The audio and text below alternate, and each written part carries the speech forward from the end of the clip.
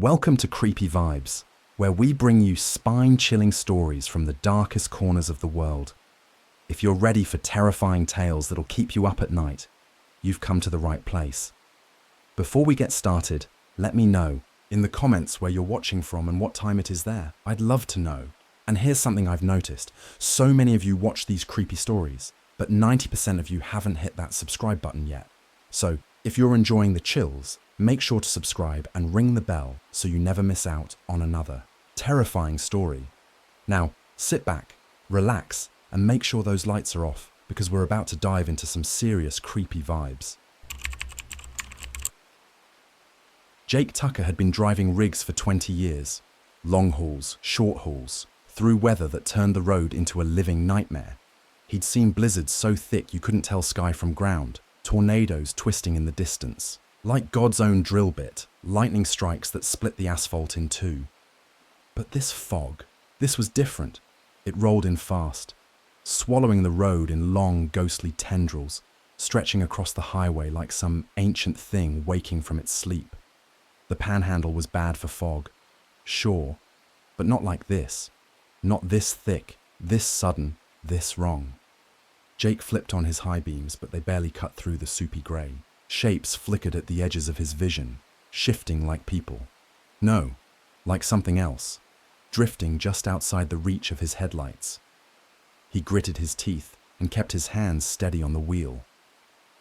The night was quiet, except for the rumble of his engine, the rhythmic thump of tires on pavement. The CB crackled beside him, static humming through the speaker. Then he saw him, a man standing dead center in the road. Jake's breath caught in his chest. He hit the brakes, tires screeching, against the highway as his 18-wheeler shuddered to a stop. His heart slammed against his ribs, sweat slicking his hands. The man didn't move, didn't flinch, didn't blink, just stood there, staring. The fog swirled around him, but Jake could see him clear as day. Tall, thin, clothes dark and tattered. His arms hung limp at his sides, and his face, God, his face. His eyes weren't human. Two gaping voids, blacker than the space between the stars, staring into him, through him. Jake's mouth went dry. His brain screamed at him to move, to drive, to do anything but sit there. Then, in one impossible, shuddering blink, the man was gone. Not like he'd run off, not like he'd stepped to the side. Just gone. Jake sat frozen, heart hammering. His truck idled in the thick silence, headlights glowing uselessly against the fog. And then, the CB radio crackled. Static, then something else. A whisper, a ragged breath crawling through the speaker like a voice from a forgotten grave. "Turn around," Jake jerked back, hand snapping to the radio. His skin crawled like 1,000 ants had burrowed beneath it. He did not turn around. Instead, he threw the truck into gear, tires screeching as he tore down the road. His headlights barely touched the fog, but he didn't care. He didn't stop. He didn't look in his mirrors. It wasn't until the fog finally broke, miles later, that he let himself breathe again. He pulled into a truck stop outside Amarillo, shaking as he climbed down from the cab. The world felt real again. Solid asphalt under his boots. The neon glow of the diner's Eat Here sign flickering above him. Inside, he ordered coffee, hands still trembling as he wrapped them around the cup. "You look like you've seen a ghost," the waitress said. Jake swallowed hard. Maybe I did. There was an old-timer sitting at the end of the counter, nursing a cup of coffee. He looked up at Jake with eyes that had seen too much. "Where'd it happen?" the old man asked. Jake hesitated, then muttered, "Few miles back." Fog rolled in thick as hell. The old man nodded slowly. "You saw him." A chill ran down Jake's spine. "Who?" The old-timer exhaled, staring into his coffee like it held the answers to things best left unknown. "They call him the Watcher. Some folks say he's a ghost. Others say he's something older, something that's always been there." Jake clenched his jaw. "That's supposed to make me feel better." The old man looked up, his expression grim. Nobody who sees him gets a second chance. Jake frowned. I'm still here, ain't I? The old man didn't blink. For now, silence stretched between them, thick as the fog that had swallowed the road. Then the waitress set down Jake's check with a polite smile, and he realized his hands had gone cold. He didn't ask any more questions. Didn't look at the old man again. Just got back in his truck and drove, feeling the weight of something watching him in the dark. And when he glanced in the mirror, for just a second, he swore he saw those black eyes staring back. Mike had been running long hauls for 15 years. He knew the road like the back of his hand, could smell rain in the air before it hit, could tell what kind of trouble a truck stop would bring just by the way the lights flickered over the lot. He'd heard the stories truckers like to pass around late at night, hunched over diner counters with too much caffeine and too little sleep. Some were dumb, urban legends about phantom hitchhikers, ghostly rigs that chase down lone drivers, strange lights in the sky. But one story stuck with him. Dead Channel 19. Old-timers swore there was a CB frequency that wasn't meant to be there, a dead zone that sometimes wasn't so dead. Nobody agreed on what you'd hear if you tuned in. Some said it was just static. Others said it was voices, garbled, distant, like something trying to claw its way out of the dark. Mike never bought into that crap until the night he heard it himself. He was cutting through the Nevada desert on a long midnight haul, road stretching endless and empty ahead of him. Just black highway and the occasional green reflective mile marker flashing past. The CB had been quiet for hours. His usual chatter buddies were out of range, the radio hissing with soft white noise. Then, crackle. A burst of static, sharp as a knife. Then a voice, low, ragged, whispering. "Breaker 19, you out there, driver?" Mike straightened in his seat. He grabbed the mic, frowning. "Yeah, I hear you. Who's this?" Silence. Static rolled through the speaker like a long, rasping breath. Then, "Help me, please. They buried me in the rest stop. Mile marker 72. Mike's blood ran cold. He glanced at his GPS. Mile marker 72 was coming up fast. Something in his gut twisted hard. He swallowed, forced a chuckle. "That's real funny, pal. Who put you up to this?" the CB hissed. The whisper came, back, weaker this time. "Desperate. I'm still here. I never left. Please, don't leave me too." The voice didn't sound like a joke. Mike's hands tightened on the wheel. His headlights swept across an abandoned rest stop, a skeletal husk of a building, the roof sagging, windows black as open mouths. A rusted payphone leaned against the wall, half buried in weeds. The whole place reeked of something long forgotten. Mike's stomach screamed at him to keep driving. So he did. He hit the gas, roaring past the lot. But just as he passed the turnoff, the CB crackled again. The voice had changed. It was no longer desperate. It was angry. "You left me, just like the others." Mike's breath stopped in his chest. Then, the CB shut off by itself. The screen flickered, went black. Then the truck lights flickered too. For half a second, everything went dark. The highway swallowed in black, the world vanishing around him. Then, the lights came back.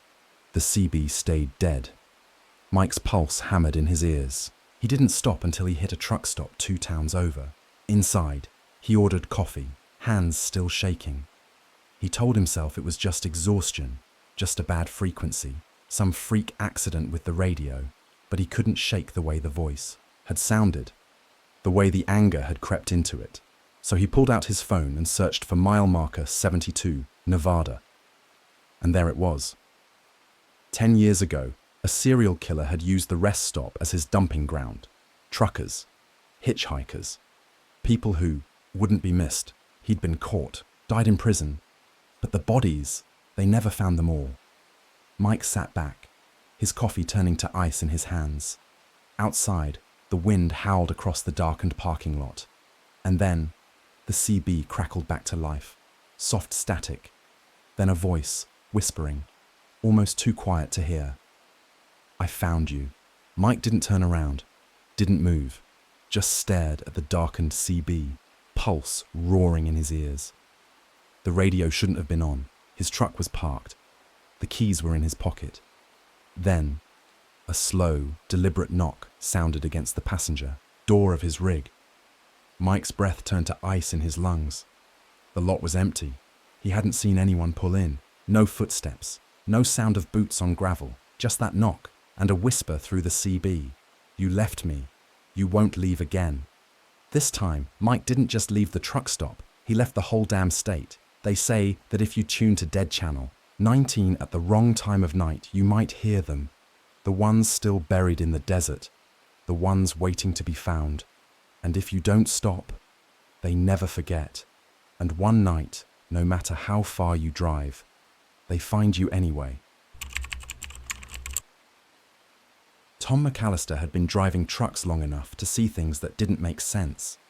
Some of them were just tricks of exhaustion, lights on the horizon that vanished when you blinked, shadowy figures on the roadside that turned out to be bent road signs, hallucinations, the brain playing catch-up after too many miles and too little sleep. But this wasn't that. This was something else, something real. It was past 2 a.m. when he saw her, standing on the shoulder of Highway 6, just outside Omaha. The night was thick with mist, the kind that clung to the asphalt in curling tendrils. Tom had always hated fog. It made the world feel smaller, like he was the only soul left alive. His headlights sliced through the dark and hit her. She stood motionless, arms wrapped around herself, shoulders hunched against the cold. She looked young, early 20s, maybe. Her dirty blonde hair hung limp and tangled past her shoulders, her denim jacket too thin for the night air. She wasn't holding out her thumb, wasn't waving him down. She was just watching. Tom's hands tightened on the wheel. His gut told him to keep driving, but his foot eased off the gas before he could stop himself. The truck slowed, brakes hissing as he pulled onto the shoulder. He cranked the window down just a crack. "You all right?" She hesitated, then nodded. "You need a ride?" A pause, then another nod. Tom reached over and popped the passenger door. "Well, get in before you freeze." She climbed up silently, the scent of damp earth trailing in after her. She shut the door, buckled her seatbelt, and stared out the windshield like she wasn't even there. Tom put the truck back in gear, rolling forward. "Where you headed?" She spoke so softly he almost didn't hear her. "Just the next gas station." He frowned. "Any particular one?" "Just the next one." She didn't look at him when she said it, just kept staring out at the road ahead, hands balled into fists in her lap. Tom had picked up a handful of hitchhikers over the years, though he knew he probably shouldn't. Most of them were talkers, eager for conversation after too much time alone. Not her. The silence stretched. The only sound was the steady hum of the tires on the pavement. Tom snuck another glance at her. Something about the girl nagged at him. The oversized clothes, the way she never quite met his eyes, the way her hands, small, pale, kept curling and uncurling in her lap. She was nervous.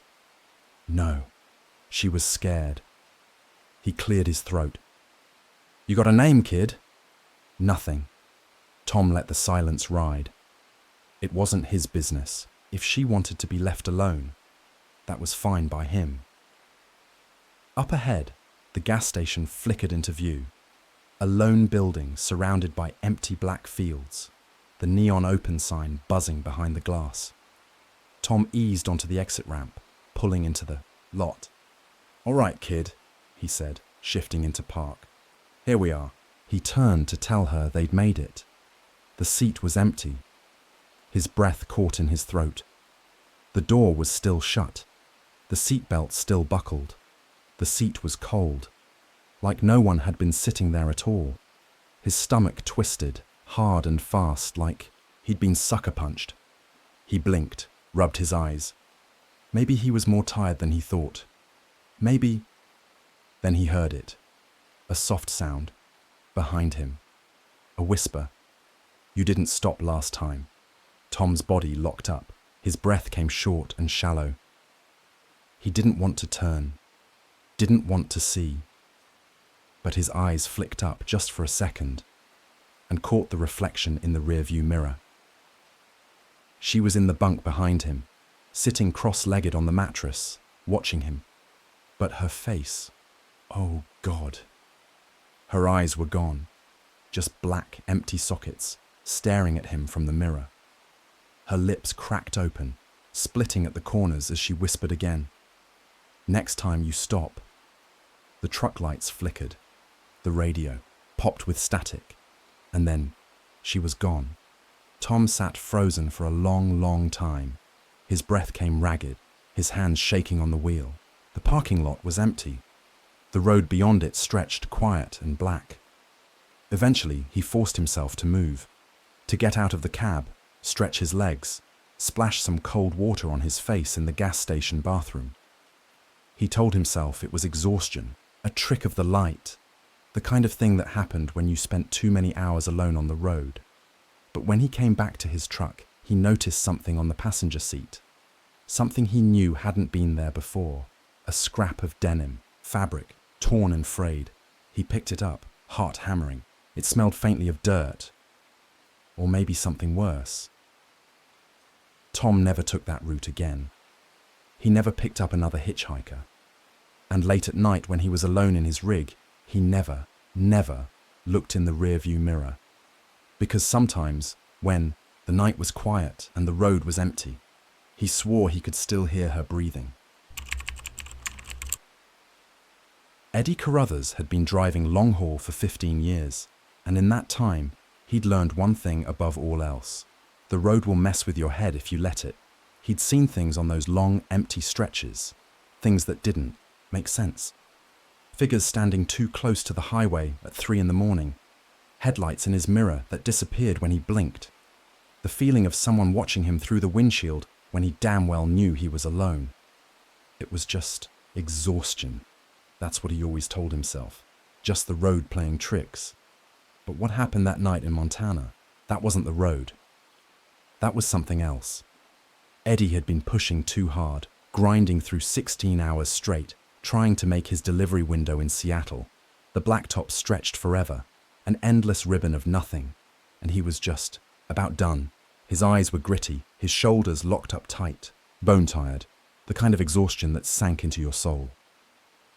So when he saw the little truck stop off I-90, an old Sinclair station with a handful of rigs parked in the lot, he barely hesitated before pulling in. He didn't bother with food, didn't bother with stretching his legs. He just locked the doors, climbed into the sleeper, and lay down. The air inside was thick, stale, like a closed-up motel room that hadn't been opened in years. Eddie frowned. He always cracked the vents before he shut down, let some fresh air circulate. But tonight, the sleeper felt wrong, like someone had been breathing in there before him. A stupid thought. Impossible. He shook it off, stretched out on the mattress, and let exhaustion take him. Sometime later, he woke up. Not all the way. That half sleep where you're still floating in the dark, your mind not quite your own yet. And that's when he heard it. A slow, deliberate sound. Scrape. Scrape. Fingernails. Dragging against plastic. Eddie's heart lurched. His breath caught in his throat. The sound came from behind him, from the partition that separated the sleeper from the cab. No, no, no, no. He was alone. He was alone. He lay there, frozen, pulse hammering in his ears. Silence. Maybe he'd dreamed it. Maybe it was just the truck settling, metal contracting in the cold Montana air. Then, the mattress shifted, like something was moving underneath it. Eddie didn't think, didn't wait. He launched himself out of the sleeper, hit the door with his shoulder, and spilled into the freezing night. The lot was silent. A couple of other rigs parked in the distance, dark and still. Nothing moved. Eddie stood there, breath coming hard, heart jackhammering in his chest. He turned back to his truck, hands shaking. He had to check, had to know. His fingers fumbled with the latch. He flung the sleeper door open.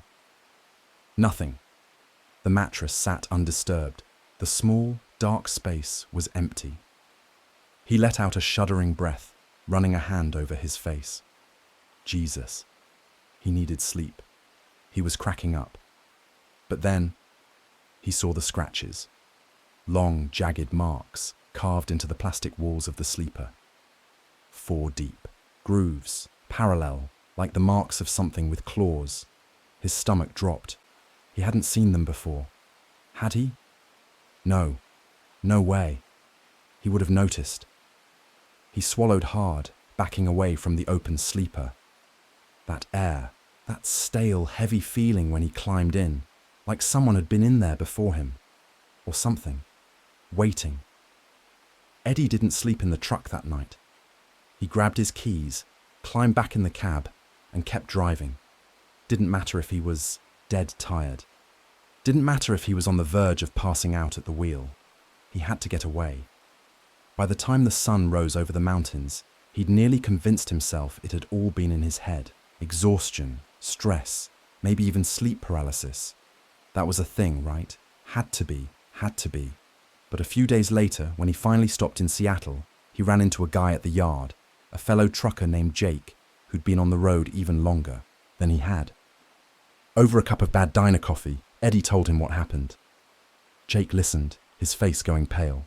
"You were on I-90. Eddie nodded. Jake exhaled, shaking his head.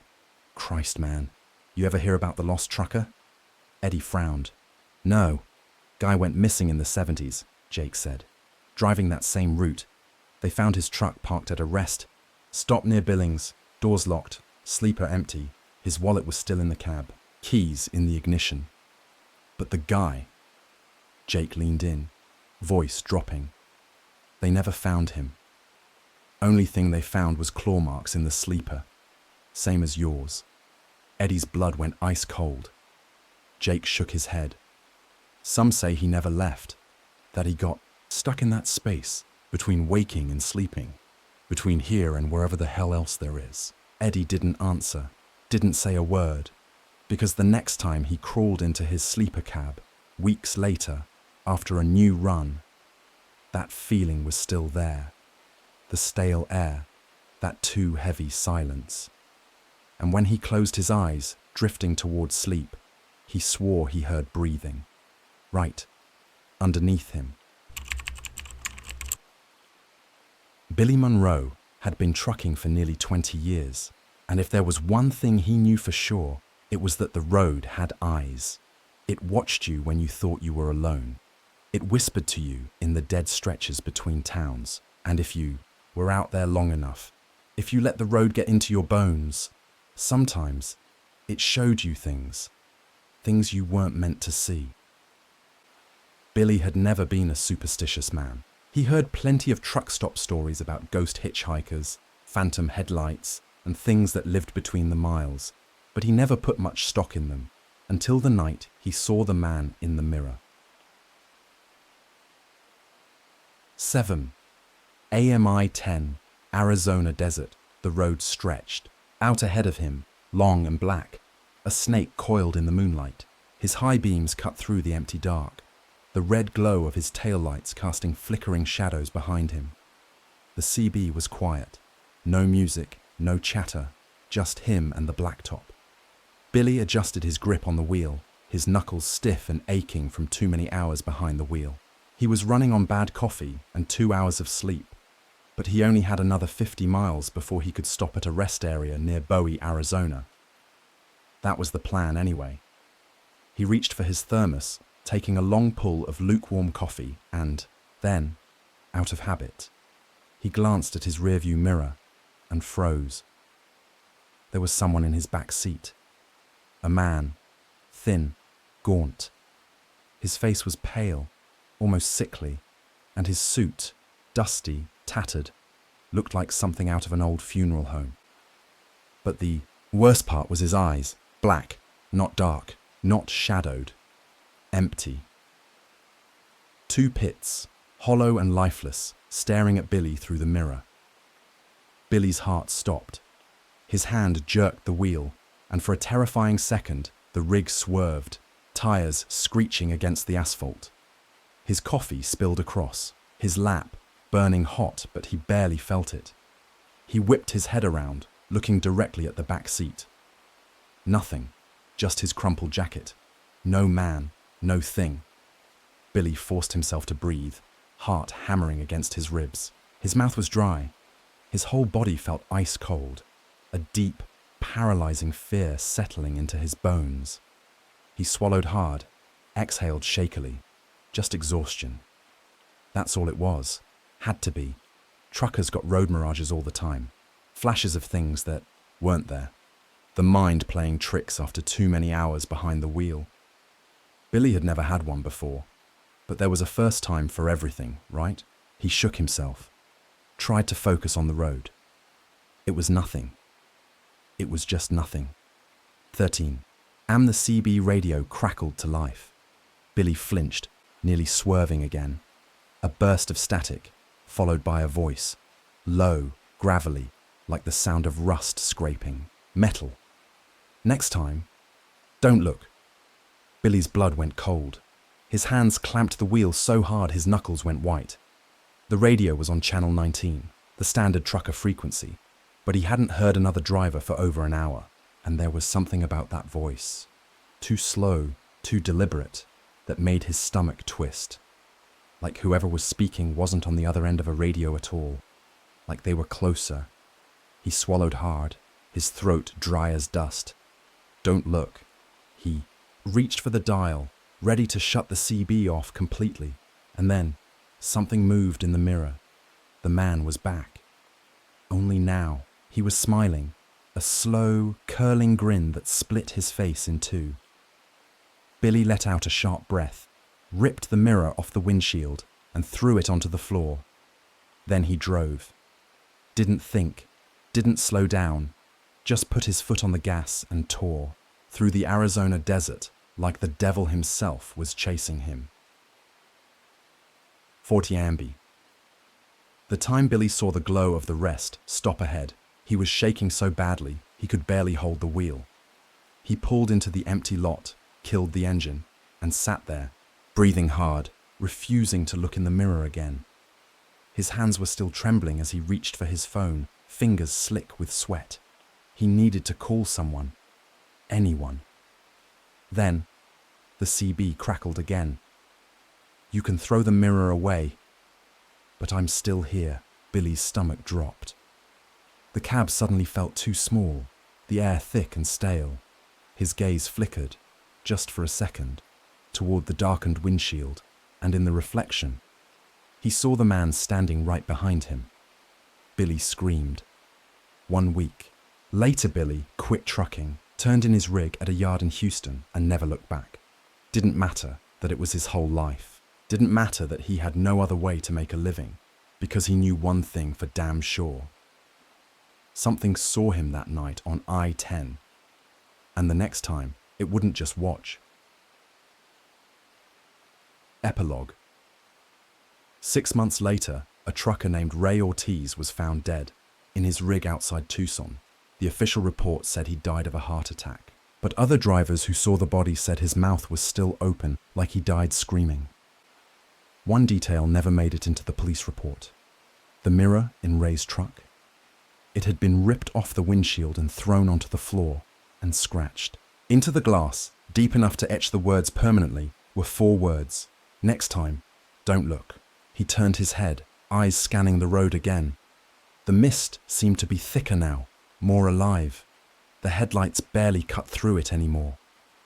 His mind raced, trying to make sense of the voice. Was it real? Was he hearing things? Or had something crossed into his mind, something that didn't belong? That's when he saw it.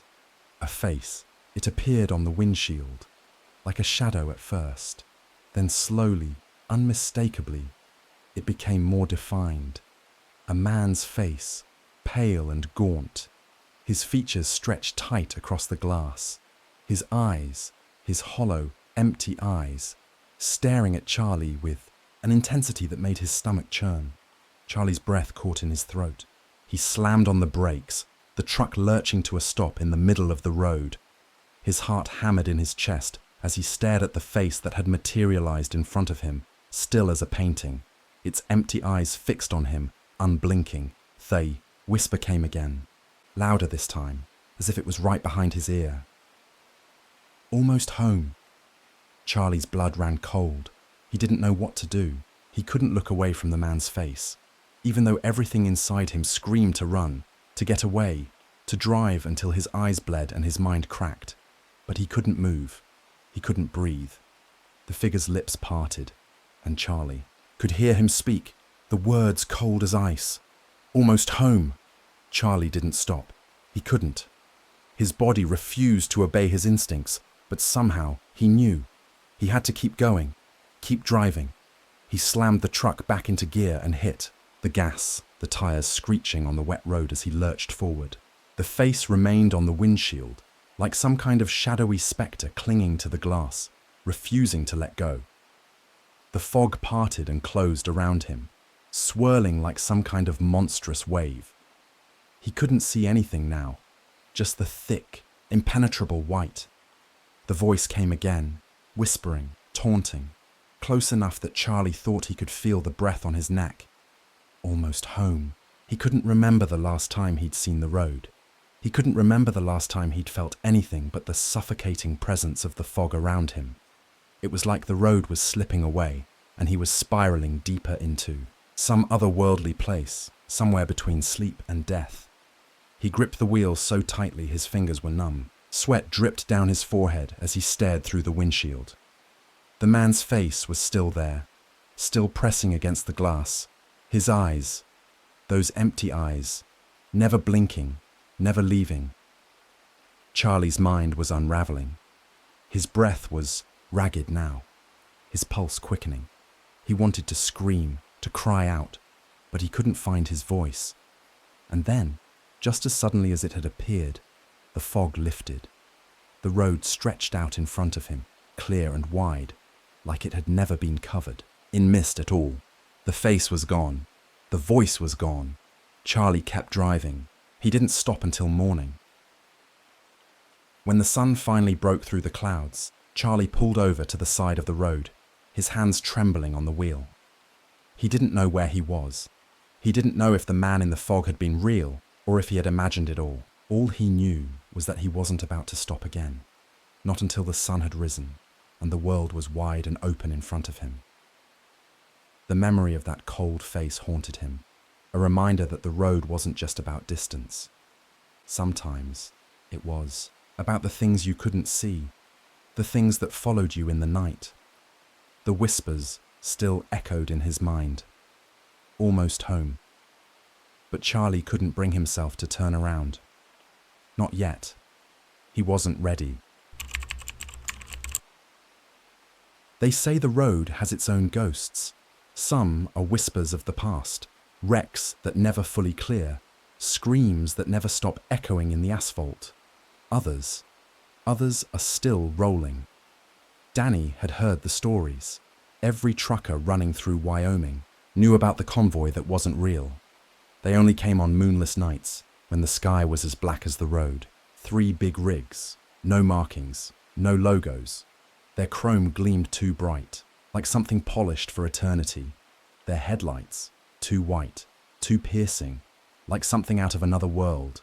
The old-timers said you weren't supposed to acknowledge them. No eye contact, no horn taps, and God help you if they spoke to you first. Danny thought it was just a legend, until the night he saw them for himself. 37. I-80, outside of Cheyenne. Danny had been driving for 16 hours straight, running on bad gas station coffee and 3 nicotine patches. The road was a straight, endless ribbon of nothing. Wyoming had a way of making a man feel small, like the sky could swallow him whole if it wanted to. The CB had been dead quiet for the last hour. Not even the usual chatter of night drivers. Just silence. That's when he saw the lights in his rear view mirror, 3 trucks. Too far back to make out details, but they were there, moving fast, running dark. No running lights, no plate numbers. Just gleaming chrome and impossibly bright headlights. Danny frowned, shifting in his seat. Something about them felt wrong. Most drivers rolled solo at night. Convoys were rare, especially out here in the middle of nowhere. But maybe it was just a private fleet, or an oversized load with escorts. He shook off the unease and took a sip of his coffee. Then he checked the mirror again. They were closer, way too close. Danny's fingers tightened around the wheel. He tapped his brakes, just enough to flash his taillights, a warning to back off. The trucks didn't react. They didn't slow, didn't swerve, didn't change formation. Just three perfect, identical rigs, rolling in absolute unison. Danny's stomach twisted. He'd seen enough convoys to know that was impossible. No three drivers in the world could hold a formation that perfect. Not at night, not at high speeds. Then his CB radio crackled to life, and a voice, low and hollow, spoke. Through the static, fall in line. Danny's breath caught in his throat. His stomach turned to ice. That wasn't a request. That was a command, and God help him. He almost obeyed. For a split second, his hands moved toward the wheel, ready to shift into their path. Ready to... what? Join. Them? No. Hell no. He shook off the daze and slammed his foot down on the gas. His engine roared. His truck lurched forward, but his speedometer didn't budge. Well, no matter how hard he pushed, how hard his engine screamed, the needle didn't move. And the convoy, they didn't fall back. They didn't pass him. They just were. Their headlights burned into his mirrors, washing his cab in white light. Danny's pulse pounded in his ears. His brain screamed at him to pull over, to run, to do something. But his body wouldn't move. He was locked in, hands clamped, to the wheel like he was no longer in control of his own rig. The CB crackled again. Fall in line. The voice wasn't angry, wasn't urgent. It was patient, like it had all the time in the world, like it knew that eventually he would obey. Danny clenched his jaw, fighting the panic crawling up his spine. And then the lights disappeared. Just like that. Gone. Like they'd never been there at all. The road behind him was empty. His mirrors showed nothing but darkness. Danny's breath came fast and ragged. He wiped a shaking hand across his mouth. What the hell just happened? He forced himself to check his dashboard. That's when he saw the clock. 49 a.m. Danny's chest went tight. He had lost 2 whole hours, but his fuel gauge hadn't moved an inch. His tank should have been nearly empty by now. But it was full, like he had never driven at all. 3 weeks later, a Wyoming truck. Stop Danny sat at the counter, hands still shaking as he sipped his coffee. He hadn't been sleeping much since that night. Every time he closed his eyes, he saw those trucks, those 2 bright lights, that voice. Fall in line. He'd tried looking into it, asking around. The old-timers at the truck stops just shook their heads. You're lucky, son. Most guys don't come back after they see the convoy. You ever hear about the ones that vanish out there? The rigs they find on the side of the road, still idling, cab door wide open. That's them, the ones that answered. Danny didn't answer. He just took another sip of his coffee, hands still shaking.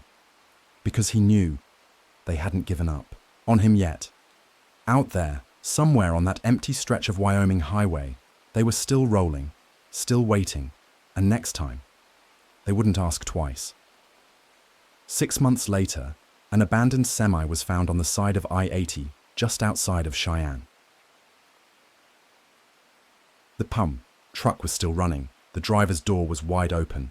Danny Monroe was never seen again. The only thing left behind was his CB radio, still humming with soft, patient static. And if you tuned to the right frequency, on a moonless night, somewhere in Wyoming, you might still hear the voice, low, hollow, fall in line. Truckers have an unspoken rule: never stop at places that feel wrong. Frank had been on the road for nearly 14 hours, his back sore from the seat, his fingers stiff from gripping the wheel. He needed coffee, real coffee, not the watered down crap from a gas station machine. When he saw the flickering neon sign ahead, he took it as a sign from above. It looked old, like a place that hadn't been updated since Eisenhower was in office. The paint on the walls had peeled into brittle curls, and the parking lot was cracked with weeds pushing through. But a place didn't have to be pretty to have a decent burger. He pulled in, turned off the engine, and stepped out into the humid night. The air smelled of dust and oil, the faint scent of something burning from far off in the distance. Inside, the diner was nearly empty. A single waitress behind the counter, mid-50s, tired eyes, hair still trapped in a beehive that had long since gone out of style, a cook in the kitchen, a hunched shadow behind the grease-covered window. And then there was her, a girl, no older than 16, sitting alone in a corner booth. She had long, tangled blonde hair that looked damp, like she had just come in from the rain, though the night outside had been bone dry. Her dress was pale blue, old-fashioned, the kind of thing you'd expect to see in a photo album from 50 years ago. But it was her eyes that made Frank stop cold. Big, too big and hollow, and she was staring right at him. Frank cleared his throat and looked away, taking a booth near the counter. The waitress came over with a notepad and a tired smile. "What'll it be, hun?" "Coffee, black, and a burger." She nodded, scribbled it down, and turned away. Frank hesitated, then gestured toward the girl in the corner. "She okay?" he asked, keeping his voice low. The waitress frowned. "What girl?" Frank's stomach lurched. He turned back to the booth. It was empty. A cold prickle ran down his spine. "She was just there," he muttered. The waitress didn't look confused. She just sighed, shook her head. "You must be tired, sugar. Long nights do that to the brain." Frank didn't argue. He just left a 20 on the table and got the hell out of there. Frank climbed into his rig, slammed the door behind him, and locked it. His hands trembled as he turned the key, the engine roaring to life beneath him. He let out a slow breath. It was just exhaustion. Nothing more. Then, out of habit, he checked his side mirror, and his heart stopped. Because the girl was in his backseat.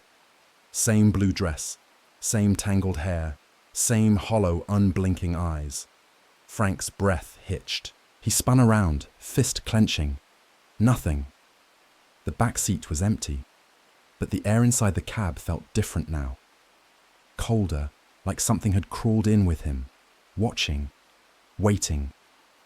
Frank drove with his hands locked on the wheel, his pulse a steady hammer in his ears. He kept checking the mirror again and again, expecting to see her, but the seat was always empty. Then, without warning, the radio crackled to life. At first, it was just static, a sharp hiss that made his skin crawl. Then, a voice. Soft, too soft. "Help me." Frank's throat closed up. His hands clenched the wheel so hard his knuckles went white. "Help me. Please." The voice was so close. The hair on the back of his neck stood on end. Then the CB radio blared again, but this time it wasn't static. It was a song, a scratchy, distorted version of an old tune. "I got spurs that jingle, jangle, jingle." Frank's stomach turned to ice. That song, he had heard it before. He reached over and yanked the radio cord out. The music cut off, but the silence that followed was somehow worse. Then he saw the movement in his rearview mirror, a shape, something sitting in the back seat again. He didn't want to look, didn't want to see those hollow eyes staring at him again, but he did. And this time, she was smiling. Not a normal smile, not a human smile. Something too wide, too full of teeth. Then she opened her mouth, and the radio turned on by itself. "I got spurs that jingle, jangle, jingle." Frank slammed the brakes. By the time Frank pulled into the next truck stop, The sun was just starting to rise. His hands were shaking so badly he could barely kill the engine. He sat there for a long moment, heart racing, listening to the tick-tick-tick of the cooling engine. Finally, he turned and looked into the back seat. It was empty. No girl, no whispering voice, no horrible, unnatural smile. But as he stared at the worn upholstery, he noticed something. The seat was wet, not just damp, soaking, like someone had been sitting there, dripping with water. He reached out, fingers brushing against the dark stain. The smell hit him instantly. Not water, blood. Frank never went back to that stretch of road. But curiosity got the best of him, and a few days later, he did some digging. 30 years ago, a girl had been murdered near Route 66. She had been last seen leaving Betty's diner. Her body was never found, but the truckers still see her. Sometimes she's in the diner, sitting in the corner booth. Sometimes she's on the side of the road, hitchhiking. And sometimes, if you stop, she's already in your back seat, just waiting for someone who won't ignore her this time. Next, time you stop at a lonely roadside diner, take a good long look at the customers. If one of them doesn't blink, you might not be alone when you leave. Jesse Morgan had been running loads up and down the East Coast for a decade. He prided himself on being a no-nonsense kind of trucker, practical, level-headed, and not prone to flights of fancy. That's why he never put much stock in the stories. He heard them at truck stops over cups of burnt coffee, whispered between seasoned drivers like campfire tales, legends passed down in hushed voices. Mile marker 43 on the Pennsylvania Turnpike. Trucks die there. Radios spit static. Headlights flicker out. And sometimes, you see her.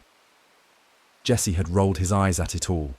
Just a bunch of old-timers messing, with rookies, until the night he saw her for himself. It was a dead run that night. No traffic. No way stations. Just miles of cracked asphalt unrolling in the glow of his headlights. Jesse glanced at the dashboard. A little over 2 hours until sunrise. His coffee had gone cold an hour ago, and he was running on sheer willpower. The silence in the cab stretched too long, pressing into his skull. He reached for the radio, flipping through static until an old rock station barely came through. You shook me all night long. The song cut off mid-lyric. Jesse frowned. Then, without warning, his entire truck shut down. The radio, the lights, the engine. Everything. His rig coasted forward, inertia carrying it for a few more seconds before it came to a dead stop. Silence. Jesse's breath caught in his throat. The power outage was sudden, unnatural. A kill switch, like someone had yanked the plug. His fingers trembled as he tried the ignition. Nothing, no beeps, no clicks. Just the overwhelming sound of nothing. Then his headlights flickered. A weak stutter. Then a full, sudden blast of light. And that's when he saw her. She stood dead center in the middle of the highway. Barefoot. Her dress, a faded sundress, that might have once been white, was streaked with dirt and something darker. Her hair hung in wild tangles over her shoulders, sticking to the sides of her face, and her eyes, wide, hollow, terrified. Jesse's pulse thundered in his ears. Every part of him screamed to throw the truck in reverse, to get the hell out of there. But then, she raised a shaking hand. Her lips moved. She was saying something. He leaned forward, gripping the wheel, his breath fogging up the windshield. She mouthed it again. Help me. Jesse's stomach turned to ice. Something about the way she stood there, her arms too stiff, her body too still. It was wrong. Against every instinct in his body, he reached for the door handle. And the second his fingers touched it, she disappeared. Not like she ran. Not like she blinked out of sight. She was just gone. Like she had never been there in the first place. Jesse sat frozen, his fingers digging into the leather of his steering wheel. His rig suddenly roared back to life. The engine coughed. then purred like nothing had happened. The dashboard lights flickered back on. The hum of electricity filled the cab once more. The full temperature dropped. Jesse shivered. Then the CB radio crackled to life. Static. At first he thought it was just radio noise. Maybe another trucker nearby. Then, "You saw her, didn't you?" The voice was low, grainy, like an old man speaking through a mouthful of gravel. Jesse's blood went cold. He hesitated before reaching for the mic. "Who is this?" he asked, keeping his voice steady. The static hissed louder. "You were lucky." The voice was closer now. "Most ain't." Jesse's breath hitched in his throat.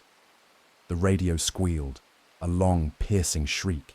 He yanked his hand back as if the mic had burned him, and just as suddenly as it had started, the CB went dead. Jesse didn't stop that night, didn't pull into a rest stop, didn't grab a coffee. He drove straight through until the first light of dawn touched the horizon, and only then did he allow himself to breathe again. But something gnawed at him, something deep. So the next day, he started asking around, and the more he asked, the more the old-timers clammed up, until he found one.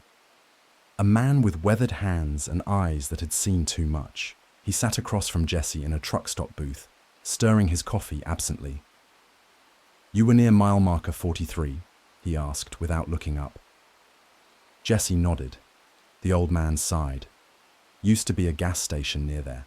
Back in the 90s, a girl went missing. College kid, hitchhiking her way home. He stirred his coffee again. She got picked up by the wrong damn person. Jesse's mouth was dry. What happened? The old man finally looked up. They found her body 6 months later. What was left of it? Jesse swallowed hard. The guy who did it? Never caught. The old man shook his head. But folks started seeing her after that, right near the marker, standing in the road just like you saw her. Jesse's stomach twisted. But what does she want? The old man's eyes were dark pools of knowing, someone to stop. He set his spoon down, his fingers tightening around his coffee cup. Problem is, the ones who do? He paused. They don't always make it back. That was the last time Jesse ever took that route. And if you ever find yourself alone on that stretch of the Pennsylvania Turnpike, just before mile marker 43, keep your doors locked. Keep your eyes on the road, and if you see a woman standing there, dirty, barefoot, whispering for help, for the love of God, don't stop. Ray Parker had been driving long-haul routes for nearly 20 years. He'd seen just about everything the open road had to offer. Bar fights in dive truck stops, eerie abandoned rest areas, even the occasional idiot trying to hitch a ride in the dead of night. But nothing, not a damn thing, had ever unsettled him like the man in the parking lot. The night was cold, the kind that settled into your bones. North Dakota in late autumn could be brutal, and tonight was no exception. The air had a sharp bite to it, and the lot was mostly deserted, just a couple of rigs parked under the buzzing fluorescent lights of the fuel station. Ray pulled up to pump 3, killed the engine, and climbed out. As he filled the tank, he rolled his shoulders, trying to work out the stiffness from the last 6 hours of driving. That's when he felt it. That prickling sensation on the back of his neck, the one that told him someone was watching. Slowly, he turned. The man was standing across the lot, just at the edge of the lights, still as a statue. Ray squinted. Something about him was off. His clothes were ordinary enough. Jeans, a dark hoodie, hands shoved deep into his pockets. But his posture was all wrong.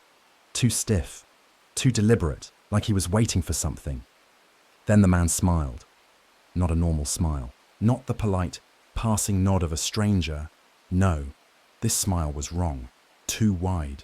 Too many teeth. Ray's stomach turned to ice. The man didn't blink, didn't move, just kept that awful, stretched grin plastered on his face. Ray swallowed hard and looked away. Just some weirdo, he told himself. Ignore him. But when he turned back, the man was closer. Ray finished fueling up in record time. He climbed into his cab, slammed the door, and locked it. His heart was hammering. He glanced at the lot again.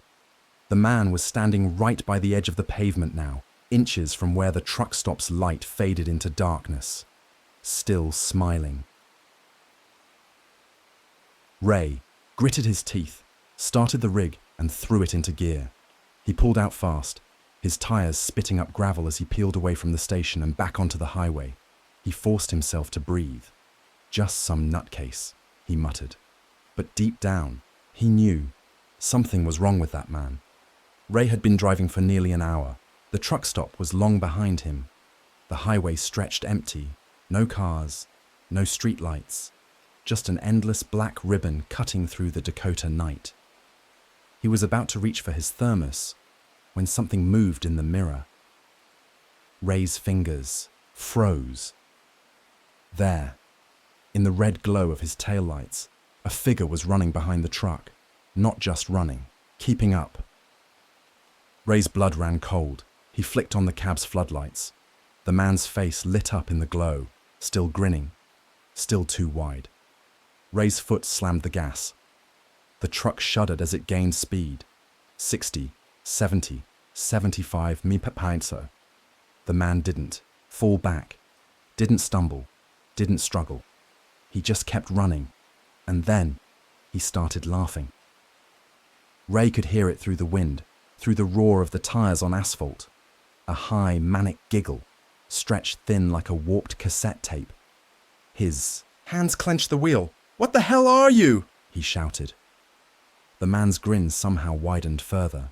Then, with an unnatural flicker, he was gone. Not like he'd fallen behind. Not like he'd stopped running. Just gone. Ray didn't stop driving.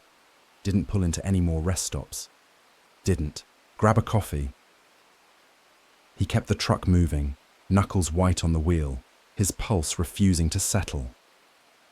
By the time he reached the outskirts of a small town, exhaustion was clawing at his brain. He had to rest. Had to. Against his better judgment, he pulled into an empty lot behind a 24-hour diner. He parked, shut off the engine, and double-checked that the doors were locked. He just needed a few minutes. Just a quick nap. His eyes had barely closed when, knock, knock, knock, Ray's breath caught in his throat. The sound was soft, right outside the driver's side window. He didn't move, didn't breathe. Then, knock, knock, knock. Slowly, so slowly, Ray turned his head, and there, in the reflection of the glass, was the smiling man, closer than ever. His teeth, too white, too sharp, gleamed in the dark. And this time, his mouth was moving. Ray couldn't hear the words, but he could read them. 3, over and over again. Let me in, let me in, let me in. Ray didn't sleep that night, and by dawn, the smiling man was gone, but somehow, Ray knew he wasn't alone anymore. He never would be again. Curtis had been driving since dawn. He was dead on his feet, eyelids heavier than lead. The stretch of highway through Kentucky was dark and empty, save for the occasional reflective glare of a deer's eyes in the underbrush. His rig hummed beneath him, but exhaustion pressed against his skull like a vice. He needed to stop. Just for an hour or two. Up ahead, a blue sign loomed in the glow of his high beams. Curtis exhaled in relief. He'd been on this route before. This stop wasn't much, a couple of vending machines, a single restroom, and a lot carved out of the dense trees. But it was enough. He pulled in, eased his rig into a spot at the far end of the lot, and cut the engine. The world went silent. Curtis reclined in his seat, one hand resting on his chest, letting his eyes close. The quiet wrapped around him, thick and absolute. Then, just as sleep started to take him, knock. His breath caught. The sound was soft, gentle, just a single rap against the driver's side window. Curtis sat up, eyes scanning the empty lot. His headlights had been off for a while now. and the darkness pressed against the windshield like a living thing. Nothing moved. He reached for the dashboard, flicking the overhead light on. It cast a weak yellow glow inside the cab, but barely penetrated the blackness outside. Probably just a stray branch, he told himself, the wind knocking something loose. He turned the light off and lay back down. Knock, knock. Louder this time. Curtis's pulse kicked up. His mouth went dry.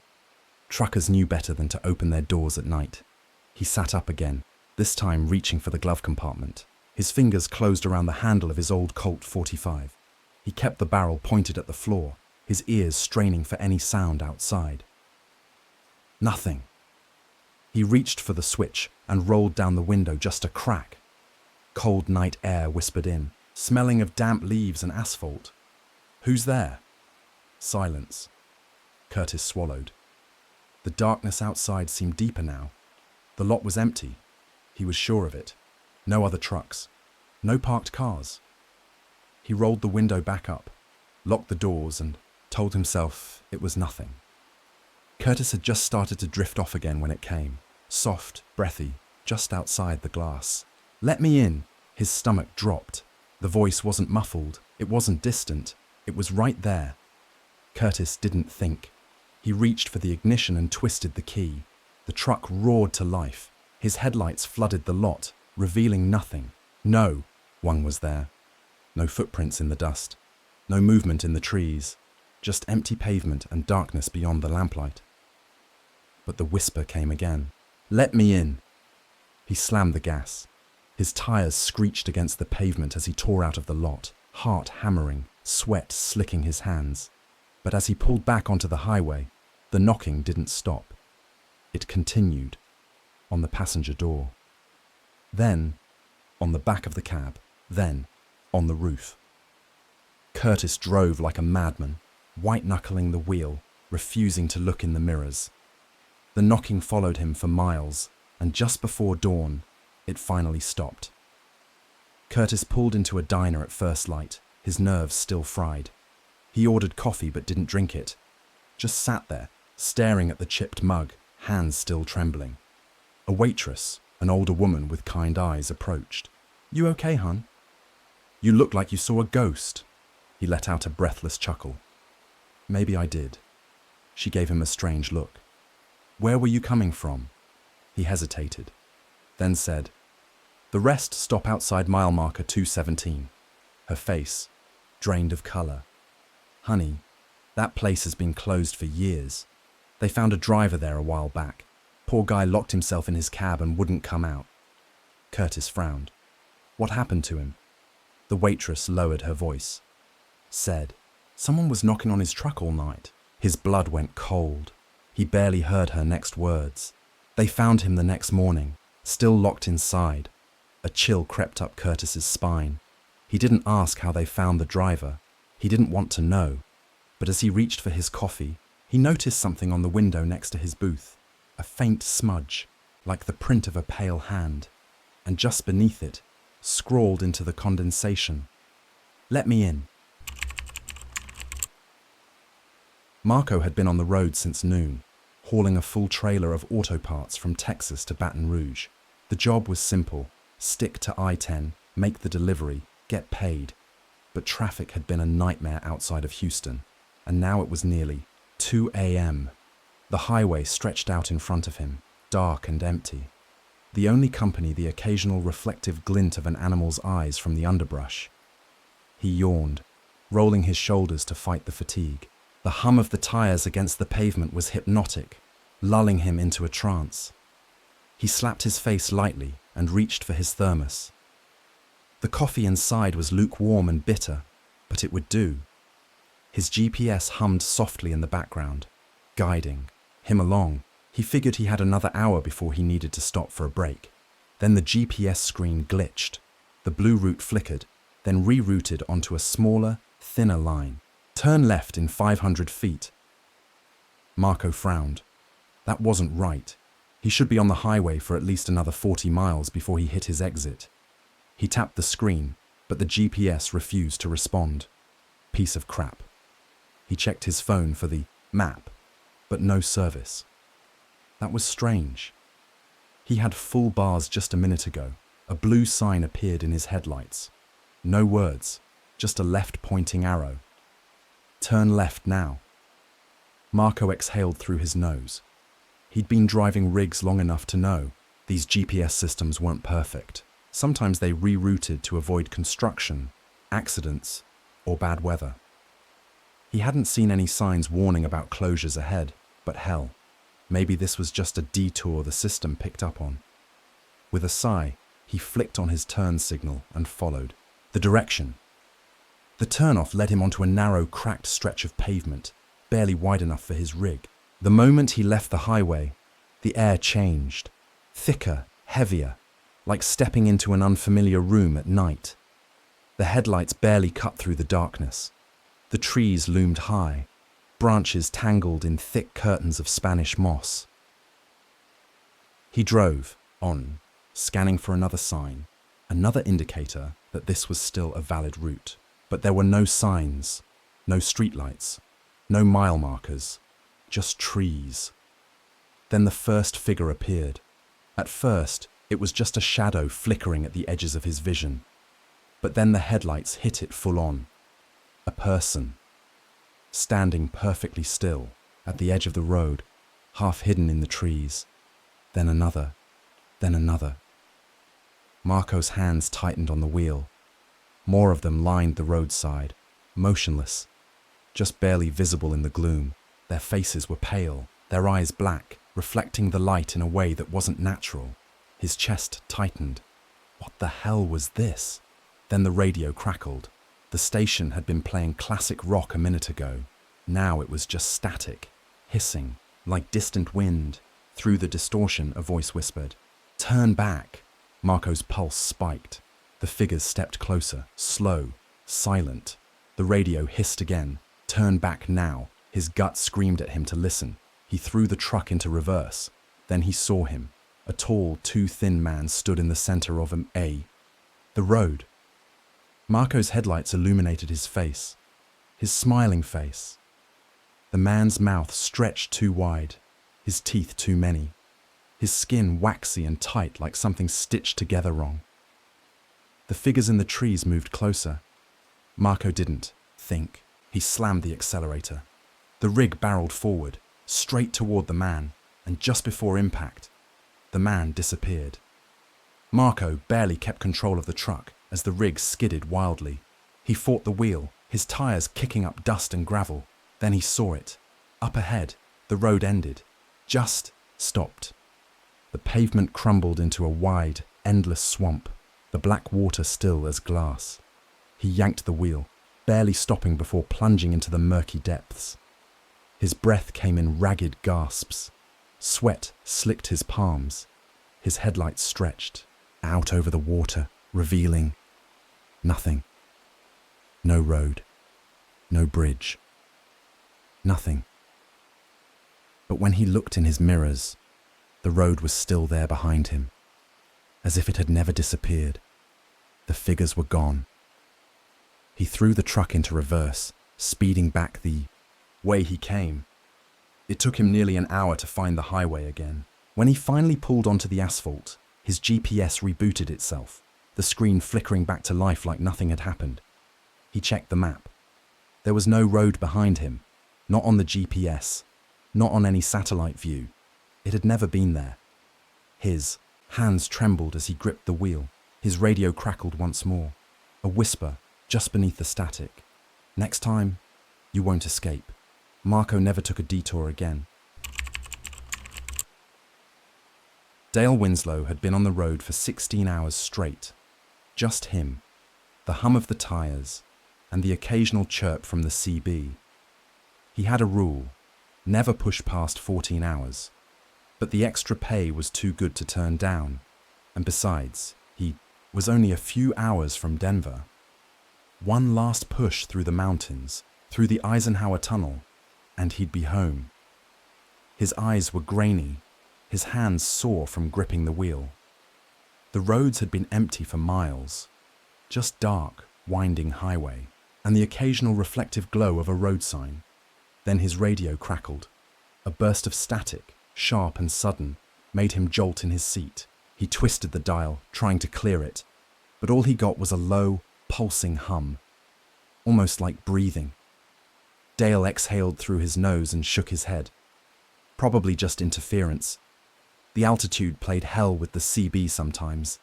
The tunnel loomed. Ahead, a black mouth cutting through the mountain. He'd been through it dozens of times, but tonight, something about it made his stomach twist. Maybe it was the way the entrance lights flickered. Maybe it was the way his radio hissed again. But this time, he thought he heard a voice buried in the static. A whisper. "Don't look!" His fingers clenched around the wheel. The hell was that? A shiver crawled up his spine as he entered the tunnel. The dim overhead lights passed in intervals, washing his cab in rhythmic flashes of yellow. The radio was still hissing, but underneath it, the whisper came again. "Don't look." Dale's gut clenched. He wasn't a man who scared easy, spent too many nights on the road, hearing too many campfire tales from long haulers who claimed they saw ghosts and hitchhikers that weren't really there. He didn't believe in that crap. Until now. Because as he passed the halfway point in, the tunnel, he saw something. A figure. Standing just inside the road's shoulder, pressed against the tunnel wall. A tall, hunched shadow. Featureless. Dale's breath hitched. His headlights passed over it for only a second, but the darkness of it lingered. A void, shaped like a man, with edges that twisted like smoke. The air in the cab grew stale. His heartbeat pounded in his ears. Then the radio blared to life. "Don't look!" The voice was inside the cab. Dale's hands shook on the wheel. His instincts screamed at him to keep driving, to not glance in his mirrors, to get the hell out of that tunnel and never look back. But something made him look, and his blood turned to ice. Because the shadow was no longer standing. It was running. Not with normal strides, no pumping arms, no bending knees. Just a smooth, effortless glide, keeping up with his truck. Dale gasped, slamming the accelerator, but the shadow didn't fall behind, didn't move away. It got closer. The radio hissed again, and this time he heard the voice. "Clear as day. You looked." Then, the cab went dark. Dale's foot stomped the brake, but the pedal didn't move. The wheel locked up in his hands. The headlights, the dash, the radio, everything died. The only light was the tunnel's dim yellow glow, stretching endlessly in front of him. A new sound filled the air. Breathing, but it wasn't his. Slow, ragged. Behind him, inside the sleeper, cab. His entire body locked up. It wasn't possible. His cab had been locked. He was alone, but he could feel it now, the presence behind him. Close, watching. He clenched his jaw, forcing himself to move. He had to see, had to confirm that this was just his brain playing tricks on him.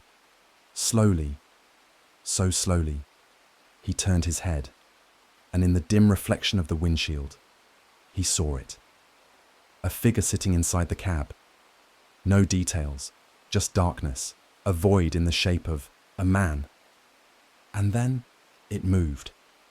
Dale's lungs seized, the radio crackled, and the voice whispered right in his ear, "I ride with you now." The headlights blasted back on. The truck lurched forward, as if the brakes had never engaged. Dale's breath hitched as he whipped around. The sleeper was empty. His radio dial was off. His gauges were fine. The tunnel's exit was ahead. Had he imagined it? Was it exhaustion? A waking dream? His throat was dry, his pulse hammering, but he forced himself to drive. By the time he reached Denver, the memory had already begun to feel unreal, like a half-remembered nightmare. But later that night, as he climbed into the cab to sleep, he saw them. Fingerprints. Dark, smudged fingerprints on the inside of the passenger window, too high to be his own. And from that night on, every time Dale drove after midnight, his mirrors would flicker, and the radio would whisper, so soft he could almost ignore it. "I ride with you now." Carlos had been trucking for over 15 years. He'd heard all the stories. Phantom hitchhikers, strange lights in the sky, ghost trucks that vanished into thin air. He always chalked them up to tired drivers seeing things that weren't there. Then came the night on Route 375, and Carlos stopped laughing. It was just past 2 a.m. when he found himself alone on the stretch of road known as the Extraterrestrial Highway, 200 miles of blacktop cutting through the Nevada desert, surrounded by nothing but sand, rock, and sky. No streetlights, no gas stations, just pure, empty night. Carlos wasn't the superstitious type, but even he had to admit something about this place felt off. Maybe it was the way the air seemed too still, the way the stars felt too bright, like they were watching, or maybe it was the way his radio refused to hold a station, no matter how many times he tried. Static hissed through the speakers as he reached for his coffee, half empty and long gone cold. His rig rumbled beneath him, the highway stretching endlessly ahead. It was just him and the road. Then, in his mirror, a motorcycle. Carlos blinked. It hadn't been there a second ago. It was just a shadow at first, distant and barely visible, riding along behind him without headlights. Then it got closer. The bike was pitch black, a Harley maybe or something older, its frame gleaming faintly in the moonlight. The rider wore dark leather, hunched over the bars, keeping perfect pace with Carlos's rig, too perfect. Carlos frowned. He was doing a steady 70, and the bike wasn't gaining, wasn't falling back, just hovering in his blind spot. Then it veered, off the road. Carlos's pulse jumped. The rider turned directly into the desert, heading straight into the blackness, tires kicking up dust. No hesitation, no sign of braking. A second later, it was gone. Carlos sat rigid. His fingers gripped the wheel tight. What the hell did I just see? A trick of the eyes, maybe? A shadow? A hallucination? He was tired. That was all. He blew out a breath, forcing himself to shake it off. He reached for the radio, trying again to find a station. That was when the bike came back. It was right beside him. Carlos's breath locked in his throat. The rider had reappeared out of nowhere, matching his speed effortlessly, but something was wrong. No headlight, no sound, no engine. And when Carlos finally let himself look, the rider had no face, just smooth, featureless skin where eyes, a nose, and a mouth should have been. Carlos's chest tightened. A cold, primal terror gripped him, the kind that sat deep in your bones, whispering, "Don't look, don't look, don't look." He floored the gas, his rig roaring forward, speedometer ticking up, 75, 80, 90. The bike kept up. The rider turned its head toward him. Carlos didn't look, wouldn't look. He just drove. The CB radio crackled to life. A voice, low, distorted, like it was coming from underwater, whispered, "You shouldn't have seen me." Carlos's stomach flipped. The voice hadn't come from the radio. It had come from the passenger seat. Cold breath brushed his ear. Carlos jerked his head toward the seat. Nothing. Just empty leather. His hands were slick with sweat. His pulse hammered in his ears. The static on the radio rose and fell, like breathing. And then, from the corner of his eye, the bike was back, right outside his window, pacing him. The rider was smiling now. Its mouth had appeared out of nowhere, stretching impossibly wide, full of teeth that were too white, too sharp, too many. It lifted a gloved hand and knocked on his window. Carlos screamed. His hands jerked the wheel. His rig swerved hard, tires screeching, back end fishtailing. He didn't see the bike anymore. Didn't know if it had disappeared or if it was still there, just waiting. All he knew was that he had to get away. Carlos tore down the highway, pushing, 110, trucks shaking beneath him. The static on the CB turned into laughter. A whisper followed, curling through the cab like smoke. "See you soon." Carlos didn't stop driving until dawn. When he finally pulled into a gas station outside of Rachel, Nevada, He stumbled out of the rig, legs shaking. He could still hear the wind howling across the desert, still feel that cold breath on his neck. He turned, forcing himself to check the truck. The chrome was clean, the windows clear, no sign of handprints, no smudges, no proof. But then, his eyes landed on the side mirror. There, scratched into the glass, as if traced by a gloved finger. "See you soon." Ricky had been on the road for 15 hours straight, hauling a load of steel through the back highways of Oklahoma. It was just past midnight when he saw the dim glow of a truck stop up ahead, a lone beacon in the middle of nowhere. His bladder had been screaming for the past 20 miles, so he pulled in, parked his rig and climbed out. The place was nearly deserted, just a single rusted pickup at the far end of the lot and a flickering neon sign above the entrance. Smitty's 24-hour truck stop, it read. Ricky sighed, stretched, his aching back, and headed inside. The air smelled stale, like old coffee and cheap disinfectant. The counter was empty. No cashier, no customers, just the low hum of an ancient refrigerator case filled with day-old sandwiches and bottled sodas. The bathroom was in the back.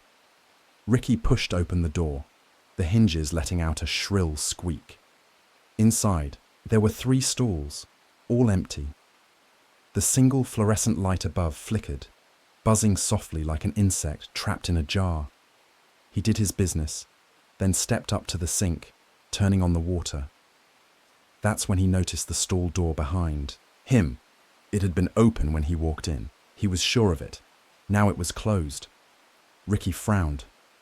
Maybe someone had come in without him noticing. Maybe he was just too damn tired. But he hadn't heard the door open, and the boots. A pair of scuffed leather boots were visible under the stall door, facing outward, as if someone was standing there, waiting. Ricky cleared his throat. "Sorry, buddy," he muttered, stepping aside. No response. The sink dripped. The light buzzed. Then the power flickered. The fluorescent light blinked out, plunging the room into absolute darkness. For half a second, Ricky stood frozen, his pulse hammering. Then, the lights flickered back on, and the boots were gone. Ricky's breath caught in his throat. He took a slow, careful step backward, his eyes locked on the stall. He nudged the door open with his foot. Empty. No boots.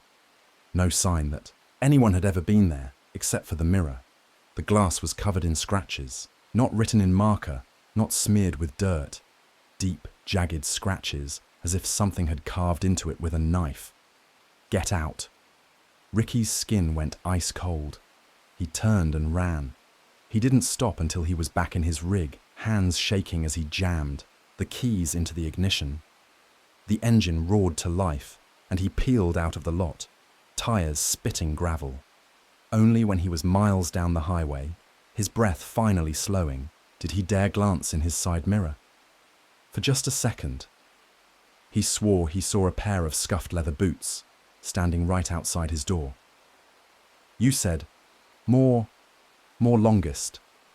ChatGPT said Ricky had been hauling steel through Oklahoma for the last 15 hours, his eyes dry and his bladder full. It was past midnight, and the road stretched before him like a ribbon of endless black. His CB had been quiet for the last couple of hours. No other truckers on the radio, just the occasional burst of static that sounded too much like whispers. When he spotted a glowing sign in the distance, he exhaled in relief. A truck stop. Smitty's 24-hour truck stop, the sign read. The O in open flickered like it was on its last breath. The place was deserted, except for a single rusted-out pickup parked near the dumpsters. The air smelled like rain-soaked asphalt and diesel, a familiar scent that usually made him feel at home. Tonight, though, something about it felt off. Inside, the truck stop was eerily silent. The cashier's counter was empty. No music, no TV, not even the hum of an old radio playing country tunes like most of these places had. The only sound was the faint buzz of the flickering fluorescent lights overhead. A single ceiling fan creaked as it spun lazily. The whole place felt forgotten, like stepping into a memory that wasn't his. Ricky glanced toward the bathroom sign near the back and hurried in. The men's room smelled like cheap disinfectant and mildew, the kind of place where the tiles never fully dried. There were 3 stalls. All of them were empty when he walked in. Ricky went to the urinal, sighing in relief as he handled his business. When he was done, he turned to the sink, cranking the faucet. The water was ice cold, sending a shiver up his spine. That's when he saw it. In the mirror, the stall door behind him. It had been open when he came in. He was sure of it. Now it was closed.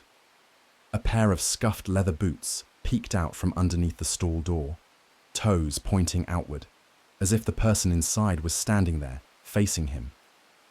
Ricky's pulse quickened. He hadn't heard anyone else come in.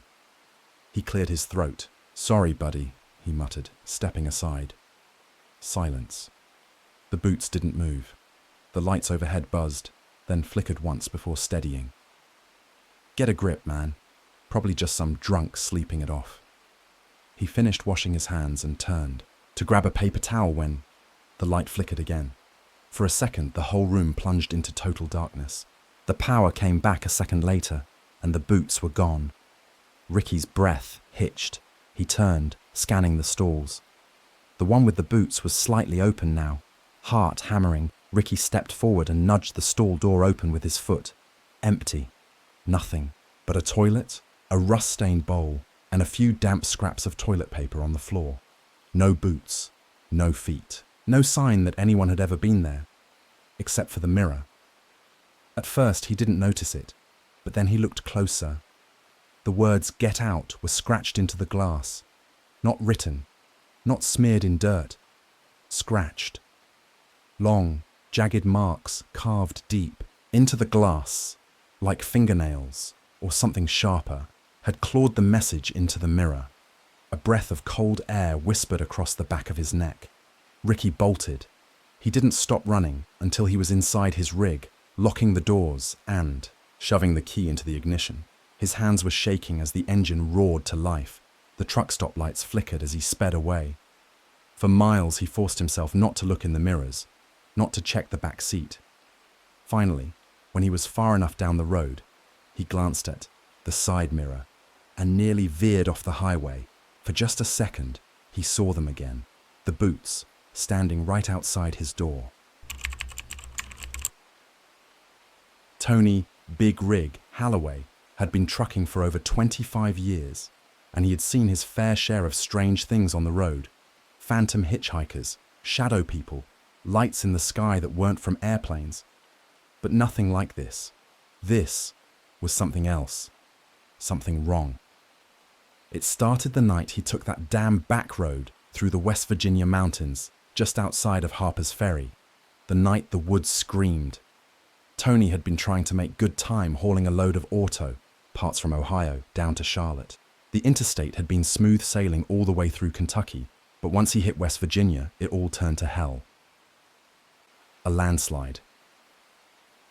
He had heard it on the CB earlier in the evening, some big mess over near I-64 with state troopers rerouting, traffic for miles. Tony checked his GPS, looking for an alternate route.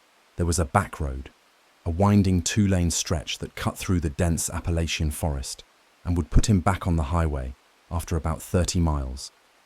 It wasn't ideal, but he wasn't about to spend all night sitting in gridlock with a bunch of pissed-off truckers. So he took the detour, and that was his first mistake. The road to nowhere. The moment Tony turned onto Route 59, things started to feel off. For one, his radio cut out. It wasn't just static, it was gone.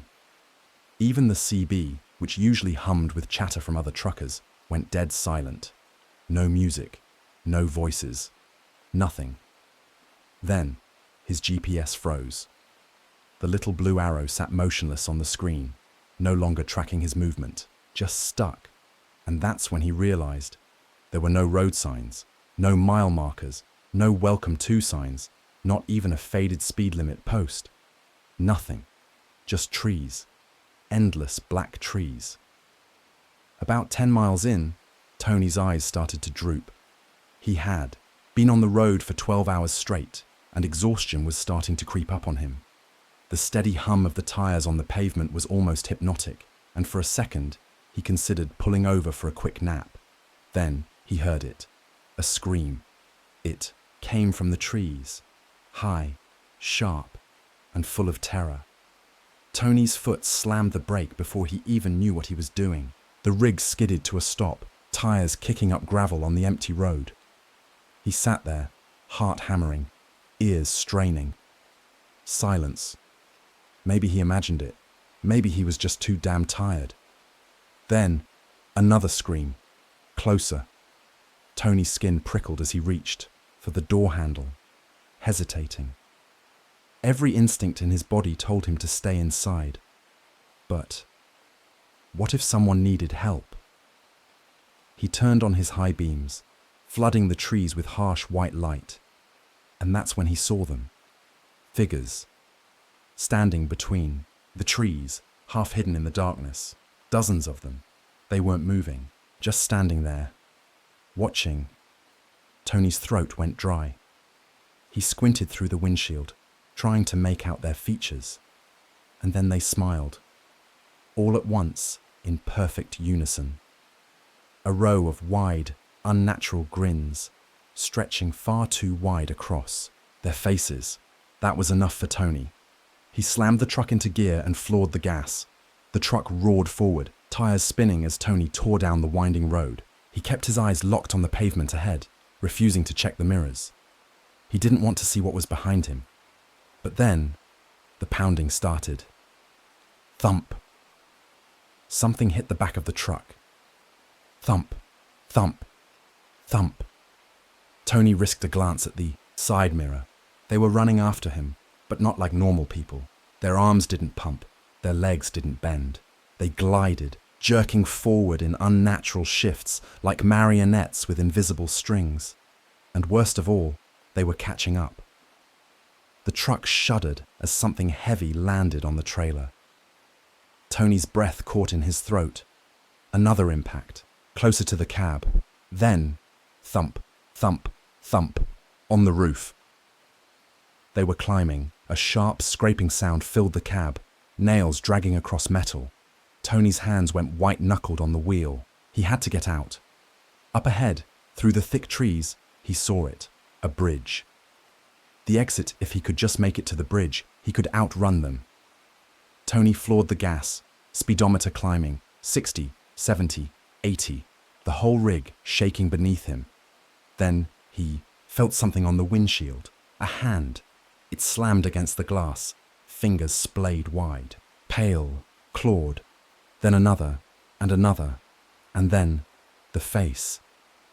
It pressed against the windshield, its skin stretched tight over its skull, mouth still locked in that horrible, grinning expression.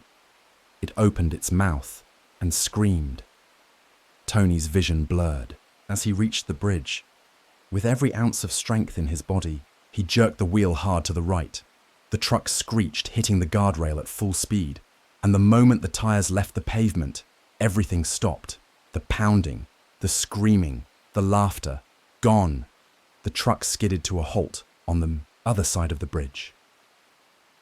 Tony sat there shaking, hands still locked on the wheel.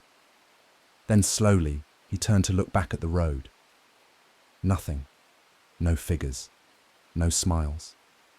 Just the wind whistling through the empty trees. Tony never drove through West Virginia again. Never took back roads. Never stopped near woods at night. A few years later, he heard another trucker mention something strange on the CB. Something about screams in the trees near Harper's Ferry. Tony turned off his radio. He already knew what they had heard. Paul had been trucking for nearly 20 years, and in that time, he'd seen his fair share of weird things on the road. Strange lights in the sky over New Mexico.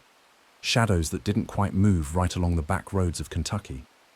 Once, in the dead of winter, He swore he saw a man standing in the middle of an empty highway in Nebraska. Only when he slammed the brakes and ran out to check, there were no footprints in the snow. But nothing ever stuck with him quite like the woman. On Route 54, it was a cold November night, and he was somewhere in the middle of Kansas. The highway was deserted. No cars in either direction for the last 50 miles. No lights except for the stars overhead. The world had shrunk to just his truck, just the road, just the hum of tires on asphalt. He was fighting off fatigue, rolling, a lukewarm energy drink between his fingers, when he saw her, standing by the side of the road, smiling. At first, Paul thought his eyes were playing tricks on him. He blinked, shook his head, but she was still there. She wasn't hitchhiking, wasn't even looking for a ride. She was just standing there, facing the highway. Her dress was long and old-fashioned, the kind you'd see in black and white photos from the early 1900s. It was too thin for this kind of cold. The wind didn't seem to touch her. Her silver hair was long and tangled, strands of it falling over her face, and her smile, too wide, too sharp, too many teeth. Paul's stomach tightened. A warning siren in his head screamed, "Keep driving. Don't look. Don't. Slow down. Just go." As his truck roared past, he expected her to vanish into the night. Instead, she laughed. The laughter didn't come from outside. It came from inside the cab, a low, wheezing chuckle, like an old woman choking on air. Paul's blood ran, cold. He whipped his head around. The passenger seat was empty. Nothing but his old duffel bag and a crumpled fast food wrapper. His hands clenched the wheel so tight his knuckles turned white. He stared ahead, trying to focus on the road. Just a trick of the mind. Just exhaustion playing games. Then his radio crackled. A voice came through, warped with static. "Why didn't you stop?" Paul's stomach dropped. That voice. It was hers. The laughter started again. Right in his ear. Paul grabbed the CB mic off. It's Mount. "Breaker 19. Anyone copy? I got some weird shit happening out here." Static. Then a click. Not a voice. Not a response. Just someone listening. The road stretched on ahead of him, endless and black. His headlights seemed dimmer now, barely cutting through the dark. His mirrors. He didn't want to check them. Didn't want to see. But his eyes betrayed him. He glanced up and froze. She was sitting in the back seat of his cab, right there in the mirror. Her hands were folded neatly in her lap. Her dress was still motionless, as if the truck's movement meant nothing to her, and she was still smiling. Paul's heart slammed against his ribs. He didn't dare turn around, didn't dare look away from the mirror, because in the reflection, she was leaning forward now, moving closer. And then, in that same static-laced whisper, "Next time, you will." The headlights flickered. The laughter became a scream. Paul's foot slammed the gas, but suddenly, he couldn't hear the engine anymore. The truck was still moving, but it felt like he was gliding through empty space. Like the highway had disappeared. Like he wasn't in his world anymore. The mirror shattered, and then silence. Paul's truck lurched forward like something had just let go of it. The road was back. The radio crackled, a Hank Williams song buzzing back to life like nothing had ever happened.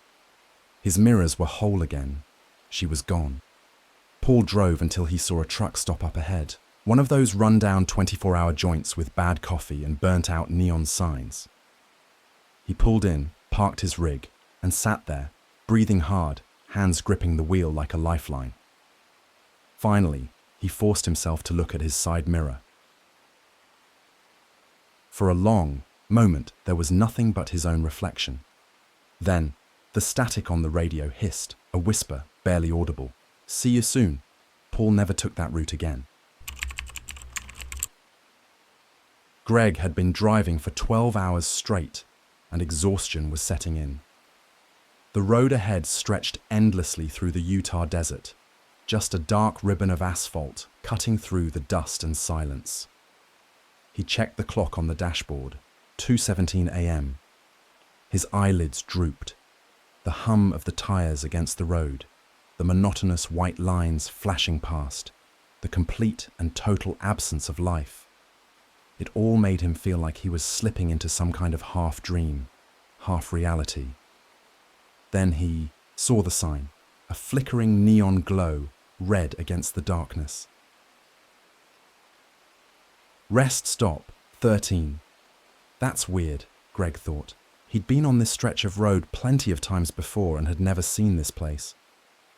But the gas gauge was dipping dangerously close to empty, and his eyelids felt like they weighed 1,000 pounds. He needed a break, even just for a few minutes. He signaled, pulled onto the gravel lot, and put the truck in park. That's when he noticed something strange. There were no other vehicles, no other trucks, no cars, not even an old beater parked near the gas pumps, just his rig and the dark, yawning emptiness of the desert. The sign above the station buzzed and flickered. Rest stop, 13. The numbers glowed unnaturally bright for a moment, and then all the lights inside the station went out. Greg hesitated, his gut twisted with something cold and uncertain, but exhaustion was stronger than fear. He grabbed his wallet and stepped out of the truck, and the moment his feet hit the ground, the air around him changed. The bell over the door jingled when he walked inside, but the sound was wrong, muffled, like it was ringing from somewhere underwater. The place smelled stale, like old paper and damp wood. The aisles were lined with dusty snack foods, the kind that hadn't been touched in decades. Expired potato, chips, soda cans with labels that looked vintage, like something from the 1970s. A radio behind the counter played softly, a voice whispering something unintelligible, the words too faint to understand. Then Greg noticed the clerk, and something about him felt wrong. He stood too still, his face was too pale, his skin stretched too tight over his skull, his eyes were too dark, too deep, like holes punched into his face. Greg cleared his throat. Coffee. The clerk didn't move, didn't blink, didn't even breathe. Greg shifted uncomfortably. "Hey man, you all right?" Then, so slowly that Greg's stomach twisted, the clerk lifted one hand and pointed at the door. Greg frowned. "What?" The clerk's voice was a whisper, dry and hollow. "You should go now." Then Greg saw the sign. It was taped to the glass door, the letters scrawled in jagged black marker. "If you see yourself, leave immediately." Greg blinked. What the hell? Then he looked up and saw his own reflection in the security mirror behind the counter. Only the reflection wasn't moving. It just stood there, frozen at the end of the aisle, watching. Greg's heart stopped. He turned his head. Nothing was there. But in the mirror, the other him was closer now. His face was wrong. Not quite smiling, not quite grimacing. The teeth too white, too straight. Then, without moving its lips, Greg heard his own voice. "You should go now." He stumbled back, knocking over a shelf of dusty candy bars. His pulse was a hammer in his throat. His hands were shaking as he turned toward the door. The reflection moved, not like a person should. It glided, its feet never touching the ground. Greg bolted for the door. He burst outside, gasping in the cold night air. His truck sat where he'd left it, but something was wrong. The engine was running, the lights were on, and he was sitting in the driver's seat. Greg froze. His own face looked back at him. A perfect copy. Only the smile was different. Too wide, too unnatural. It tilted its head, watching him. Then the door unlocked with a soft click. Greg stumbled back, shaking his head. "No, no, this isn't..." A voice whispered in his ear, cold and sharp as a knife.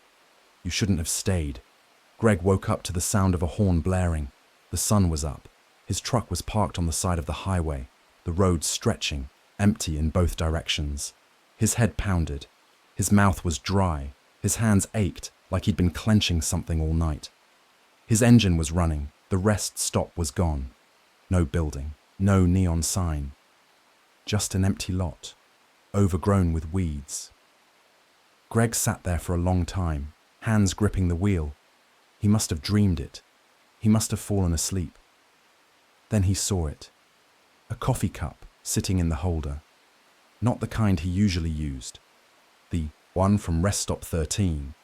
Scrawled across the side, in shaky black marker, were 4 words. You shouldn't have stayed. Greg never took that highway again. Never stopped at an unnamed gas station. Never ignored the warnings that truckers whispered over CB radios late at night. And sometimes when he looked in the rearview mirror, for just a second, he would see someone sitting in the back seat, someone who looked just like him and smiled. Ron had been on the road for too damn long. He could feel it in the ache of his bones, the sandpaper scratch in his throat, the way the road seemed to stretch on forever like some kind of cruel joke. The night pressed in around him, swallowing up the weak glow of his dashboard lights. He checked the clock. 2:47, I'm outside.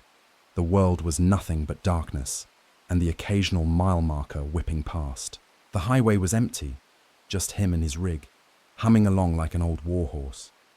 Then he saw the headlights. They were too bright, unnaturally bright. At first he figured it was just another trucker, some impatient bastard riding too close. The kind that thought blinking brights would make a 40-ton rig magically go faster. But when Ron switched lanes, the truck behind him followed. Ron frowned. All right. He switched lanes again. So did the truck. A little spike of unease crawled up his spine.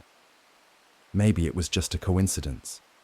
Maybe the guy had the same destination, but Ron had been driving long enough to know when something felt off. He tapped his brakes. Just a little. A signal. Back off. The truck didn't. Instead, it inched closer. The CB radio crackled to life, and a voice came through. A voice that made Ron's blood run cold. Because it was his own. You can't outrun yourself. Ron's stomach turned to ice. His fingers clenched the wheel so hard his knuckles turned white. He stared at the CB, willing it to be a mistake, some static interference, anything but what he had just heard. The radio crackled again. See you soon. Then, the headlights behind him went out, and the truck was gone. Ron wasn't one to scare easy. He had spent too many years on the road, seen too many weird things at highway truck stops and graveyard hour diners. But this was something else. A green highway sign loomed ahead. Gas, food, motel. 1 mile, perfect. He needed a break, some coffee, maybe to splash some cold water on his face. Maybe, just maybe, convince himself that what he had just seen was nothing more than exhaustion playing tricks on him. The gas station sat on the edge of the highway, alone and quiet. The kind of place that always seemed open but never really looked inviting. The fluorescent lights buzzed weakly against the night. He pulled in, his rig hissing as it came to a stop. The lot was empty. No other cars. No other trucks. Ron killed the engine, exhaled. Then, out of habit, he checked his mirrors, and his breath caught in his throat. The black truck was there, right behind him. No headlights, no driver, just sitting there, waiting. Ron's fingers hovered over the ignition. Every instinct screamed at him to floor it. Get the hell out of there and never look back. Then the door of the black truck swung open, and someone stepped out. At first, Ron thought exhaustion was messing with him. Maybe he was just seeing things. But as the figure moved into the flickering gas station lights, Ron felt his stomach turn to ice. Because the man standing there was him. Same boots, same jacket, same scar on his chin from that fight in Amarillo. The other. Ron grinned. Been a long ride, huh? The man said. His voice was exactly the same. Ron's throat went dry. This ain't real. The other Ron just kept smiling, a wide, knowing smile. Then, calm as anything, he walked right past Ron, climbed into Ron's truck, started the engine. Ron snapped out of it. "Hey!" he bellowed, lunging forward. But the other Ron had already shifted into gear. His own truck rumbled to life, headlights blinding. The last thing he saw was his own face in the driver's seat, smirking. Then the rig peeled out of the lot, tires screaming against the pavement, and just like that, his truck, his life, was gone. Ron stood there, frozen, his heart hammering. The gas station was silent. The black truck? Gone. He turned, almost afraid to look, and there it was, waiting for him. Keys in the ignition. Ron swallowed hard. He should run. He should get the hell out of here. But some deep, sick part of him already knew there was nowhere to run. There never had been. So, with shaking hands, he opened the door, climbed in, started the engine. The radio crackled, and his own voice came through, "Welcome back." Then the road stretched ahead, long, empty, endless. Jim had been driving rigs for 30 years, through rain, sleet, and snow, but nothing quite like this. The blizzard rolled in fast and heavy, swallowing the world in thick, blinding white. His wipers worked overtime, the rhythmic scrape against the glass barely cutting through the ice that formed faster than they could clear it. The heater blasted at full power, but his fingers still ached from the cold as he gripped the wheel. Somewhere outside of Bismarck, on a desolate stretch of highway, he saw it. A jackknifed semi, half buried in snow, tilted at an awkward angle like a frozen carcass. Its trailer lay on its side, barely visible through the shifting gusts of white, and the cab's windshield was coated in a thick glaze of frost. Jim slowed his rig to a crawl, pulling onto the shoulder. He reached for his radio, static hissing in response. The emergency channels had been dead for the last 20 miles. Maybe the storm had knocked out the signals. Poor bastard, he muttered under his breath. With a grunt, he shoved his door open, stepping into knee-deep snow. The cold punched him in the gut, making his breath hitch. Ice crunched under his boots as he trudged toward the wreck, his flashlight beam barely piercing the darkness. The driver was still inside. Jim's stomach clenched. Through the frost-covered window, he could make out the silhouette of a man, sitting, upright in the driver's seat, hands on the wheel, staring straight ahead. His face was pale, too pale, but Jim figured the guy was probably in shock. He knocked on the glass. "Hey buddy, you all right?" No response, no movement. Jim knocked, again harder this time. "Hey pal, you need help?" Still nothing. A chill crept up Jim's spine, and it had nothing to do with the wind screaming across the highway. He wiped at the frost with his gloved hand, trying to clear a spot on the glass. What he saw made his breath catch in his throat. The driver wasn't just still, he was frozen solid. His eyes, glassy and unseeing, were locked straight ahead, and his skin had taken on a waxy bluish tint. Frost clung to his eyelashes like delicate lace. Ice crystals glittered on his beard. His hands, still clutching the wheel, were stiff, his fingers locked in place as if he had died trying to steer through the storm. But that wasn't what made Jim stumble back, heart hammering against his ribs. It was the smile. A frozen, rictus grin stretched across the driver's face, lips pulled back over ice-coated teeth, as if he had died laughing. It was a grotesque expression, one that didn't belong on a dead man. It looked wrong, too wide, too knowing. Jim took a step back, every instinct screaming at him to get the hell out of there. His breath came fast, misting in the cold air. He turned to go, and then he heard it, a knock, soft, barely audible over the howling wind. Jim froze. His mind scrambled for a rational explanation. Maybe snow falling from the wreckage, maybe the shifting ice, maybe. Another knock, louder this time. Jim turned, his breath caught in his throat. The frozen driver was looking at him. He was still, locked in place, still gripping the wheel. But his eyes, they had moved. Before, they had been staring blankly at the road. Now they were locked onto Jim, two frost-rimmed orbs glinting in the dim light. And that grin, it was wider. Jim stumbled, back, nearly losing his footing in the snow. His guts screamed at him to run, to get back in his rig and tear the hell out of there, but his legs felt like lead, rooted to the icy ground.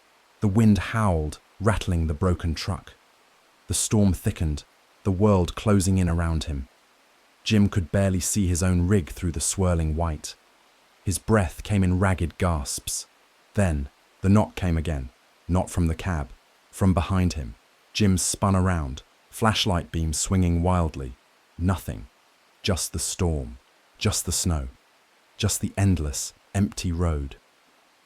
He turned back to the frozen driver, and the door was open. The cab was empty. Jim's flashlight flickered. His heart slammed against his ribs. The wind howled louder, carrying a sound beneath it, something that wasn't quite a scream, wasn't quite a laugh. It was distant at first, but growing closer, closer. A shadow moved at the edge of his vision. Jim ran. He tore through the snow, lungs burning, legs barely carrying him through the knee-high drifts. He didn't look back. He couldn't. The laughter, or whatever the hell it was right behind him now, chasing him through the storm. He reached his truck, yanked the door open, and scrambled inside. His frozen fingers fumbled for the ignition. The engine roared to life, headlights slicing through the blizzard. Jim glanced at the passenger seat. Empty. He let out a shaky breath, gripping the wheel. He had to go. Now. As he threw the truck into gear, his headlights illuminated the wrecked semi one last time.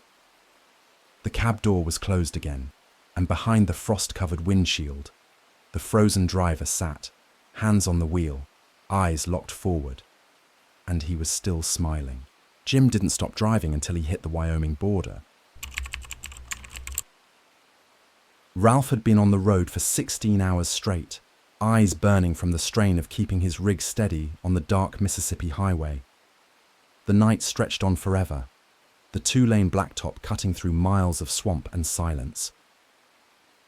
The CB radio had been dead for hours, nothing but static and the occasional garbled transmission from truckers too far away to be understood. The road ahead shimmered under the dim glow of his headlights, and a dense fog had begun creeping in from the trees. Ralph was used to strange things on the road.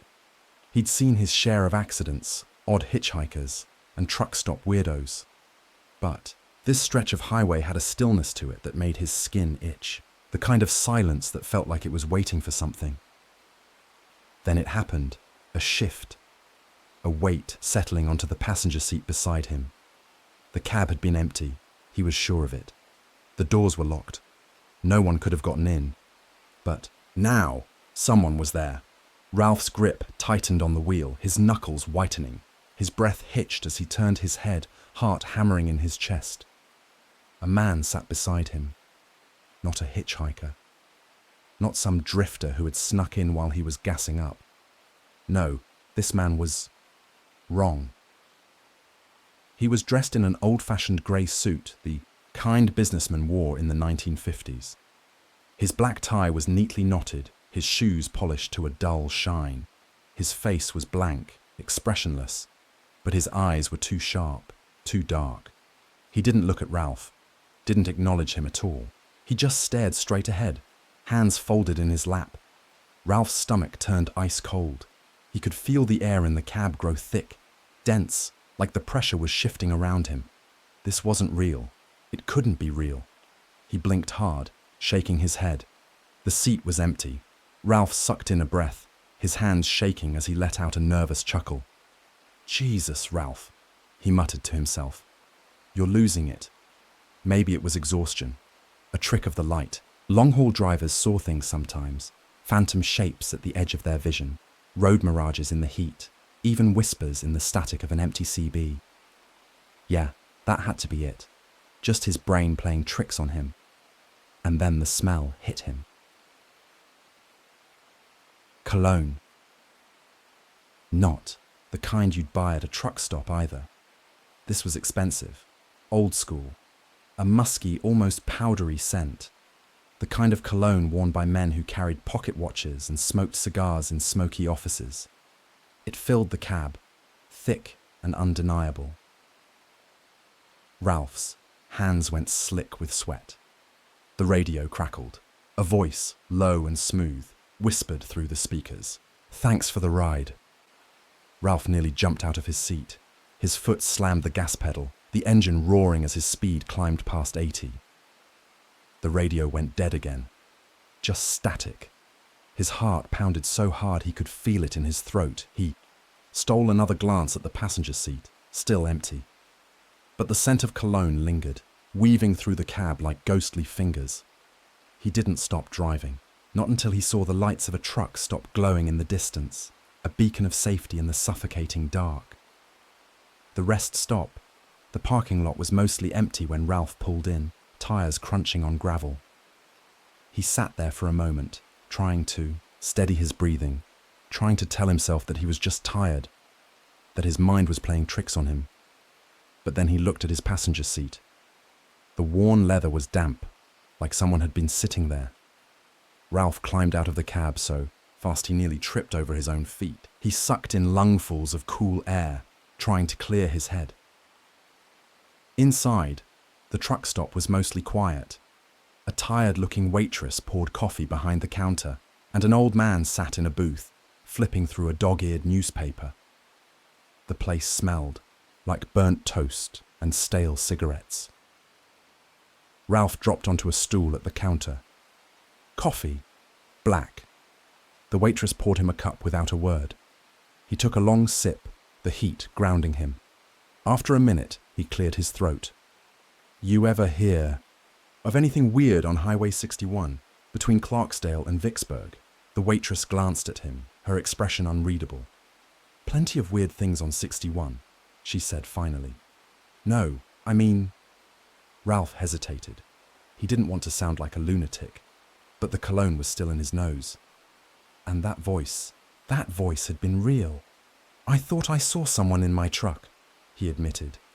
"A man, dressed like he was from the 50s. Then he was just gone." The old man in the booth made a noise, a dry chuckle, humorless. Ralph turned to him. "You know something?" The man folded his newspaper, staring at Ralph with cloudy grey eyes. "You ain't the first." A chill crawled up Ralph's spine. "What do you mean?" he asked slowly. The old man leaned back, took a sip of his coffee. "They call him the Midnight Passenger. Been riding with truckers for damn near 50 years. Ralph's mouth went dry. "What is he?" The old man shook his head. "Some say he was a salesman. Had a heart attack in his car back in the 50s, right on that stretch of road. Died before he made it home." He tapped his fingers against the table. "Others say he's something else. Something older than the highway itself. Just likes the company." Ralph swallowed hard. "That's bullshit," the old man shrugged. "Maybe." He took another sip of coffee. "But if I were you, I'd check my mirrors before you head out." Ralph didn't finish his coffee. He left a few crumpled bills on the counter and stepped back into the cool night air. The lot was quiet, his rig sitting where he left it. The door was still locked. Nothing looked out of place. But as he climbed back into the cab, his hands still shaking, he hesitated. Slowly, he turned to the passenger seat. It was empty, but the seatbelt was buckled, and the radio, dead just minutes ago, crackled to life. A whisper, smooth as silk, slid through the speakers. "Thanks for the ride." Kyle had been driving for 12 hours straight, the hum of the asphalt and the steady drone of his tires lulling his brain into that dull, hypnotic state long-haul truckers knew all too well. He was deep in the Appalachian Mountains now, somewhere, on the backroads of West Virginia, where the trees swallowed the moonlight and the highway signs were more rust than metal. His GPS, a cracked screen Garmin that had seen better days, suddenly flickered and beeped. Recalculating. Kyle frowned. The hell for? He'd been following Highway 219, the same route he always took when hauling up this way. But now, the GPS was telling him to take a left onto a smaller, unmarked road. Kyle slowed, squinting ahead. Sure enough, there was a narrow service road, veering off the highway, barely wide enough for his rig. This ain't right, he muttered. But the GPS insisted.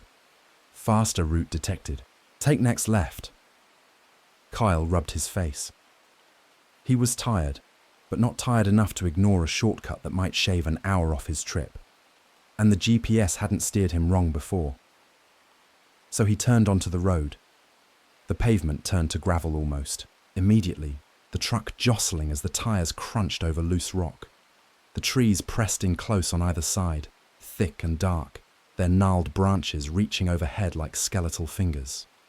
No streetlights, no signs, just blackness ahead and blackness behind.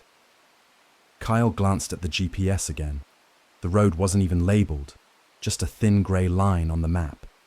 His gut twisted, but he kept going. The first time. 30 minutes in, he saw it. A car, old, maybe from the 80s, sitting on the side of the road. One headlight shattered. The trunk popped open like someone had been rummaging through it. Kyle slowed but didn't stop. No way in hell was he pulling over on a road like this. As he passed, his headlights swept over the interior. Empty. The driver's seat was reclined, but there was no one inside. Kyle kept driving. 10 minutes later, he checked his GPS again. The grey line stretched on, no sign of it connecting back to a main road. His stomach knotted. This shortcut was feeling less like a time saver and more like a mistake. Then he saw it again.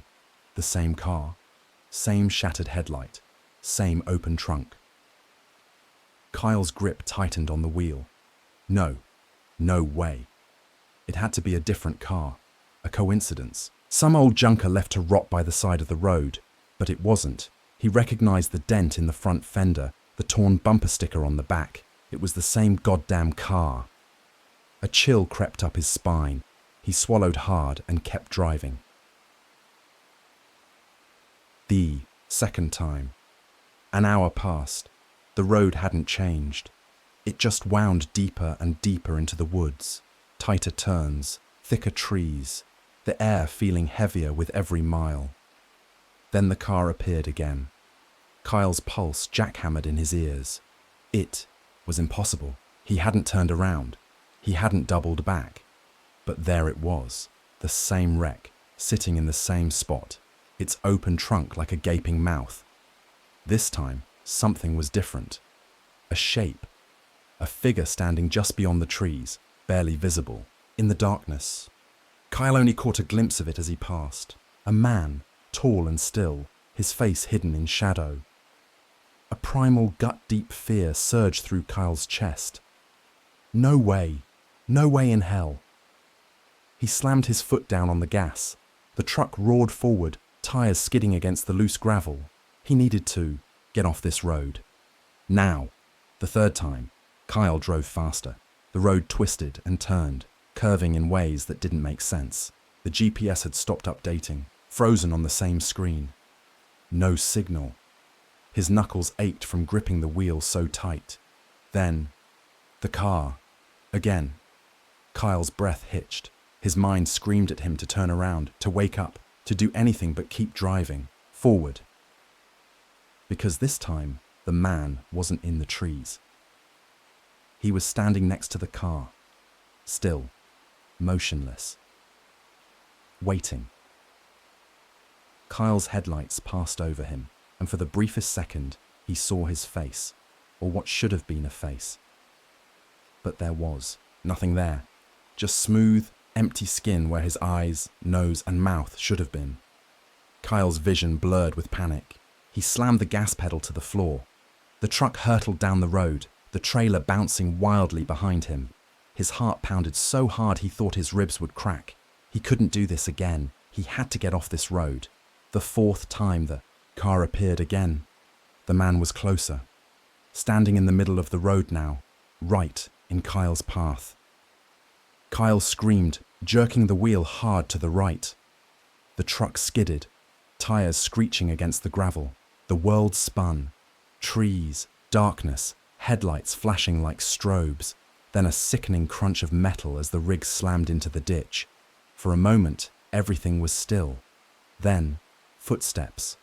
Soft, slow, approaching the driver's side door. Kyle sat frozen, breath shallow, body locked in place. The footsteps stopped, right outside his window. He didn't want to look, didn't want to see, but something made him. His head turned, against his will, his body no longer his own, and there he was, the faceless man, standing inches away, peering in through the glass. A whisper, soft as the wind through the trees, filled the cab. You shouldn't have taken the shortcut. Kyle's world went black, the morning after.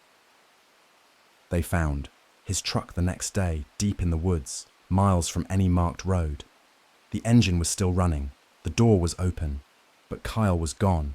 No footprints, no sign of a struggle, no trace of where he might have gone, just his GPS, frozen on the last direction it had given him, recalculating, and the road, the one that looped back again and again.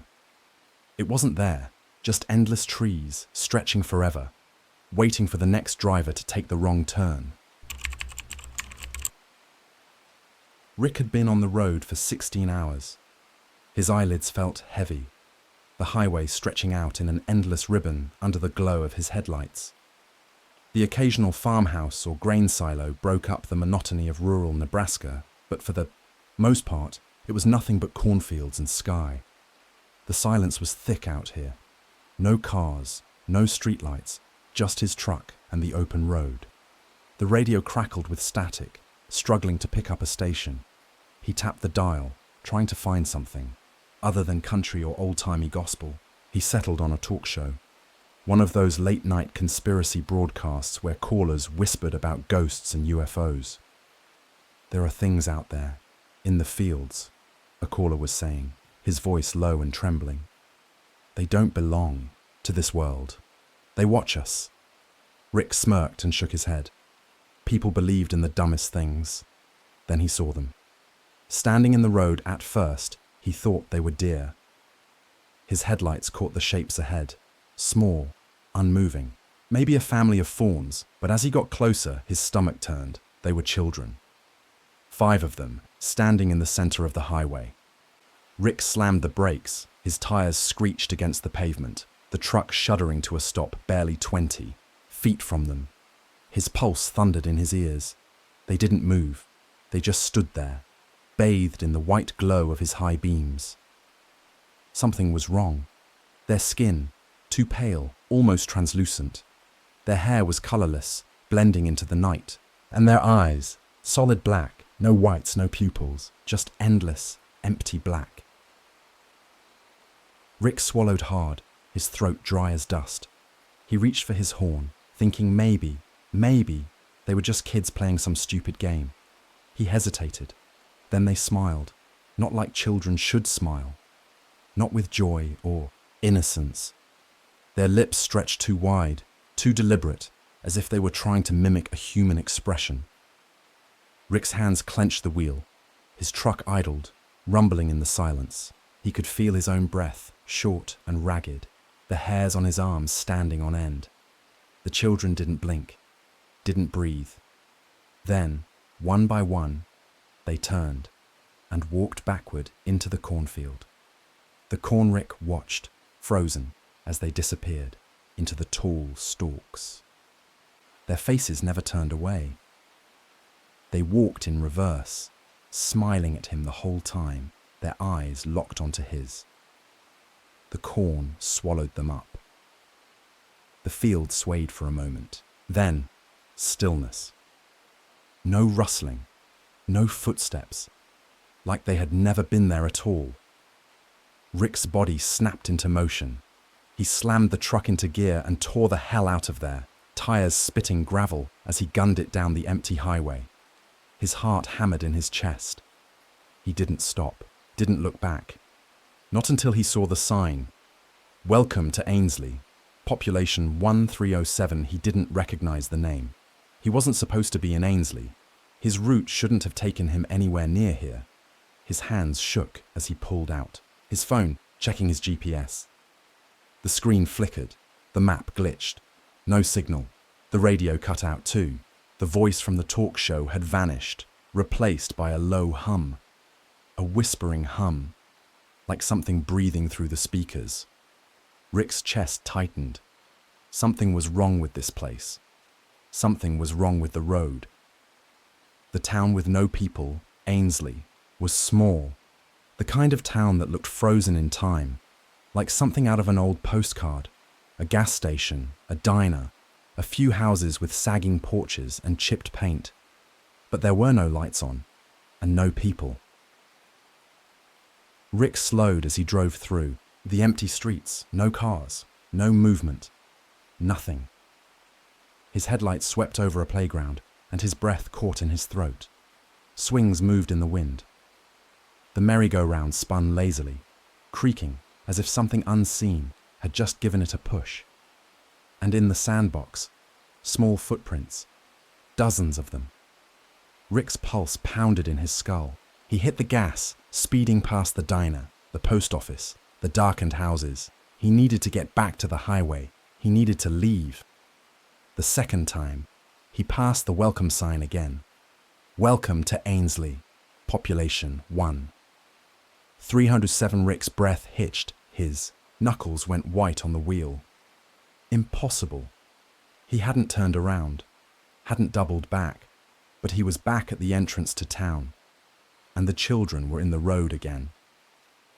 This time, there were more of them. 10, maybe 15, standing in a perfect row, waiting, smiling. Rick's vision blurred with panic. He swerved around them, tires screeching, speeding past the gas station, the diner, the houses, only to see the same welcome sign rising ahead. Welcome to Ainsley. Population 1, 307, he was trapped. The road was looping. The last stop, Rick's hands trembled as he pulled over, the truck shaking beneath him. He couldn't keep driving in circles. He had to think. He glanced at his phone again. Still no signal. The battery was draining fast. 11%, 10%, 9%, as if something was feeding off it. Then, a knock, soft, right outside his window. Rick turned his head. One of the children was standing by the truck, a little girl, no older than 6, skin pale as the moon, black eyes. Her mouth moved, but the voice didn't come from her lips. It came from the radio, a whispering static, forming words. Come play with us. Rick's body locked up. His breathing stopped. The other children were gathering now, emerging from the cornfield. Dozens of them, hundreds, filling the street, filling the sidewalks, surrounding his truck, all of them smiling, all of them waiting. The little girl knocked again. Tap, tap, tap, come play with us. Rick reached for the gear shift. The girl's smile widened. You can't leave. The truck died. The headlights flickered out. The darkness swallowed him whole. And somewhere in the corn, the whispering began again. Soft, giggling voices, calling his name. Come play with us, Rick. Tom had been on the road for hours.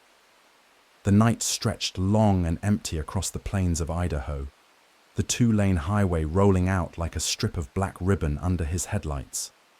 Nothing but darkness on either side. The occasional flicker of a farmhouse in the distance, its single glowing window like a dying ember. The radio was off. No point in trying.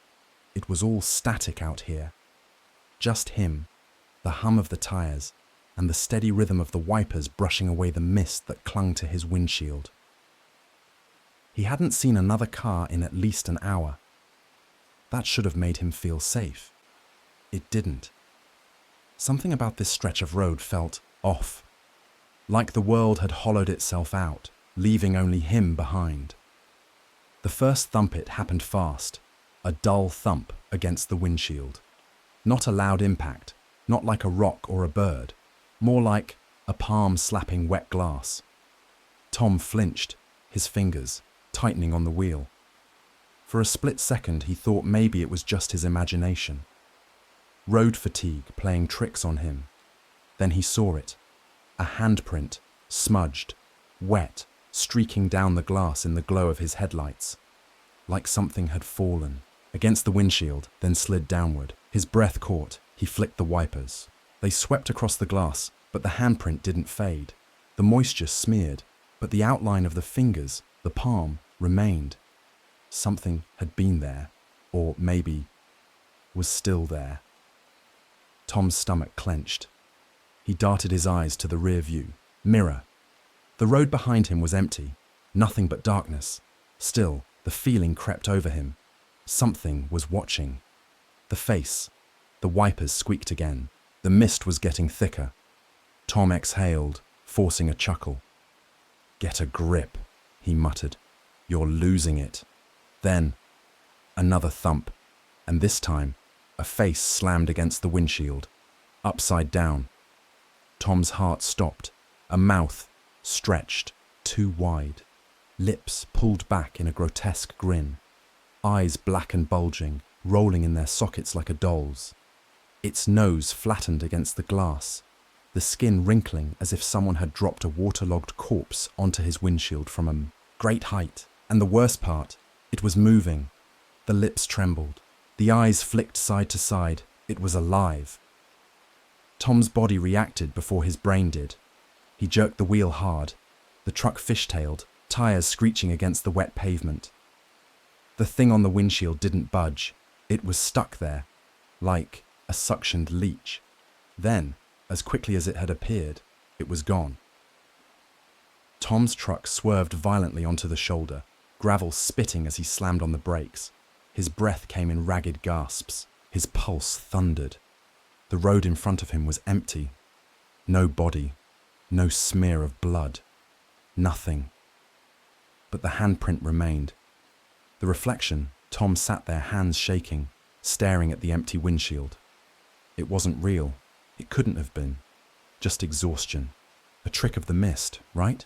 A nervous laugh bubbled up his throat, but it died the second he looked at his rearview mirror, because something was sitting in the back seat. Not someone. Something. A dark shape. Featureless. Watching. Tom spun around, his body twisting so fast. He nearly dislocated his shoulder. Nothing there. The cab was empty, but when he turned back to the mirror, the shape was closer. The ride never ends. Tom didn't think. He threw the truck into drive, the tires screaming as he peeled away from the shoulder. He didn't know where he was going, just away. The road stretched on, endless, the mist swallowing everything outside the reach of his high beams. His eyes flicked to the mirror. The shape was in the front seat now, right beside him. Tom didn't dare look, didn't breathe. The truck rumbled forward, the speedometer creeping past 70, 80. The radio crackled to life. Not static this time. A voice. Low, wet, crawling into his ears like a worm burrowing into soil. "You can't outrun me." Tom's throat closed. He pressed harder on the gas. 90 now, the truck trembling beneath him. The voice laughed, slow, gurgling. "Where are we going, Tom?" It knew his name. His vision blurred. His fingers ached from gripping the wheel. He forced his eyes forward and slammed the brakes because the face was back. Not on the windshield, on the road. Dozens of them, lined up in perfect rows, stretching into the darkness. Each face identical. Each mouth stretched into that same grotesque, hungry grin. And they were waiting for him. Tom screamed. The truck plowed through them. Their bodies didn't move. They passed through the metal, through the hood, through the windshield, until everything went black. Welcome to the road. When Tom woke up, he was still behind the wheel. The truck was idling. The mist was gone. The night was clear. The road ahead stretched, empty and silent. toward the horizon. For a long moment, he just breathed. Had he dreamed it? Had he hallucinated? A chuckle slipped from his lips, weak and trembling. He wiped a hand over his face and froze. His fingers came away wet, like he'd touched something. Cold, something damp, like breath on glass. Tom's stomach twisted. His eyes flicked to the windshield. The handprint was still there, and in the rearview mirror, a face grinned at him, upside down, and then the voice whispered, soft and hungry, "Drive." Paul had been driving for hours.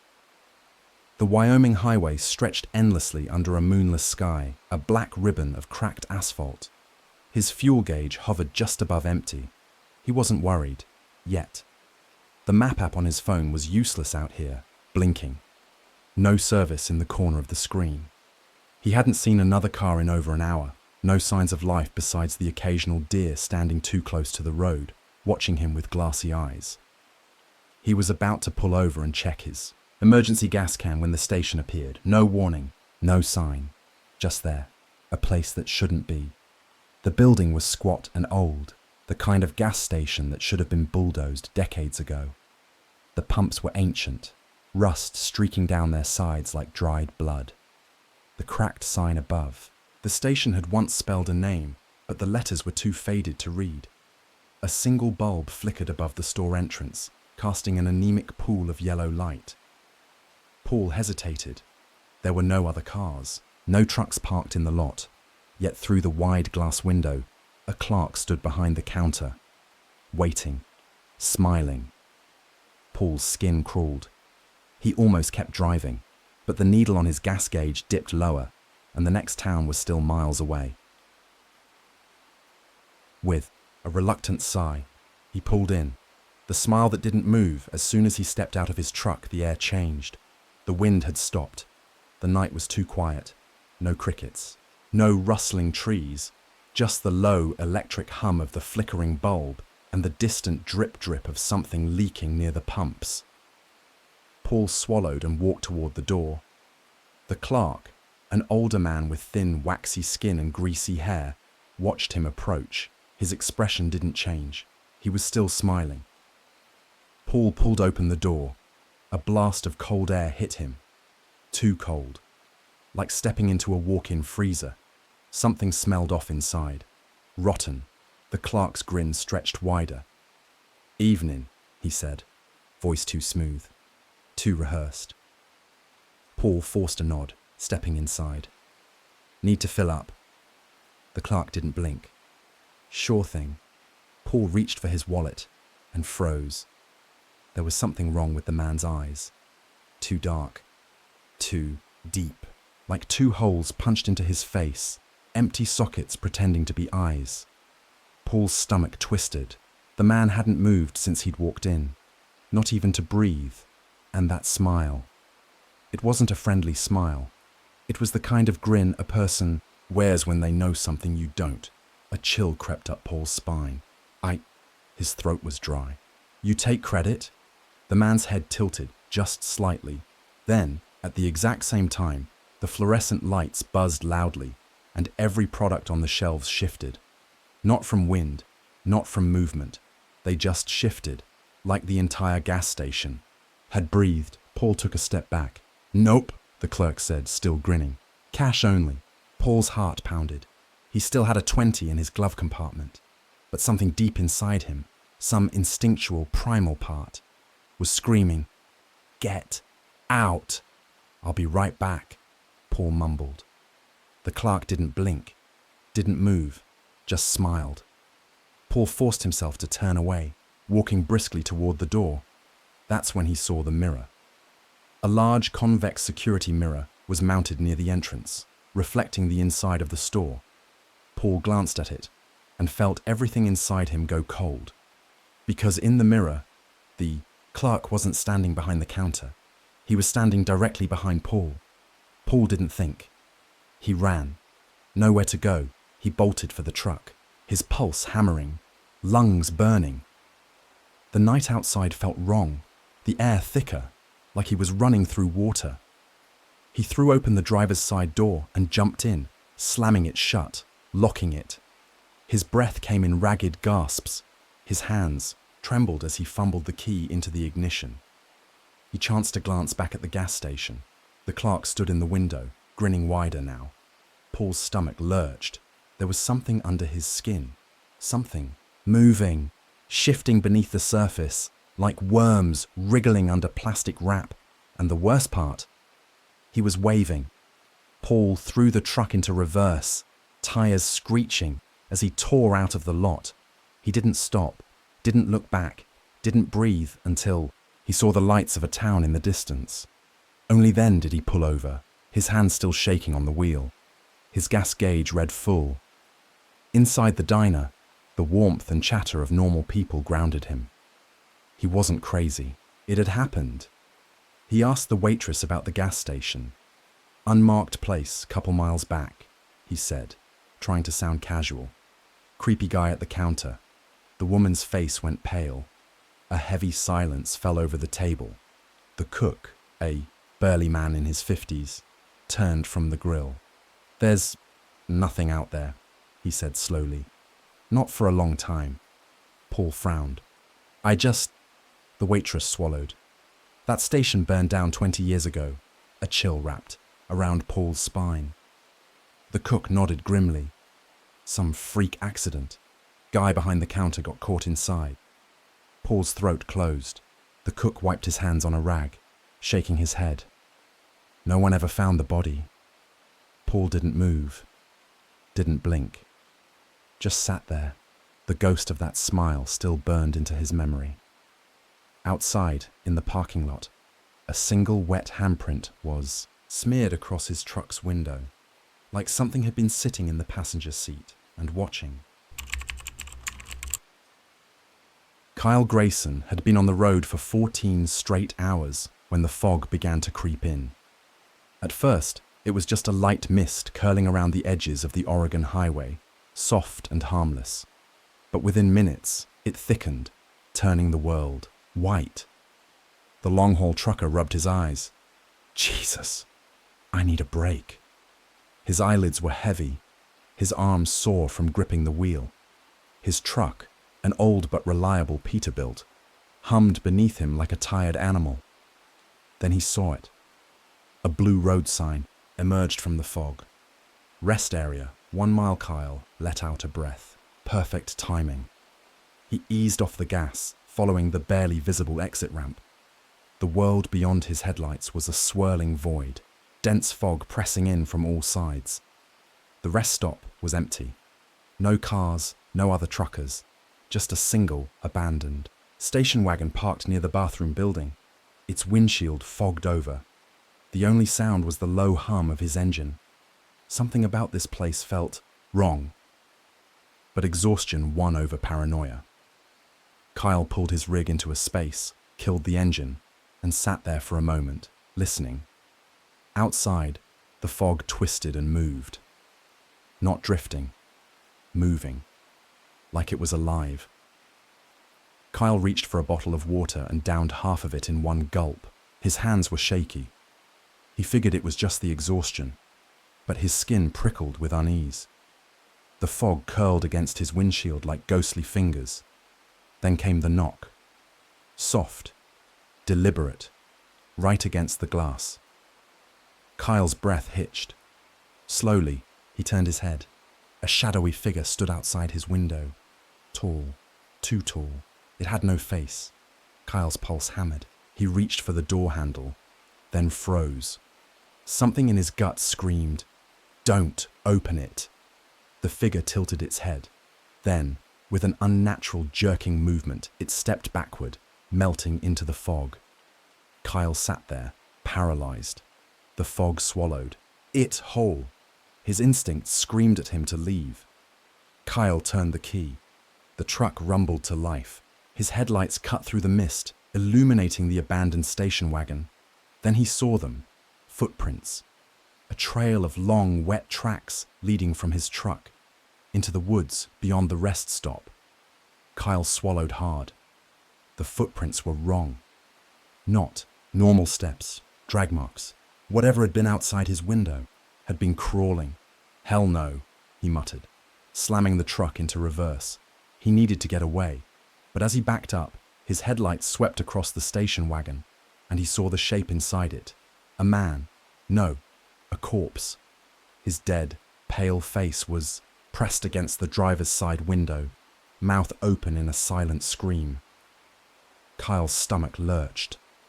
And then, the corpse turned its head. Kyle floored it. He sped down the highway, the fog swallowing the road behind him. His heart pounded so hard, it felt like it might burst from his chest. Then his radio crackled, a voice whispering through the static.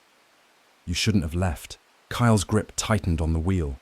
The fog thickened again, swallowing the road ahead. And then he saw it. The rest stop sign. Rest area. 1 mile. Kyle's stomach plummeted. No, that's impossible. He had been driving for 15 minutes. There was no way he was back here, but the fog laughed. Not a real laugh, a soundless, suffocating pressure. He took the exit anyway because what else could he do? And when he pulled into the lot, the same station wagon was still there, and the same corpse was still inside it. Kyle's hands shook violently. The fog curled against his windows, pressing in. His radio crackled again. You can't leave. Kyle's breathing turned ragged. The fog was closing in now, tightening around his truck like a fist, and then the door handle moved. Something was trying to get in. Kyle squeezed his eyes shut, praying it was a nightmare. Then he heard it, a soft whisper. Right, next to his ear, let me in.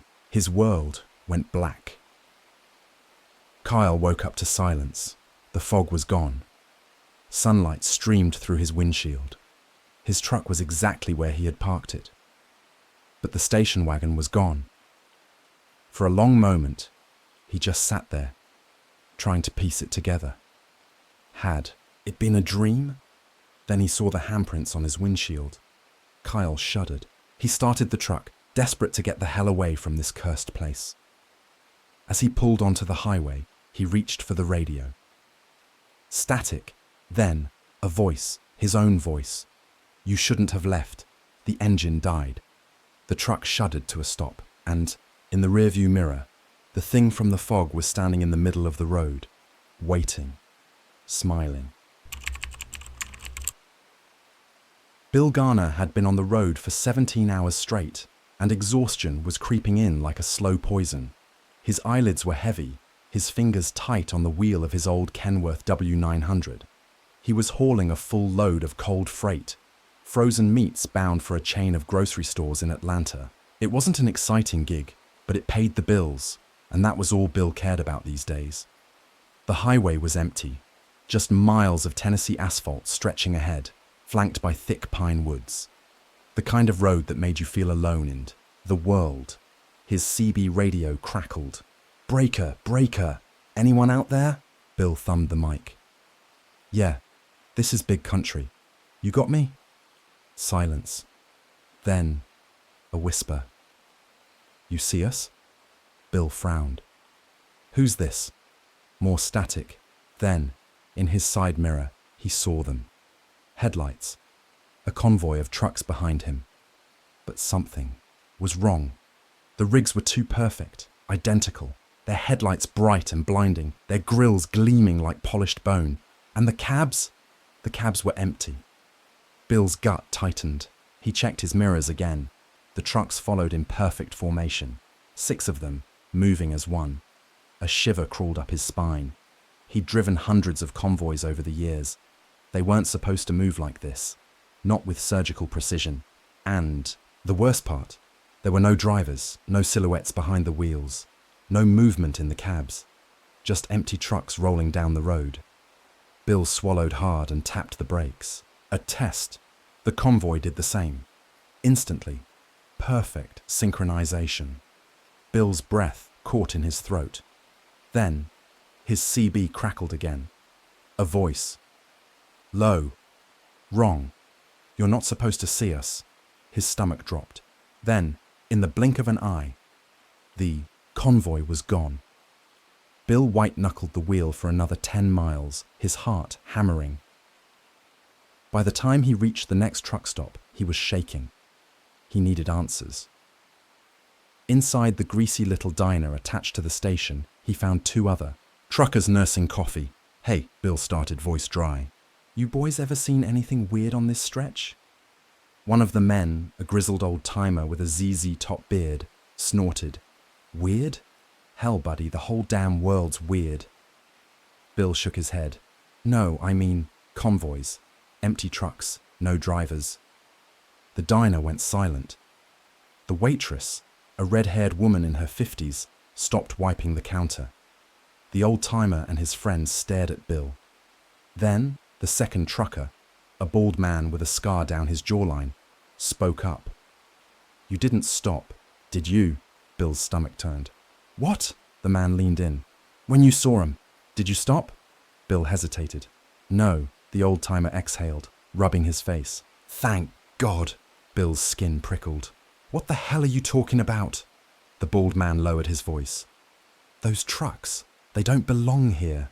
The bald man took a sip of coffee, his hand shaking. "Nobody knows where they come from. Some say they're ghosts.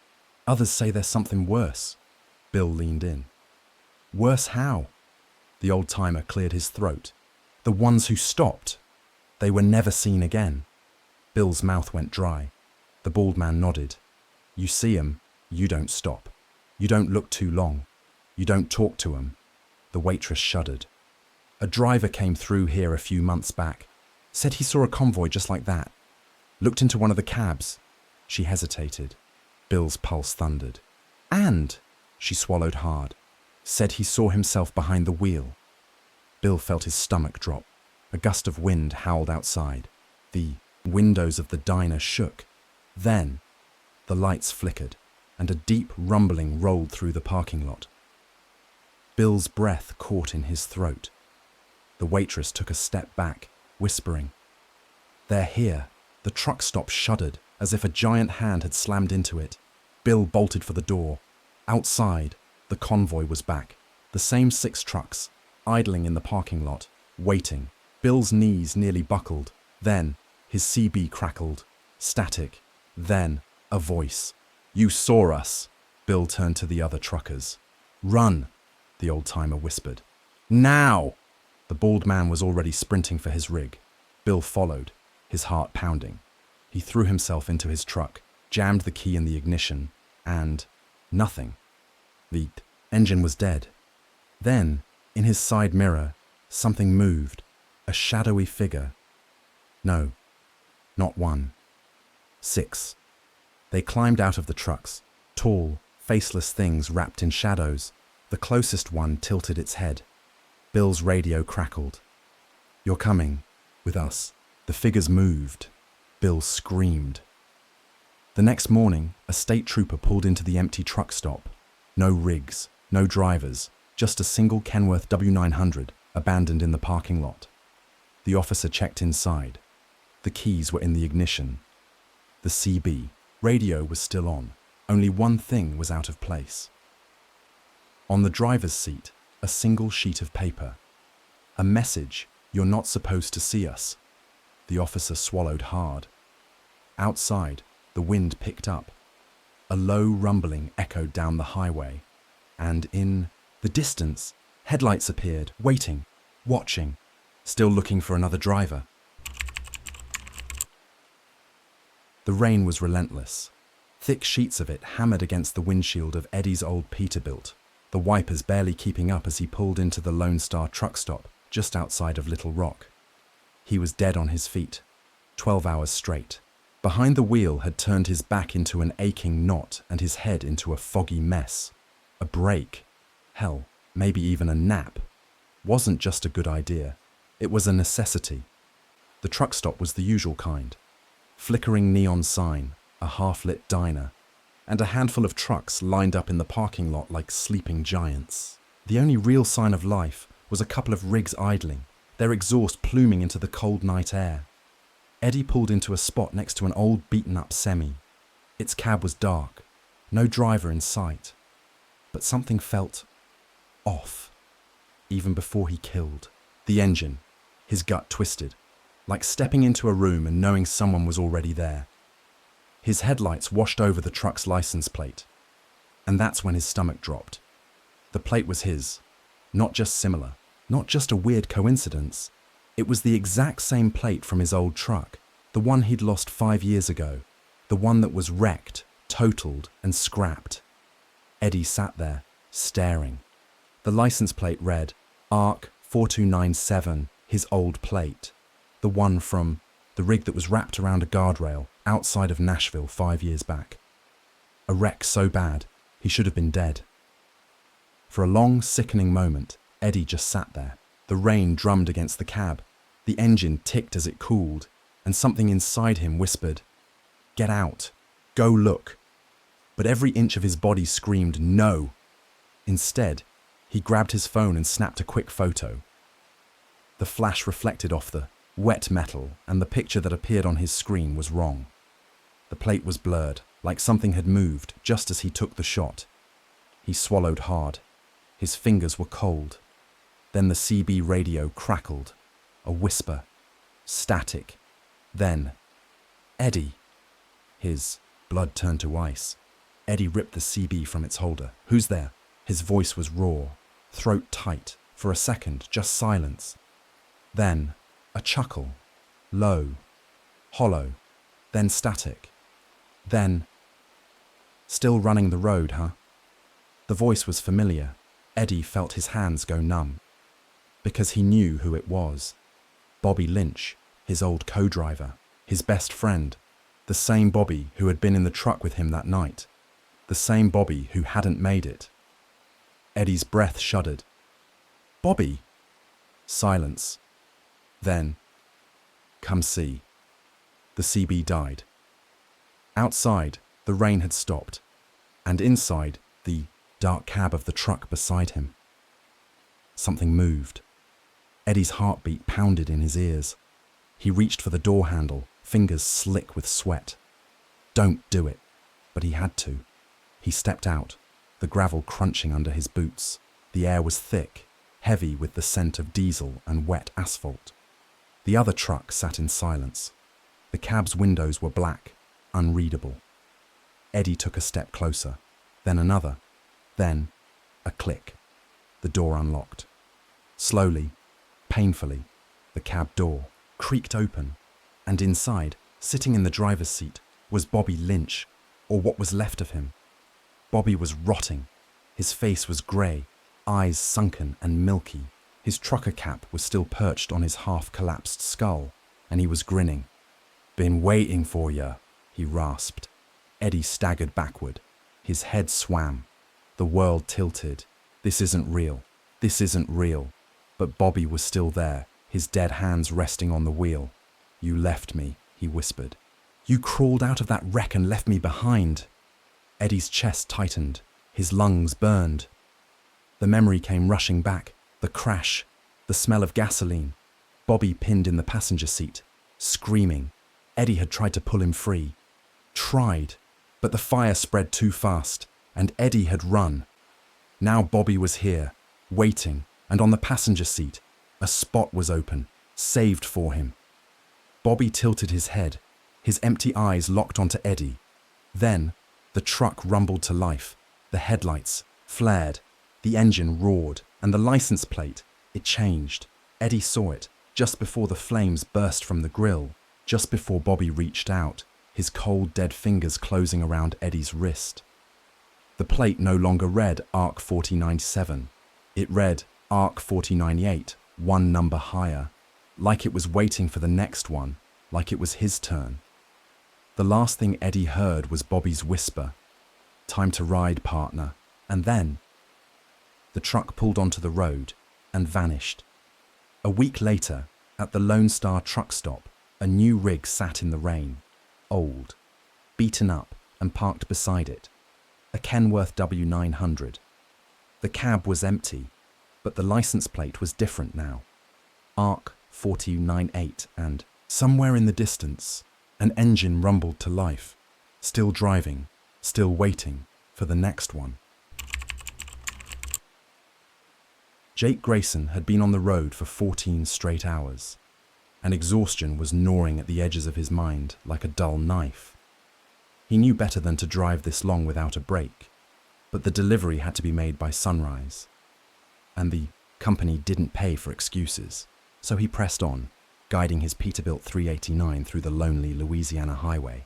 The road stretched dark and wet before him, the rain hammering against his windshield like skeletal fingers tapping for his attention.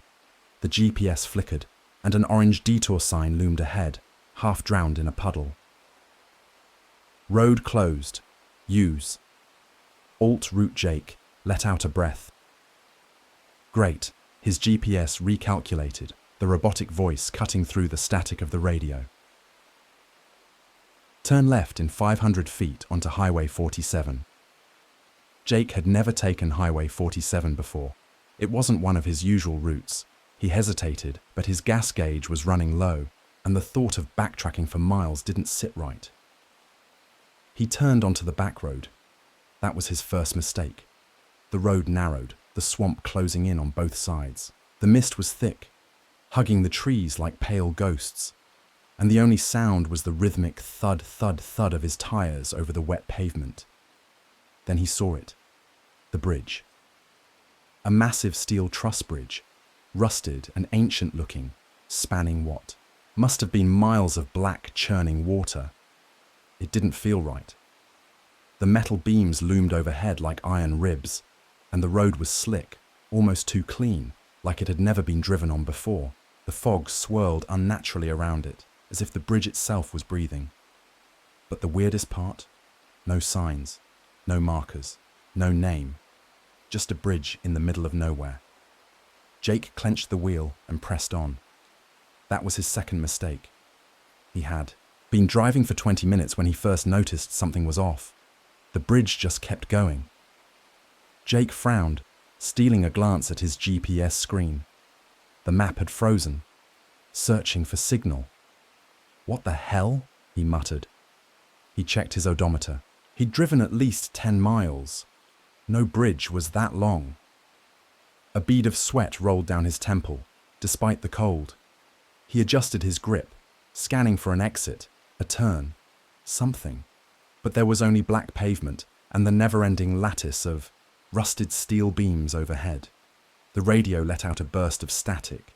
Then, from the speakers, a voice. "You shouldn't be here." Jake's blood turned to ice. His hand darted for the dial, but the voice continued. "Turn back." A chill crawled up his spine. He twisted the knob violently. The static cut out. Then the headlights appeared. Far ahead, a pair of lights burned through the mist. Jake's heart kicked into overdrive. Finally, another vehicle. He honked twice. The headlights didn't move. They just hovered. Then the lights multiplied. 2 became 4, then 6. Then a whole convoy of trucks appeared, barreling toward him at an impossible speed. Jake's hands went white on the wheel. "Jesus Christ!" He flicked his high beams. Nothing. The trucks were silent. No horns, no engines, just massive black. Semi-trucks with no drivers. Jake braced for impact, and the convoy passed through him. A cold wave swept through his body, like he'd been dunked in freezing water. His breath hitched. The cab filled with whispers, slithering in the dark. "You're not supposed to see us." Jake slammed the brakes. His rig skidded, tires screaming. And then he was alone. No headlights, no convoy, just the bridge, stretching on forever. And when he looked at the clock on the dashboard, 3 hours had passed. Chapter 5. The Missing. Reports. Jake finally made it to a gas station at dawn, his hands still shaking as he stepped out of the truck. The clerk, a heavy-set man with sallow eyes, watched him warily. "You all right, driver?" Jake swallowed. "The bridge," he said hoarsely. "Blackwater Bridge. What's the deal with it?" The clerk's expression darkened. "Ain't no bridge out there." Jake stared at him. "I just drove it." The man shook his head. "Bridge. Collapsed in 97. Flood took it out. Nobody drives that way no more. Jake felt his blood turn to ice. What about the trucks? He whispered. The ones that passed me? The clerk stopped moving. You saw them? He asked, voice barely above a whisper. Jake nodded slowly. The clerk exhaled sharply, rubbing a hand over his face. They call it the Blackwater Convoy. Ghost trucks. They show up to people who shouldn't be on that road. Jake's throat was dry. What happens to them? The clerk looked away. They don't come back. Epilogue. The last ride. A week later, a state trooper found an abandoned truck near the old Blackwater Bridge site. The engine was still running. The driver's door was open. The clock on the dash read 2:12 a.m., but the driver was never found and, in the distance, through the fog, 2 headlights flickered on, waiting for the next one. The snow came down in thick sheets, blanketing the Wyoming highway in an unforgiving white void. Danny Harlow tightened his grip on the wheel, his fingers numb despite the blasting heat in his rig. It was past midnight, and the road was deserted. Just him, his 18-wheeler, and the endless stretch of highway swallowed by the storm. Then he saw it. A truck jackknifed in the ditch ahead, its headlights barely visible through the swirling snow. A figure stood beside it, waving both arms frantically. Danny's stomach clenched. He'd heard the warnings. Truckers who stopped on these empty highways sometimes never came back. But the man looked desperate. With a reluctant sigh, Danny pulled onto the shoulder, grabbed his flashlight, and stepped into the freezing dark. The cold bit into his skin like teeth. Wind howled through the open plains, carrying with it a strange, low whistle, almost like a voice whispering through the storm. Danny trudged toward the wreck. The truck was old, rust-eaten and covered in snow. The windshield was cracked, the driver's door slightly ajar. He shined his flashlight inside the cab, and his breath caught in his throat. The driver was still there, a man in his 50s, face pale as ice, hands frozen to the wheel. His eyes were open, unblinking, dead. Danny spun, looking for the man who had been waving at him just moments before. The road was empty, no footprints in the snow, nothing but the wind. Chapter 3. The whisper in the snow. Danny's breath came in quick, bursts, steaming the air. His heart hammered. He turned back to the truck, shining his flashlight over the cab, the tires, the icy road. Had he imagined the figure? Maybe exhaustion and the storm were playing tricks on him. Then he heard it, a whisper, soft, right behind him. Danny whirled around, the flashlight beam shaking. The road was empty. The wind screamed through the night, but he could swear he had heard something, words buried in the howl. Help me. Danny scrambled back to his own truck, slipping on the ice as he yanked the door open and climbed inside. His hands were shaking as he locked the doors. He sat there, staring at his side mirror, half expecting to see the frozen driver shuffling toward him. Nothing. He exhaled a long breath. Maybe he was just tired. Maybe it was the wind. Then he smelled something. A sharp, metallic scent. Danny's stomach dropped. Slowly, he turned his head toward the passenger seat. There, covered in snow, sat the man who had been waving on the road. His skin was blue, his lips split from the cold, and his dead, white eyes stared straight at Danny. Danny screamed. He lunged for the door handle, but the man didn't move. He just sat there, head tilted slightly, watching. Danny blinked, and the man was gone. The seat was empty. Only a thin layer of snow remained, melting into the fabric. Danny gasped for air, gripping the wheel so tightly his knuckles turned white. His mind raced. Had he hallucinated? The cold, the stress, or had something else climbed into his truck? The silence inside. The cab was suffocating. Danny reached for his CB radio with trembling fingers. Anyone out there? His voice was barely above a whisper.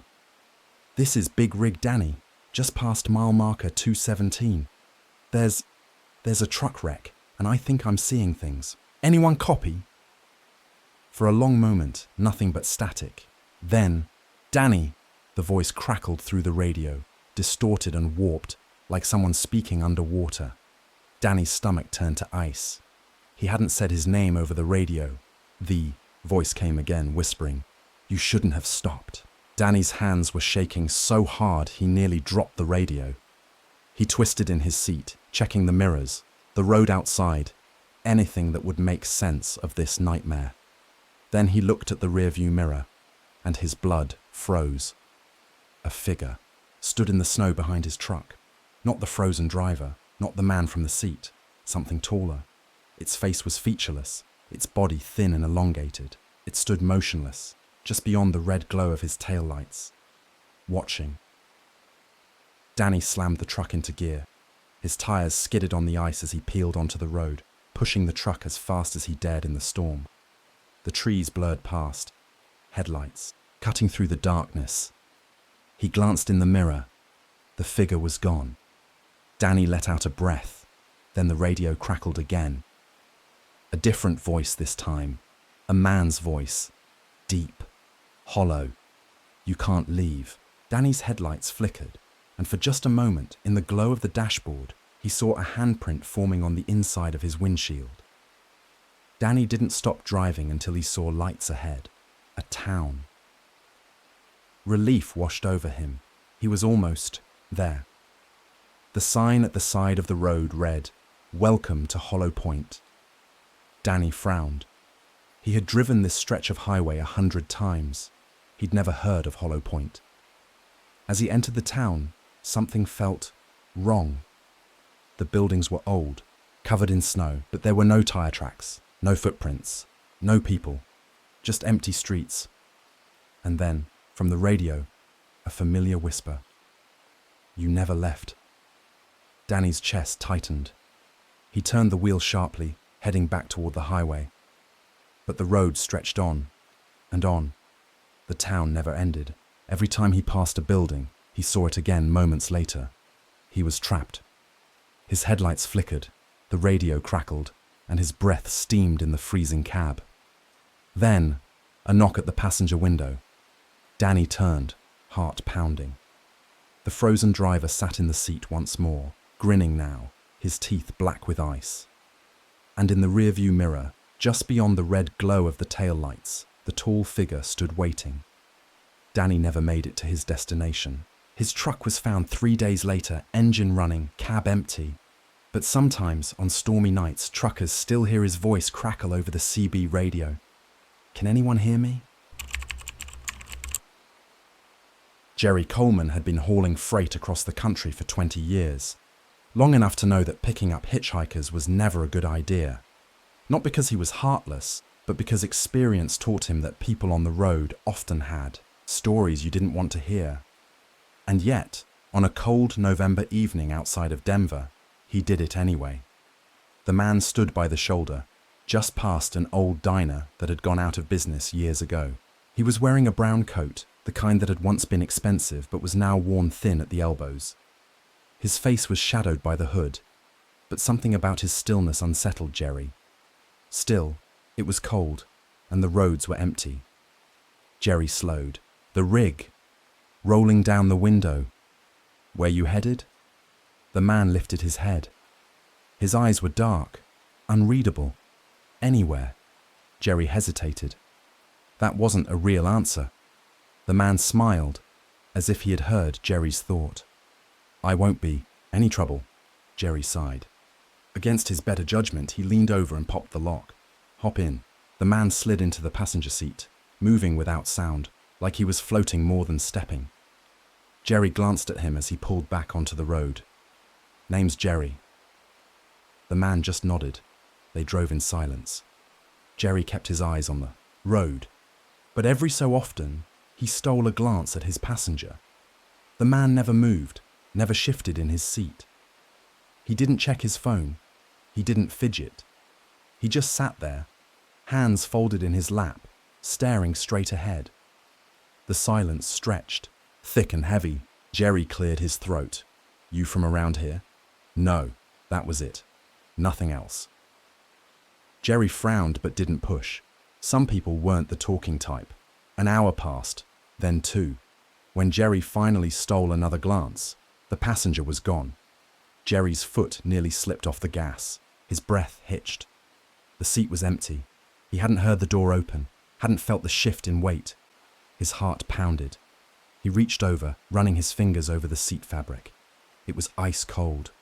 Jerry swallowed hard. He flicked on the dome. Light, checked the sleeper in the back. No one. Had he imagined the whole thing? That was impossible. He had picked the man up. He had seen him sitting right there.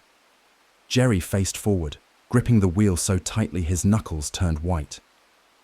He didn't stop driving until he reached Oklahoma. Weeks passed. Jerry tried to forget about the hitchhiker. He told himself it had been exhaustion, a trick of the mind. Long-haul truckers saw things sometimes, mirages on the highway, shadows that weren't there. But then, one night at a rest stop outside of Kansas City, something happened.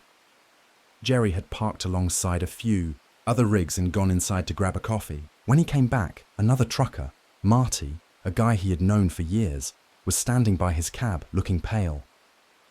"What's up?" Jerry asked. Marty didn't speak right away. He just pointed. "I saw your door open by itself," he said finally, "like someone was climbing in." Jerry's stomach turned to ice. There was no one there, he asked, even though he already knew the answer. Marty shook his head. Damn thing just swung open real slow. Then, it shut. By itself. Jerry looked at his cab. The door was closed. But suddenly, the truck didn't feel like his anymore. It felt like something had claimed it. That night, Jerry slept in the cab, but not well. Sometime after midnight, he woke up to a smell, a sharp, metallic scent, faintly sweet, but wrong, like rotting flowers and rust. It was coming from the passenger seat. Jerry sat up, his pulse hammering. His hand trembled as he reached out, brushing his fingers over the seat fabric. It was ice cold, just like before. Then, "A," whisper, low, right by his ear. "Thanks for the ride." Jerry bolted upright, gasping. The cab was empty, but the smell lingered. By the time Jerry reached Texas, he was running on fumes. He couldn't shake the feeling that he was never truly alone in his own truck anymore. That's when the CB radio started acting up. At first, it was just static. Then, faint whispers buried beneath the crackling noise.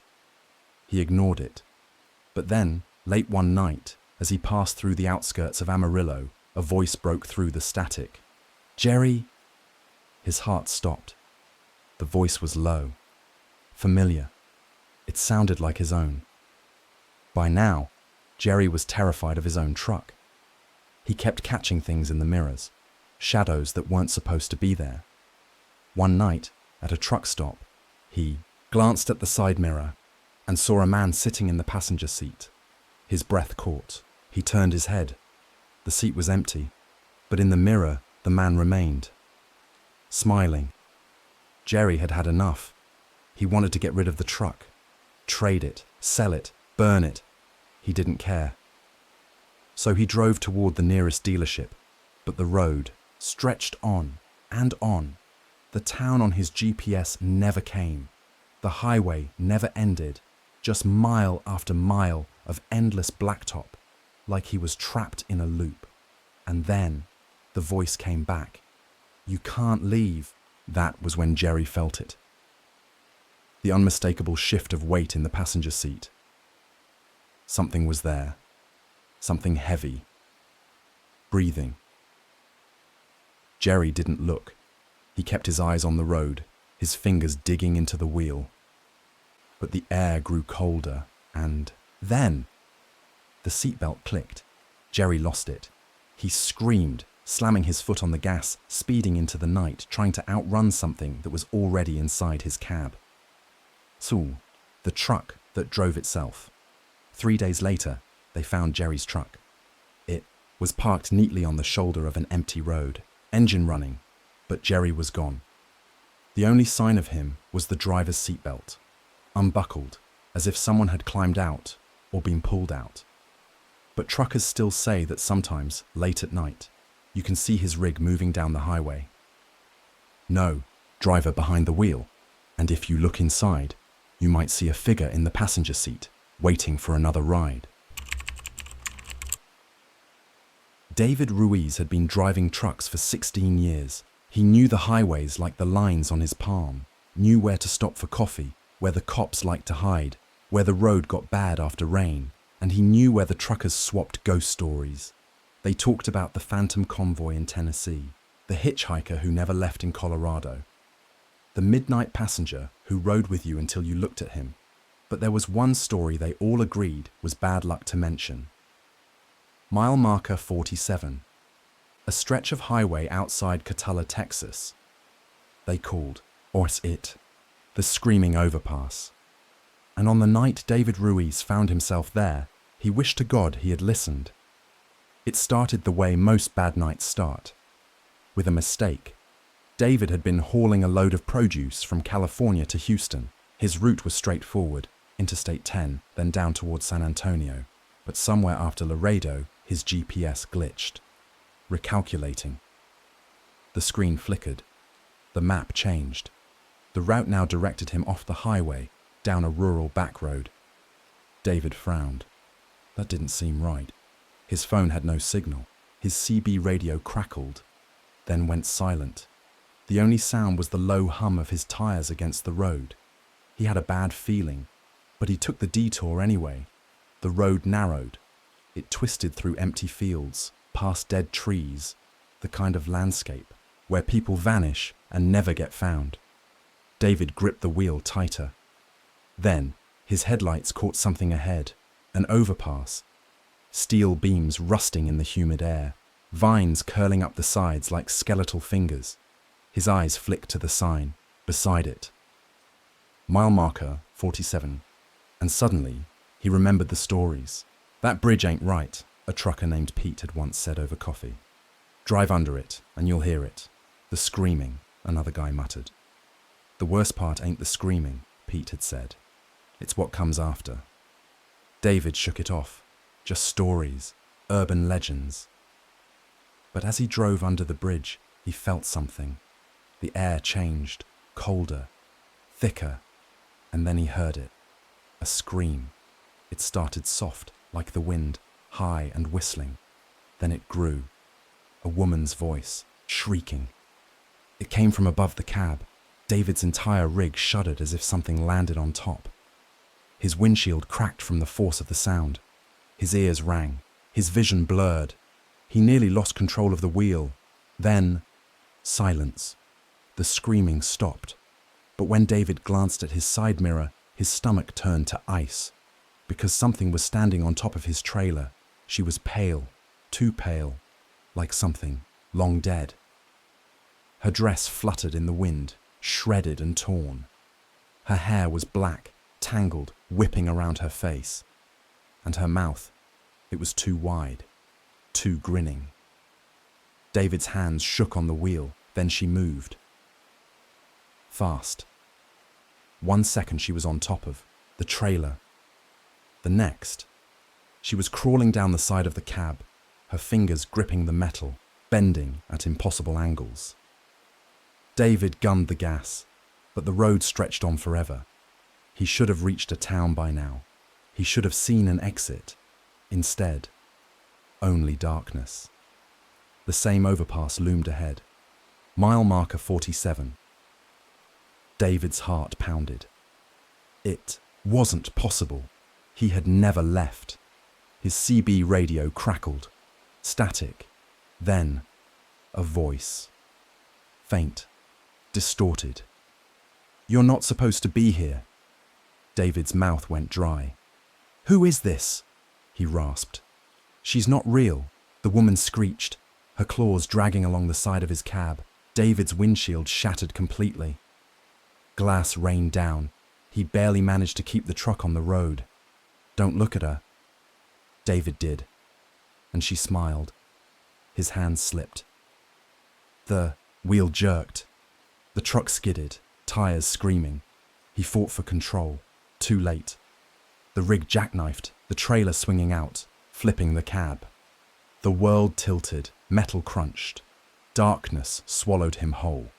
They found the wreck the next morning. David's truck was parked neatly on the side of the road. No sign of an accident, no shattered glass. But David Ruiz was gone. The driver's seat was empty. The only thing they found was a single handprint on the broken windshield. Small, delicate, like a woman's. Truckers still talk about him, still whisper about the man who vanished under the screaming overpass. And sometimes, when the night is long and the highway is empty, a trucker will take a wrong turn, find themselves under that rusted bridge, and they'll hear it, the scream, and pray they make it out alive. Tom Grayson had been driving for 16 hours straight. His eyes were heavy, his fingers stiff on the wheel. He had been a trucker for 12 years, long enough to know when to stop. His logbooks were full of routes crisscrossing the country, but this stretch of road felt different. Somewhere on Route 66, cutting through the Arizona desert, he passed a sign he didn't remember. Rest stop. 2 miles. He didn't recall seeing it before. Didn't remember any stops being on this highway. But when the next sign read 1 mile, he knew he had no choice. He needed a break. The rest stop looked normal. A long, yellow-lit diner sat at the edge of the lot. A gas station stood beside it. A few cars and trucks were parked outside. But something felt off. Too quiet. The neon open sign flickered. Tom cut the engine, stretched his legs, and stepped inside. The smell of fresh coffee hit him. The food behind. The glass was hot and fresh. Not the usual dry burgers and rubbery sandwiches, but the people. They were wrong. They sat at booths, at the counter, in chairs that looked too new for a place like this. And they were all silent, just watching him. The clerk behind the counter grinned too wide. "Welcome, traveller." His voice was smooth like a radio host from the 1950s. Tom cleared his throat. Coffee black. The man didn't move, just smiled. Then, a fresh cup of coffee appeared on the counter. Tom hadn't seen him pour it, hadn't heard the coffee machine. The steam curled in the air, thick and unnatural. Tom's gut told him to leave, but he took the coffee anyway. And as he turned to go, the cash register rang by itself. Outside, Tom took a sip. It was perfect, too perfect. His hand trembled slightly as he walked past the gas station window. Then he saw it, his reflection, standing still while. He kept walking. For a split second, his own face stayed frozen in the glass, staring at him, mouth open, eyes wide. Then it caught up, like a glitch, like reality itself had lagged. Tom's heart pounded. He tossed the coffee to the ground and got in his truck.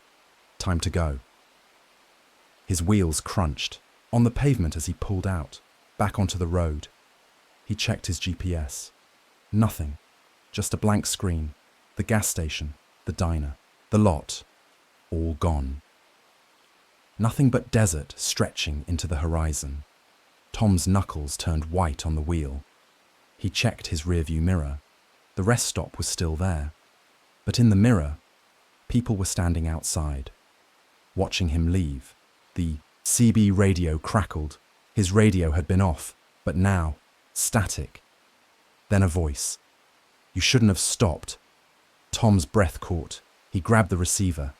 "Who is this? You saw them, didn't you?" His skin crawled. "You mean the people?" Silence. Then, they weren't people. Tom checked his map again. He was off course. He should have been on Route 66, heading east toward Texas. But the highway signs, they said Route 17, a road that didn't exist. His chest tightened. His fingers hovered over his GPS. Then, in his mirrors, headlights appeared. A long line of cars. Following him, they were old cars. Classic models from the 50s and 60s. Their headlights glowed yellowish, like they weren't using modern bulbs. They didn't pass him, didn't slow down, just followed. His hands shook as he pushed the gas. The road ahead stretched too long, like he was never getting closer to an exit. Then the voice on the radio whispered, "They want you to turn around." Tom swallowed. His throat was dry as bone dust. He pressed the pedal harder. And then, a green sign. Rest stop. 1 mile. But this time, it was real. Familiar. He had been here before. He pulled in, heart pounding. The convoy of cars was gone. The lot was normal. The gas station lights flickered, but in the right way, and the coffee machine beeped inside the diner. Tom didn't go in, just sat in his truck, breathing heavy. Then his phone buzzed, service restored.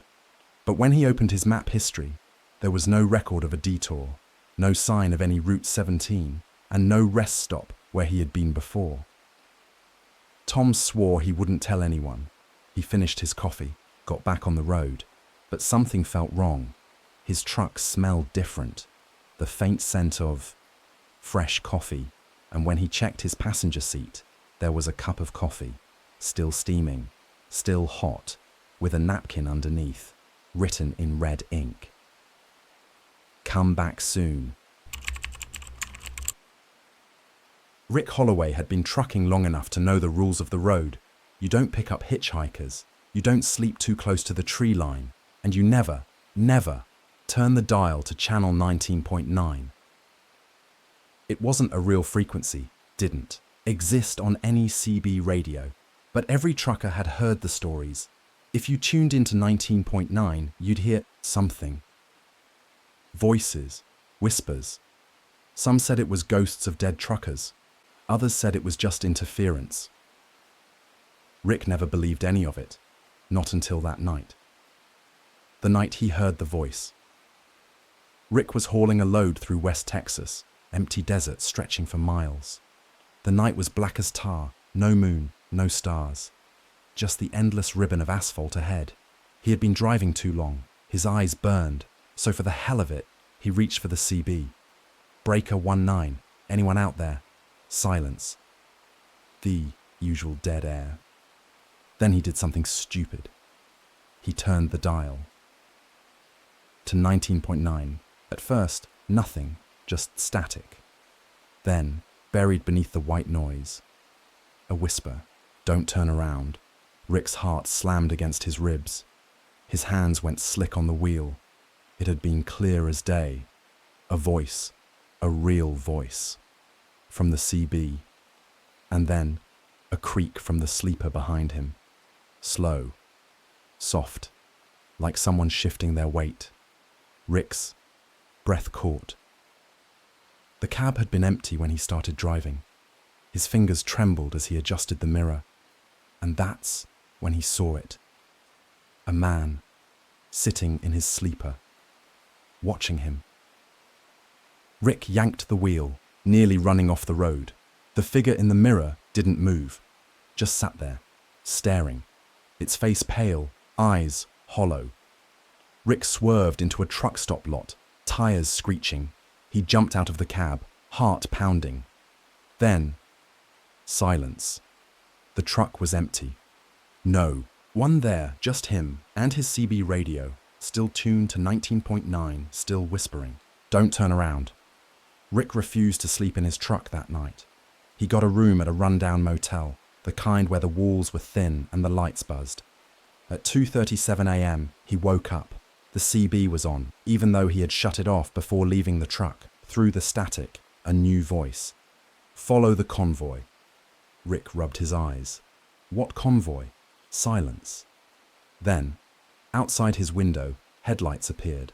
A long line of trucks, driving slow down the highway. But no one was inside them. The next morning, Rick asked the gas station clerk about the trucks. The guy went pale. "Don't talk about them," he muttered. "Just keep driving." Rick wasn't the kind to let things go. He checked his map. The road the trucks had taken didn't exist, but his gut told him one thing. If he followed them, he'd find the truth.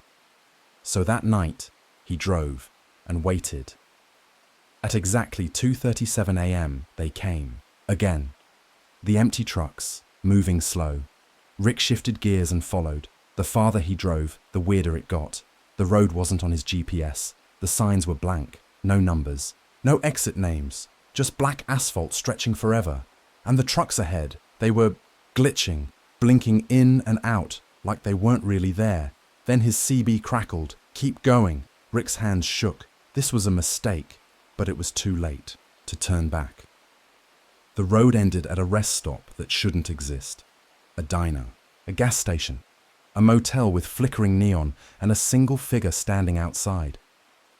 Rick hit the brakes. The man's face was wrong, like a TV screen full of static, flickering, shifting. Then the CB whispered, "You're one of us now."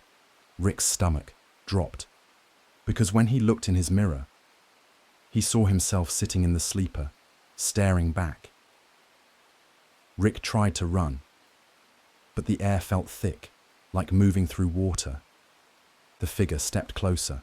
"Welcome to the convoy of the lost," it rasped. Rick's chest tightened. He had heard the stories, truckers who vanished, who took the wrong road and never came back. They became part of the static, part of Channel 19.9. His CB radio screeched. The convoy's headlights flooded the lot. Then, everything went black. Rick woke up in his truck. Engine off, CB, silent. His GPS showed he was right where he started, on Route 66, like none of it had ever happened. But when he reached for the CB, the dial was set to 19.9, and a whisper came through, "We'll see you soon." Then, static. Sam Holloway had spent the last 14 years on the road, but even seasoned truckers made mistakes. This one? It started with a shortcut. Sam was hauling through the Pennsylvania mountains, his cargo late, his eyes gritty from lack of sleep. The GPS had been glitching for the past 30 miles, so when it suggested a secondary route, one that could shave off 20 minutes, he took it. Big mistake. The road was narrow, winding through thick trees, and after a few miles, the pavement turned to gravel. Then he saw it, a tunnel carved into the mountainside. No signs, no lights, just a gaping mouth of darkness. Sam hesitated. Then a low rumble echoed behind him. Thunder, or maybe a rock slide. Nowhere to turn around, nowhere to go, but forward. So he did. The moment he entered, the air changed, thick, heavy. His radio cut out. His phone lost signal, and his GPS screen froze. The little arrow stuck in place. Weird, but tunnels messed with signals all the time. No big deal, until he noticed something else. The tunnel was too long. He had been driving for nearly 5 minutes now. Most tunnels in the area weren't more than a mile or two. This one? No end in sight. His dashboard clock frozen at 1:13 a.m. Then, in the distance, taillights, another truck driving the same speed as him, same shape, same trailer. Sam's stomach twisted. That truck looked familiar. The gap between them shrank. 50 feet, 30, 20. Sam flipped on his high beams. The truck ahead shimmered, almost like a heat mirage. Then he saw the driver, and his world tilted, because the man behind the wheel was him.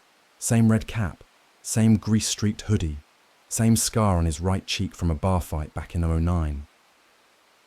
The man looked up into his mirror and smiled. Panic surged. Sam slammed the brakes. His tires screeched, but there was no echo, no sound at all. The tunnel had swallowed it. Then, ahead, the exit, a bright, blinding opening. But as soon as the other truck hit it, it vanished, gone, and the tunnel stretched on, endless, like there was no way out.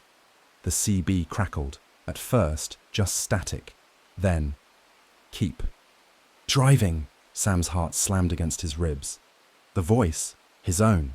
He twisted the dial, flipping channels, nothing but whispers. Then his own voice again. "Don't stop. Whatever you do, don't stop."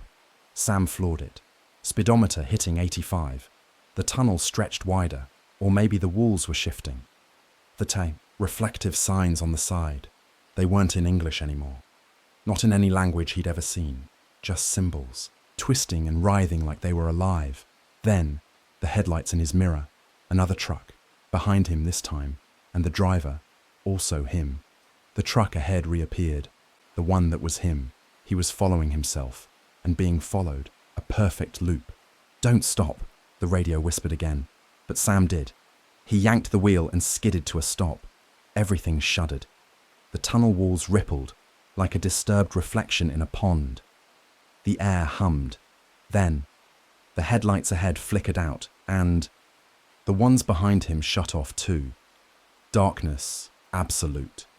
Sam's breathing echoed in the cab, too loud. He grabbed his flashlight, flicked it on, and nearly screamed. A figure sat in the passenger seat. Not him. Something else. Its face was blurry, shifting like an out-of-focus photograph. When it spoke, its voice was static and gravel, layered and wrong. You weren't supposed to stop. The truck lurched, not forward, down, like the road had vanished beneath him. The tunnel walls dissolved into a black void. And then, Sam saw them. Other trucks, hundreds, thousands. Some ancient, rusted husks from the 1950s. Some new models that hadn't even hit the market yet. All of them floating in the dark. All of them trapped, and in every single one, a driver staring blankly, mouths open in silent screams. Forever lost. The CB whispered one last time, "Drive or stay." Sam didn't think. He gunned the engine, the void shrieked around him, the dashboard flickered, the tunnel snapped back into place, and suddenly he was out, on a normal road, dawn breaking, his GPS working again. He pulled into the nearest truck stop, shaking, but then he saw it. Another rig parked in the lot, same make, same model, same license plate, and in the driver's seat, himself, smiling and waiting. Randy Carlson had been driving long haul for nearly 20 years, and if there was one thing he knew about the Arizona desert, it was that it never really ended. It stretched on, swallowing highways and small towns, like an ocean of heat and dust. He was hauling a load of car parts to San Diego, cutting through the state on a long, desolate stretch of Route 89. The sun had already slipped past the horizon, leaving the sky a deep shade of bruised purple. He hadn't seen another car in over an hour, and his gas gauge was hovering near E. That's when he spotted it. A gas station, standing alone on the roadside, its neon sign buzzing weakly against the dark. Harrison's Fuel and Stop. It looked like it had been ripped out of time. Old metal pumps, a weathered canopy, and a single convenience store with a wide glass front. The sign above the door was faded, but he could still make out the letters spelling cold drinks, snacks, diesel. Randy pulled in, his tires crunching over the cracked pavement. The place seemed empty. No other cars, no movement inside, just the sound of the wind pushing against his truck. But when he stepped out, the door chimed, and behind the counter stood a man. The attendant looked wrong. He was tall and thin, his skin the color of sun-bleached leather. His uniform, a faded blue button-up, looked like it hadn't been washed in years. His eyes were too dark, like deep wells in his face. His name tag said, Tom. "Long haul?" Tom asked, setting a glass down on the counter. "Yeah," Randy muttered, still uneasy. "Running low. Figured I'd stop before I run dry." Tom nodded slowly. "Good thinking," he said. "A lot of bad places to break down out here." Something about the way he said it sent a cold trickle down Randy's spine. "How much?" "Fill up $60, Tom said. That was odd. A flat rate. Randy reached for his wallet. "You take card?" Tom smiled. "Cash only." Randy hesitated. He only had 2 20s and a couple of crumpled 5s. "You got an ATM?" "Nope." Randy sighed, handed over what he had, and Tom took it without looking. "You're good to go." It wasn't until Randy was back in his truck that he realized something was off. His gas gauge was full, and he hadn't even pumped. Something was wrong.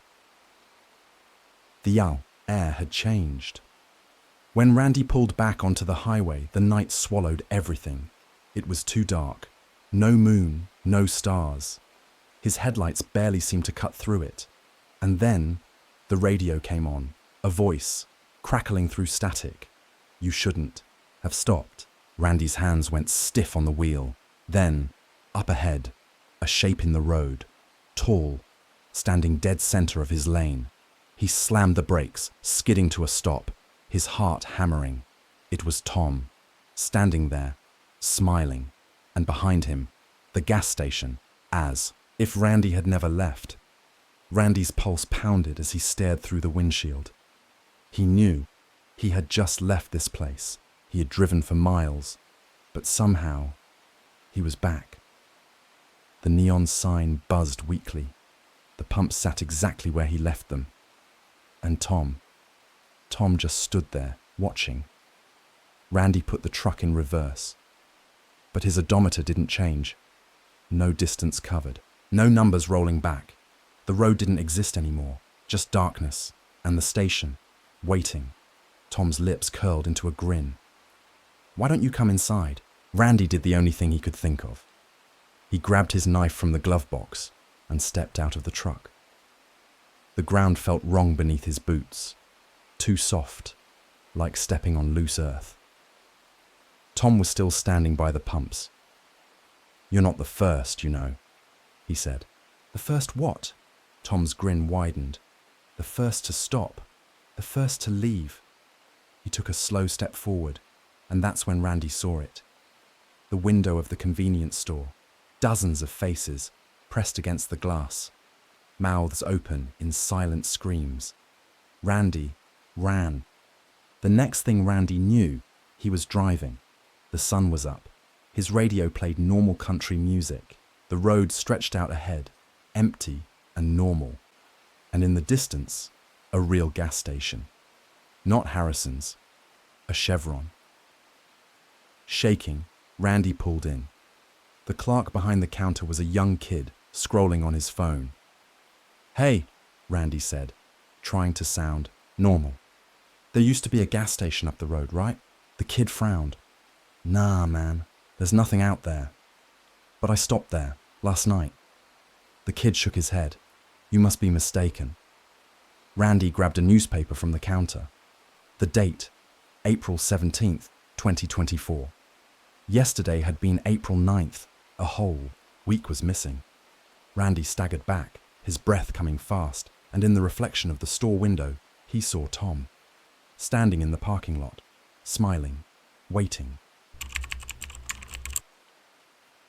The Georgia backroads stretched out ahead, empty and dark, swallowed by towering pines. Eddie Rawlins had been hauling freight for 26 years, but nights like this still gave him the creeps.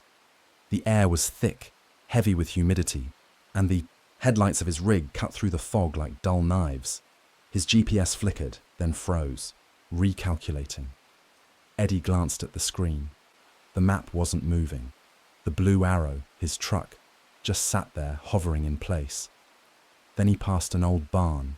The thing looked like it had been standing since the 1800s. Half collapsed, its red paint faded to rust, the roof sagging like a broken spine. A wooden sign hung crooked over the doors, swaying in the wind. Eddie didn't slow down. Barns weren't uncommon out here. But 5 minutes later, he passed the same barn. His fingers tightened on the wheel. No way. The GPS remained frozen. Another 5 minutes, same barn. Now, Eddie was gripping the wheel too tight. His pulse quickened. Something was wrong. He checked his odometer. He was covering miles, but he wasn't going anywhere. Another 5 minutes, the same goddamn barn. He tried switching radio stations, nothing but static. Then his CB crackled. A voice, hollow and distant. "Still driving, Eddie?" His foot nearly slipped, off the pedal. Eddie grabbed the radio mic.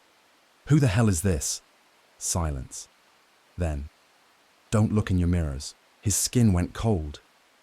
He checked his side mirror before he could stop himself, and for the first time, he saw it. A figure, sitting in the passenger seat. His heart slammed against his ribs. There was someone in the cab with him. The figure sat motionless, face hidden in the shadows. Its hands rested neatly on its lap, long fingers curled like talons. Eddie's throat went dry. He flicked the dome light on. The seat was empty, but the faint smell of old leather and dust lingered. His CB crackled again. "You're almost there, Eddie." His breath hitched. Almost where? Static. His headlights flickered, and up ahead, the barn. Again. Eddie slammed the brakes. His tires screeched, the truck fishtailing before coming to a dead stop in the middle of the road. The world went silent, only the whisper of wind rustling through the trees. He wasn't a superstitious man. He'd seen some weird shit out on the road, folks walking highways at night with no cars in sight, phantom radio signals, hell, even a ghost light in Texas. But this was something else, something alive. He threw the truck into reverse and gunned it, but his odometer didn't change. He was stuck. Eddie yanked his phone from the dash. No service.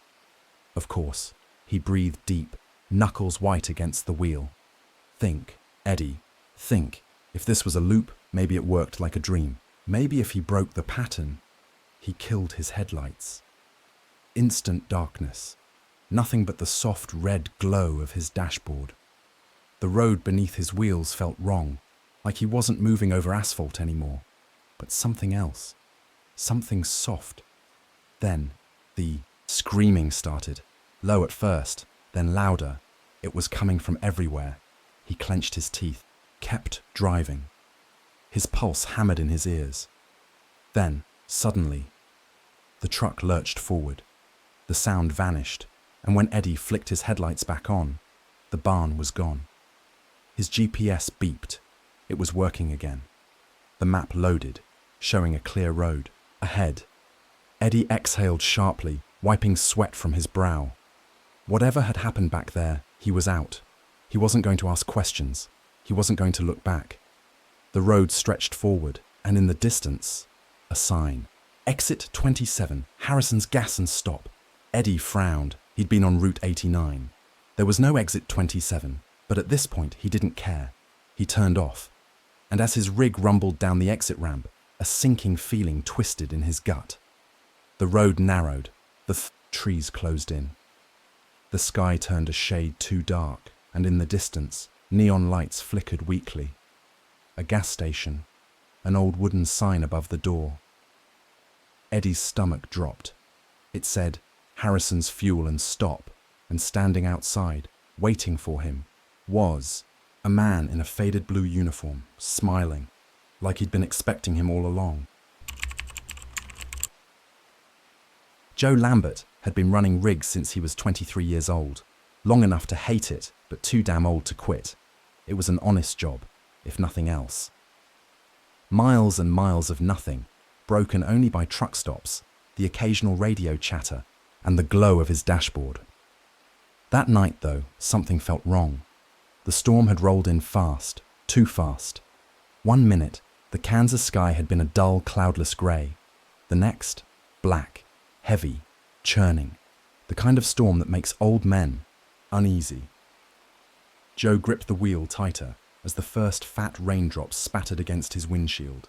The wind howled across the empty plains, pushing against the truck, fighting him. A few more miles and he'd hit a rest stop, somewhere safe to ride it out. But as the rain thickened, dread settled into his gut.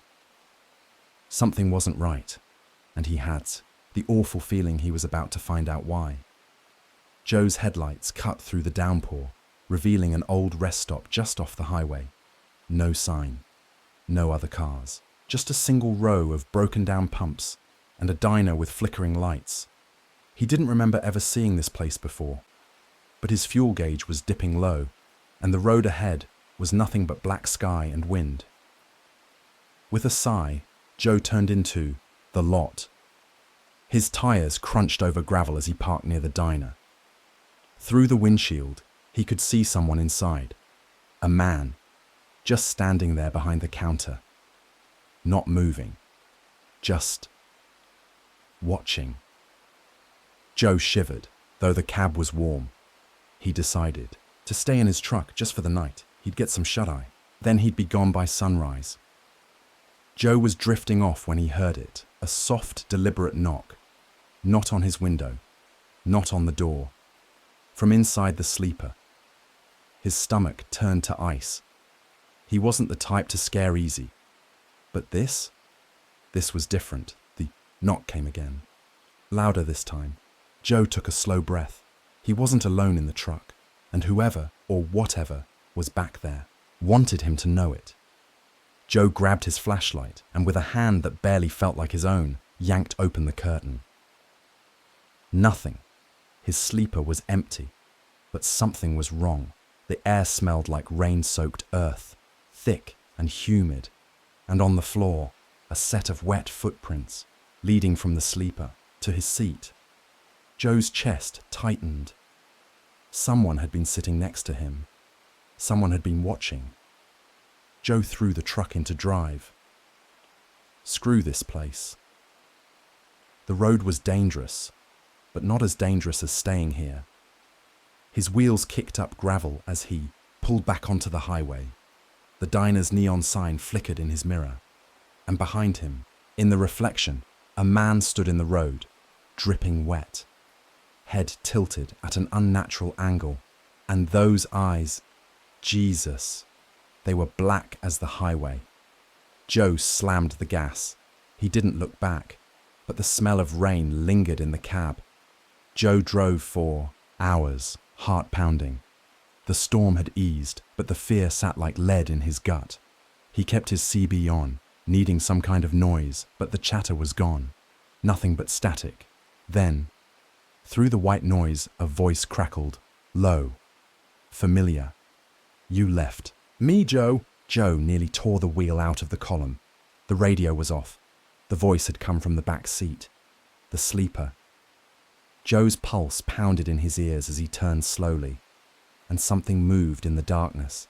The air turned cold. So cold, Joe could see his breath. His headlights flickered. The truck lurched, like something was pulling it back. "You left me in the rain, Joe."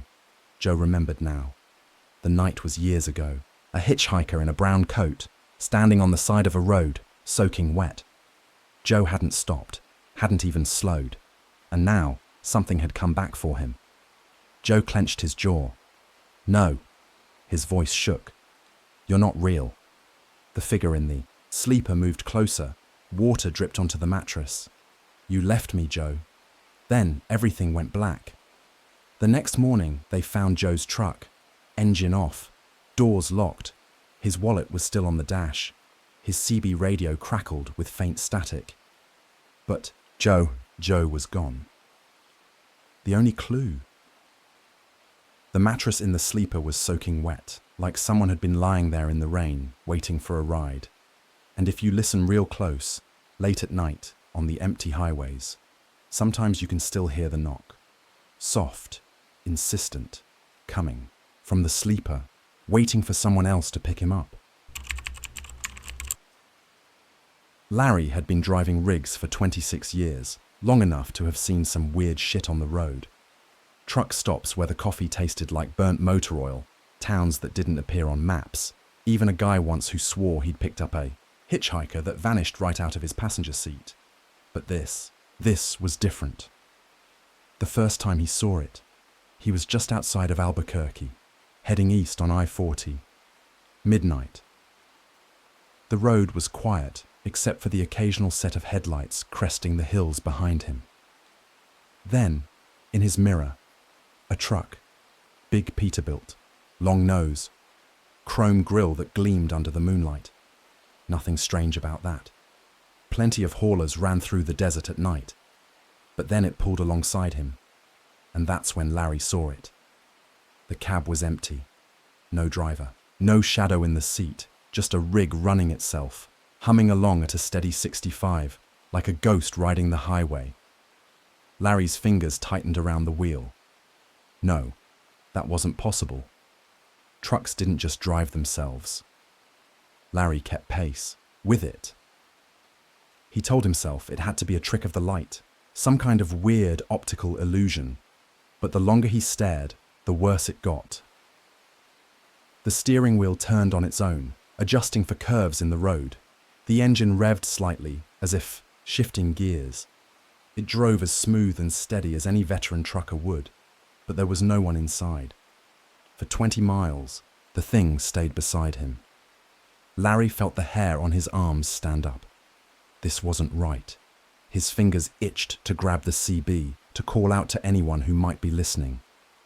"Breaker 19, he said, voice tight.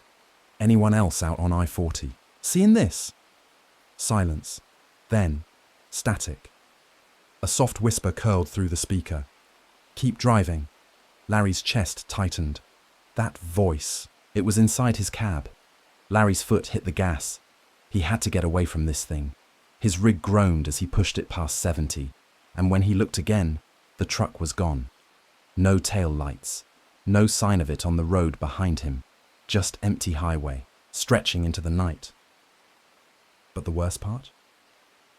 The smell of diesel and cold metal still lingered in his cab, like something had been sitting beside him, watching, waiting. Larry didn't tell anyone about it at first, because who would believe him? A truck with no driver, keeping pace with him for miles. They'd laugh him right out of the diner. But then, a week later, he heard a story. Another trucker, eastbound on Route 66, had seen the same thing.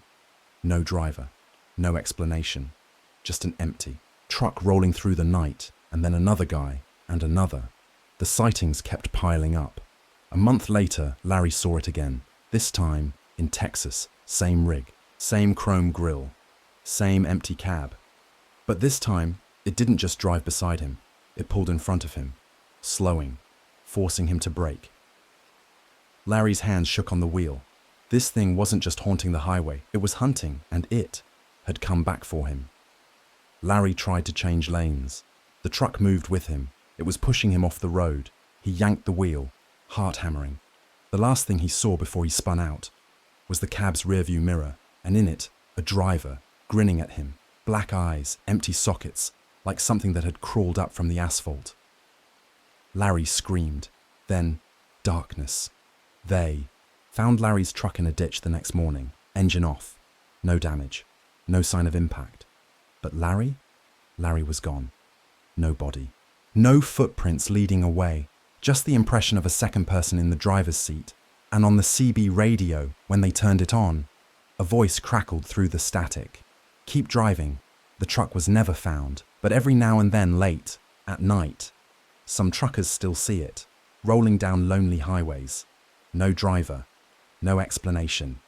And if it pulls up beside you, whatever you do, don't let it get in front of you, because once it does, you'll never be seen again. Mark Holden had been driving for nearly 15 hours straight. He wasn't supposed to. Legally, he was supposed to take a rest break every 8 hours, and by now he was well past the limit. But that's the thing about truckers. Rules don't mean much when you're behind schedule. The freight had to get to New Jersey by morning. He didn't have time to stop at a motel. He barely had time to take a leak. His body disagreed. His eyes burned. His shoulders ached. And the last cup of coffee he'd choked down tasted like burnt motor oil and regret. The highway stretched dark and empty ahead of him, an endless ribbon of asphalt cutting through the Pennsylvania woods. His radio had given out an hour ago, leaving him alone with the hum of his tires and the occasional whisper of wind against his cab. Then he saw it. Rest stop, just off the next exit. He didn't remember seeing a sign for it. It wasn't on his route plan, but at this point, he didn't care. Mark signaled, took the exit, and pulled into the lot. As his headlights swept across the old building, a strange feeling crept over him, like he'd made a terrible mistake. The inside of the rest stop was silent. No music, no hum of vending machines. The air smelled stale, like an old motel room that had been shut up too long. Mark spotted the bathroom sign and pushed the door open. Inside, cold fluorescent lights flickered. Above, the stalls were empty, the tile floor damp. A single sink rested beneath a cracked mirror, its surface clouded with grime. Mark turned the faucet, let the water run, then leaned down to splash his face. The water was freezing. He shivered, rubbing his face, then looked up at the mirror and froze because his reflection wasn't moving. Mark's breath caught in his throat. He lifted his hand. His reflection stayed still. It just stared at him, and then it smiled, a slow, unnatural grin. Not his smile, not his face. Mark stumbled backward, heart hammering. His reflection took a step forward, but Mark hadn't moved. It was watching him, waiting. Mark turned and ran. Mark burst out of the bathroom, lungs burning. He sprinted for the exit, but the outside had changed. Where the parking lot should have been, there was only blackness. No road, no sky, just a void stretching forever.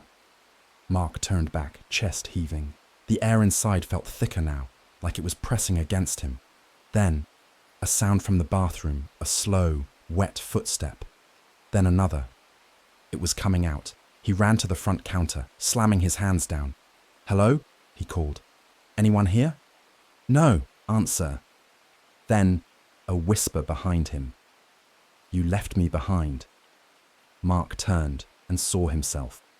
The reflection. But it wasn't him. Its skin was too pale. Its eyes were too dark, and that grin, too wide, too hungry. Mark took a step back. The thing that looked like him took a step forward. Time to switch places. And then it lunged. Mark bolted for the door. This time it opened. He stumbled into the night and nearly fell to his knees when he saw his truck still there. The parking lot was normal. The woods, the highway. He turned back. The rest stop was gone. Nothing but overgrown weeds and a crumbling foundation, like it had been abandoned for years, like it had never even been there. But when he got back in his truck and looked in his mirror, his reflection smiled, and he hadn't. Mark drove fast, faster than he should have. He didn't care. His hands gripped the wheel so tight his knuckles turned white. He flicked on the radio, needing noise, anything to drown out the pounding of his own heart. The station crackled. Then a voice came through. "You can't outrun me!" Mark slammed the radio off. His mouth went dry. He looked at the mirror again. His reflection sat still. Too still. It wasn't breathing. Mark was. But the thing in the mirror, it just watched him. His hands were shaking on the wheel. He was losing his mind. Maybe this was exhaustion. Maybe the late-night driving was messing with him. Maybe... The lights flickered. For a split second, everything in his cab went dark. And when the lights came back on, his reflection was grinning again. Only this time, it wasn't in the mirror. It was right behind him. Mark didn't have time to scream. The reflection grabbed him and pulled him in. Mark woke up. His head pounded. His hands pressed against glass. He tried to move, but he couldn't because he was inside the mirror now. His truck was still there. His body was still there, but he wasn't. He pounded on the glass, but the thing wearing his face just smiled and drove away, leaving him behind forever.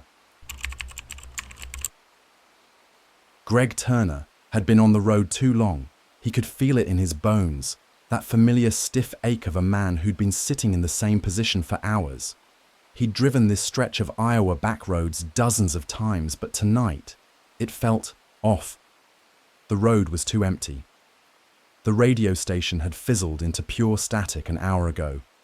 The moon was hidden behind thick clouds, making everything too dark. And then, his headlights caught movement in the cornfields. At first, he thought it was just the wind rustling through the tall stalks. But then, he saw them. Eyes. Hundreds of them. Low to the ground, staring. And all at once, they blinked. Then, they disappeared. Greg's hands clenched the wheel, his pulse hammered in his throat.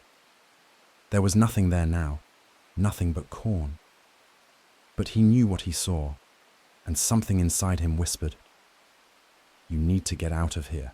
Greg pressed down on the gas pedal. His truck rumbled forward, headlights cutting through the night. He glanced at his rearview mirror, and his stomach dropped, because those eyes were there now, in the darkness behind him. Following, moving, keeping pace with his truck. Greg swallowed hard. Animals, he told himself. Just coyotes. Maybe deer, maybe, but he didn't believe that. Because animals don't all blink at the same time, and animals don't move like that. Greg stomped the gas, pushing his speed past 60, then 70. But no matter how fast he drove, the eyes stayed with him. Up ahead, Greg spotted a flickering neon sign. An old gas station. He yanked the wheel, pulling into the lot so fast that gravel sprayed beneath his tires. The station was small and run down, the kind of place that probably hadn't changed since the 1950s. Inside, a bald old man sat behind the counter reading a newspaper. Greg stumbled in, panting. The old man didn't look up. Greg licked his lips. "Hey, you seen anything weird around here?" The old man slowly raised his head. His eyes were pale and watery, the kind that had seen too much. "You saw them, didn't you?" he murmured. Greg stiffened. The old man folded his newspaper. The cornfield eyes. Greg's mouth went dry. He didn't answer. He didn't have to, because the old man nodded like he already knew. And then he said something that made Greg's blood turn to ice. "They've seen you now, boy, and they don't let go." Greg's skin prickled. "What the hell does that mean?" he asked. The old man sighed, rubbing a calloused hand over his face. "Once you see 'em, they see you. They latch on. They follow." Greg let out a shaky breath. "So how do I lose them?" The old man gave him a long, sad look. "You don't." A cold dread settled in Greg's stomach. The old man leaned forward. "Only advice I got. Don't look back." Greg frowned. "What?" The old man's voice dropped to a whisper. "If you look back too long," he swallowed, "they take you." Greg practically ran to his truck. He yanked the door open, jumped inside, and started the engine. Then he froze, because in his side mirror, the eyes were closer now, right at the edge of the gas station lot. Staring, waiting. Greg's breath hitched. He gripped the wheel and drove. The highway was empty. The cornfield stretched endlessly on both sides. Greg's hands were white-knuckled on the wheel. The old man's voice echoed in his head. "Don't look back." He pressed on the gas. Faster. The eyes were still there, always on the edge of his vision. Watching. But he didn't turn his head, didn't check the mirror, didn't. A sound came from the back of his truck, a scraping sound, like something clawing at the metal. Greg's breath came fast and shallow. Ignore it. Just keep driving. The scraping got louder, closer. Then, a thump, right behind his seat. Greg's hands shook, his pulse pounded in his skull. He had to know, just a quick glance. He looked in the mirror, and the eyes were inside his truck. Greg screamed. The truck swerved. He tried to slam the brakes, but his hands weren't on the wheel anymore, because they were clawing at his own face, at his eyes. Something whispered in his ear, a voice like dry corn husks in the wind. "You looked too long." And then, Greg was gone. The next morning, a state trooper found the truck. It was parked neatly on the side of the road, engines still running, lights still on. But the driver's seat was empty. No blood, no signs of struggle, just one strange thing. The inside of the windshield was covered in handprints, and in the cornfields, the eyes watched, waiting for the next traveler, the next one who would look back, the next one they would take. Jack had been driving for 16 hours straight. His eyelids were heavy, the kind of heavy that no amount of coffee or blasting AC could fix. Outside, the highway stretched into an endless, empty ribbon of blacktop, cutting through the Nebraska plains. No towns, no houses, no other cars, just him and the road. The dashboard clock blinked 2:43 a.m. in that pale green glow that made his head feel even fuzzier. He was exhausted, but he needed to push through. Just another 2 hours. Then I'll stop. He shook his head to wake himself up, stretched his fingers on the wheel, and his eyes flicked to the rearview mirror, and someone was sitting in the back seat.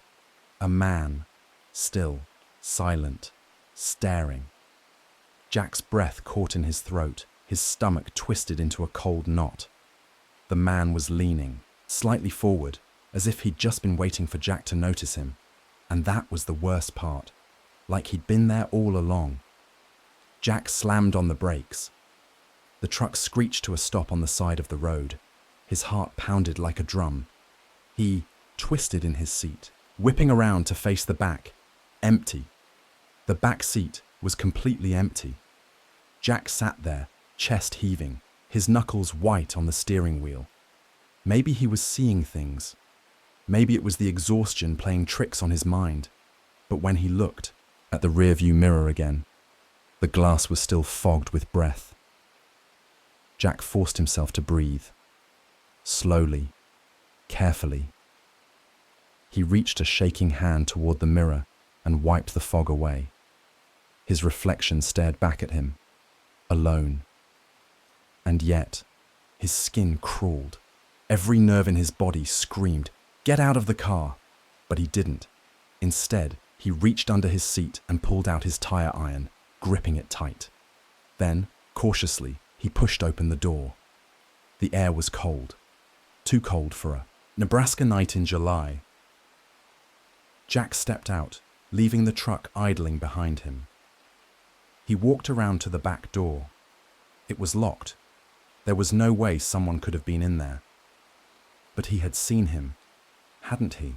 Jack yanked open the back door. The leather seat was empty, but the air inside was ice cold, like someone had just been sitting there, like someone was still watching him. Jack's fingers clenched the tire iron. He forced himself to breathe. Slowly, he climbed back into the driver's seat, put the truck in gear, and drove. Jack checked the mirror every few seconds. He couldn't help it. The road stretched on, endless and dark, and every now and then, he swore he saw something just out of the corner of his eye, a shape in the back seat. But every time he looked, nothing, just empty leather and shadows. Then, up ahead, he saw a sign, mile marker 77, and standing beneath it, a man wearing dark clothes, motionless. As Jack's headlights swept over him, the man tilted his head slightly, as if he was listening. Jack's pulse hammered. And then, the man smiled. Thin, knowing, awful smile. Jack stomped on the gas, but the moment he passed the man, the radio flicked on, static. Then a voice, soft and whispering. "Why didn't you stop?" Jack's hands shook on the wheel. He turned the radio off. But when he looked up at the road again, mile marker 77 was ahead of him. Again, and the man was still there, still watching, still smiling.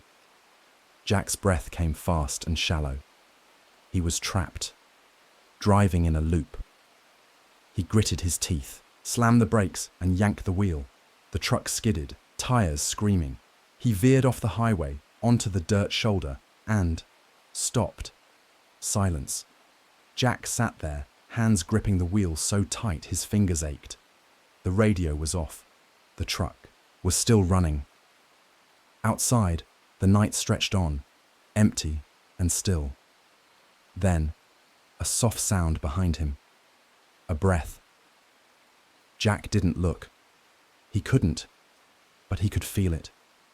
Something was right behind him, leaning forward, close enough to whisper in his ear. "Where are you going, Jack?"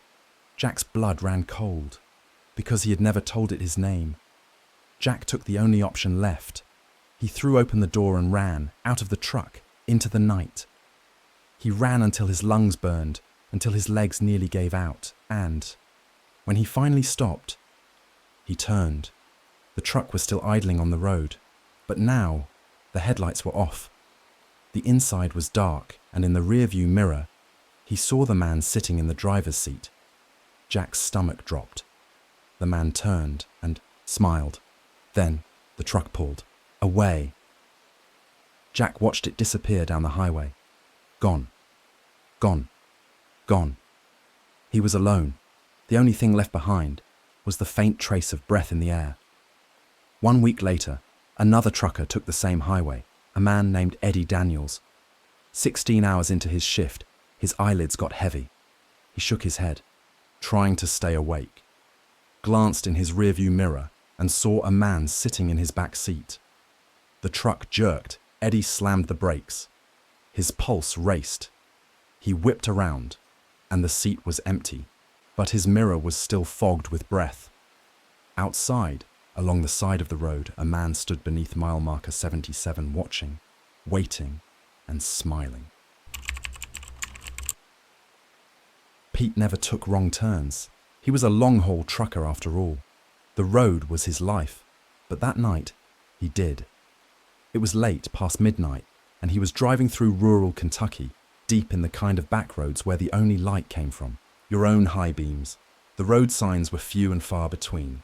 His GPS was his lifeline, so when it said to take a left onto a side road, he obeyed. The asphalt quickly narrowed, twisting through thick trees that swallowed the sky. No streetlights, no houses, no signs, just darkness. Pete's stomach tightened. Something felt wrong. And then, his GPS glitched. The screen flickered, the voice stuttering. Recalculating. Recalculating. Then, a new route. Proceed straight for 1.6 miles.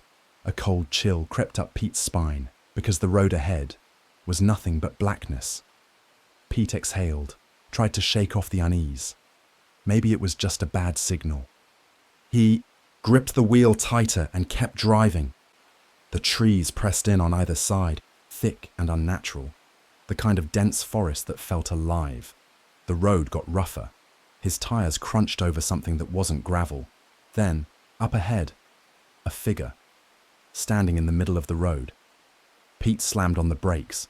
His headlights washed over her, a woman, thin, barefoot, her dress pale and tattered, the fabric fluttering in an invisible wind.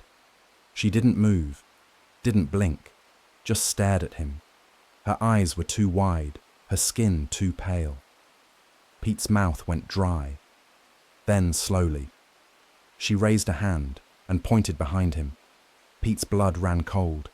His fingers trembled on the wheel. Don't look behind you. The thought was sudden, primal.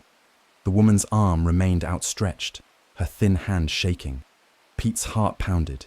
He floored it. The truck roared forward, its engine drowning out the silence. The woman didn't move, didn't flinch, and as Pete passed, her eyes followed him. The moment he sped past her, his headlights flickered. For a split second, everything went pitch black. Then, the road was gone. His rearview mirror showed nothing but trees, thick, endless, swallowing the road behind him. No pavement, no way. Back, just forest.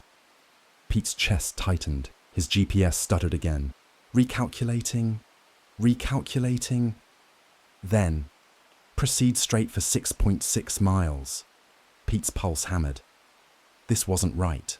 The road was supposed to be there. This wasn't how things worked. He reached for the CB radio, flicked it on. Static. Then, faintly, a whisper. You shouldn't be here. Pete's stomach turned. The whispering grew louder, overlapping voices, murmuring in a language he didn't recognize. His fingers tightened on the dial. The whispering stopped, replaced by soft breathing.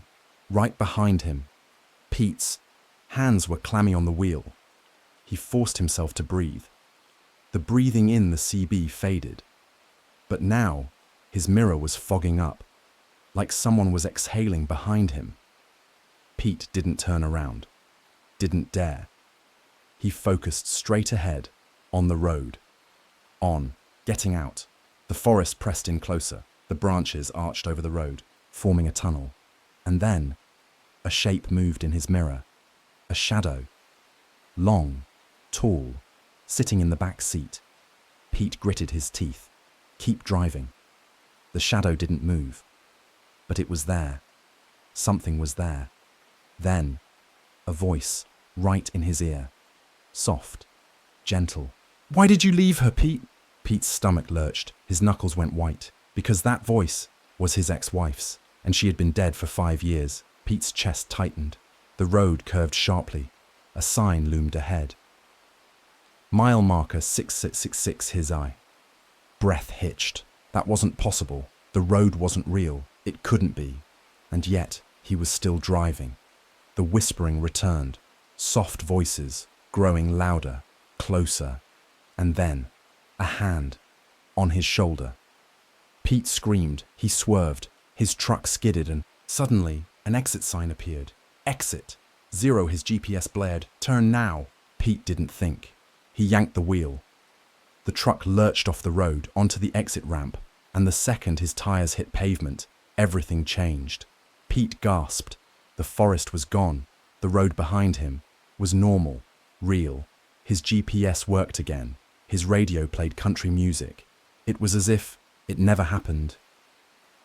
Pete pulled into a gas station, his hands still shaking. He got out, breathing in the crisp, normal air. Then, he glanced at his rearview mirror, and his blood turned to ice. There, in the fogged glass, was a fingerprint. Not his. Too small, too thin. Like a woman's.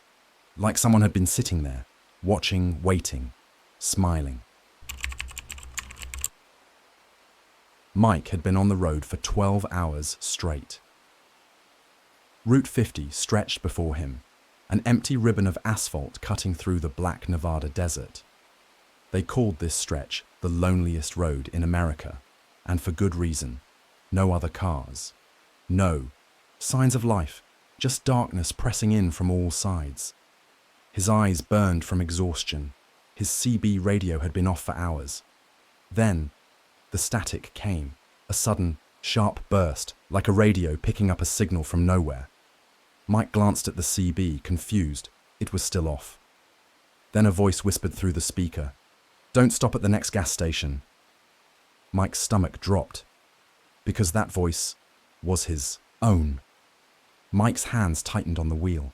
He stared at the CB radio, cold sweat beading on his forehead. Did I imagine that? Then, up ahead, lights. A gas station appeared out of nowhere, flickering neon cutting through the desert gloom. Mike's pulse quickened. His fuel gauge hovered just above empty. I need gas.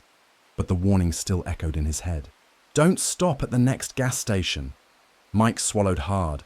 Maybe it was a coincidence. Maybe he was just exhausted. But then he saw the clerk, standing inside the station, watching him and smiling too wide. Mike's blood ran cold. The clerk stood behind the counter, face half lit by the buzzing fluorescent lights. His grin stretched too wide, like he had too many teeth. Mike's fingers hovered over the turn signal. Every instinct screamed at him, "Go!" But his fuel light blinked red. If he kept driving, he might not make it. Then, the clerk raised his hand, not to wave, to beckon, like he had been expecting Mike. Mike's gut twisted. He glanced at his CB radio again. It was still off, and yet, he had heard his own voice. Don't stop at the next gas station. The clerk's grin widened. Something about his teeth looked wrong, like they weren't even teeth at all, like they were bone. Mike's heart slammed against his ribs. Nope. He kept driving. Mike forced himself not to look back. The gas station faded into the darkness. His breath slowed. He had made the right choice. Then, something moved in his rearview mirror, a shape, sitting in his back seat. Mike's chest locked up. His hands shook on the wheel. The figure was hunched over, unmoving. Then, it smiled. Mike slammed on the brakes. The truck skidded, tires screeching against the asphalt. When he whipped around, nothing was there. His back seat was empty. His head pounded. I'm seeing things. Then, the CB radio turned on by itself. Static hissed through the speakers. Then his own voice, whispering, "Good choice." Mike's heart stopped. The static grew louder, and underneath it, something else, a voice, not his, something, deep and wet, like lungs filled with water, and it whispered, "But it's not over." Mike floored it. The truck roared forward, the desert stretching endlessly. He drove for another hour, his pulse never slowing. When he finally saw another gas station, he pulled in. His hands still shook as he stepped out. The attendant, a normal-looking guy in a trucker cap, gave him a nod. "Rough night?" Mike forced a smile. "Yeah." Then he hesitated. "Did you see that station back up the road?" The attendant frowned. "What station?" Mike's stomach dropped. "The one about 50 miles back," he said. "It had a neon sign, and the clerk." The attendant shook his head. "There's nothing back there." Mike felt the blood drain from his face. "No, I just saw it." The attendant's expression darkened. "Buddy, that station burned down 15 years ago." Mike's heart stopped. The attendant pointed to a newspaper clipping taped to the counter. Mike leaned in. His throat tightened. A black and white photo of the gas station. The headline chilled him to the bone. Lone attendant found dead at desert. Gas station. Cause unknown. The photo showed the clerk. Mike's hands shook violently, because in the photo, the clerk wasn't smiling. He was screaming, and behind him, a dark figure loomed in the shadows. Mike didn't sleep that night. He kept driving, long past exhaustion. The CB radio was silent, but when he finally pulled over to rest, it crackled to life. Mike froze. The whisper came again, soft, familiar, his own voice. "You made the right choice, Mike." Mike's blood turned to ice. Then the whisper added, almost gentle, "But next time, you might not be so lucky." Bobby Malone had been on the road for 13 hours straight. His eyes burned, his back ached, and his body screamed for coffee. The night stretched across Highway 87, the Arizona desert pressing in on both sides. A whole ocean of nothingness. Then, lights up. Ahead, neon glowed like an oasis in the dark. A truck stop. A big one. Rows of parked semis. The hum of diesel engines idling. Bobby let out a breath. Thank God. The inside was bright, warm, and alive. A classic roadside diner stretched along one side. A handful of truckers sat at the counter, sipping coffee, chewing on greasy burgers. A cashier rang up a man in a flannel jacket, chatting about the weather. The place smelled like fried food, motor oil, and fresh coffee. Bobby relaxed. A waitress, young, blonde, a little tired, gave him a smile. "Rough night?" Bobby chuckled. "You have no idea. Just need a coffee to keep me upright." She nodded, poured him a steaming cup from the pot behind the counter. He took a sip. It was the best damn coffee he'd ever had. Bobby paid his tab and stepped outside. The coffee still steamed in his hands. The night air was cool, still. He took a deep breath and froze, because something was wrong. The truck stop was gone. The bright neon lights, gone. The rows of parked semis, gone. The hum of diesel. Engines, the people inside, all gone. Bobby stood alone in a patch of cracked asphalt. A dry wind whispered through the silence. Bobby turned in a slow circle. The diner, the cashier, the waitress, all of it, vanished. But the cup of coffee in his hand, still warm, still real. Bobby's breath came fast and shallow. He checked his phone. No signal. Then, from the darkness behind him, a whisper, soft, too close. "Bobby." His stomach dropped. He spun around. No one there, just the empty desert. Bobby scrambled to his truck, but when he reached it, he froze again. His rig sat alone. Not a single tire track in the dirt, like he'd been the only trucker here. But that wasn't possible. He remembered the other rigs lined up beside his. He remembered their engines running, He remembered faces, and yet no sign of them. No tracks in the dirt, like they had never existed. Bobby yanked open his truck door, his hands shaking. The CB radio sat silent. He reached for it, then froze, because outside, something moved. Footsteps, slow, deliberate, coming toward his truck. Bobby held his breath. The footsteps stopped just outside his door. Silence. Then, a knock. Soft, almost playful. Bobby couldn't move. A second knock. Then, a voice, low, wet, wrong. Still awake, Bobby. Bobby slammed the lock. His hands trembled as he fumbled for the keys. He turned them. The engine roared to life. The headlights flashed on. And in. The glow. Nothing. No person. No footprints. But then, the CB radio crackled. Static hissed. Then a voice. Soft and mocking. "Drive safe, Bobby." Bobby gunned it. The truck lurched forward, tires spinning against the asphalt. He didn't stop, didn't look back, didn't breathe until he was miles away. Only then did he check his rearview mirror. The truck stop was still. Gone. Only empty desert behind him. But the coffee? Still hot in his hand. Bobby never drove that stretch again.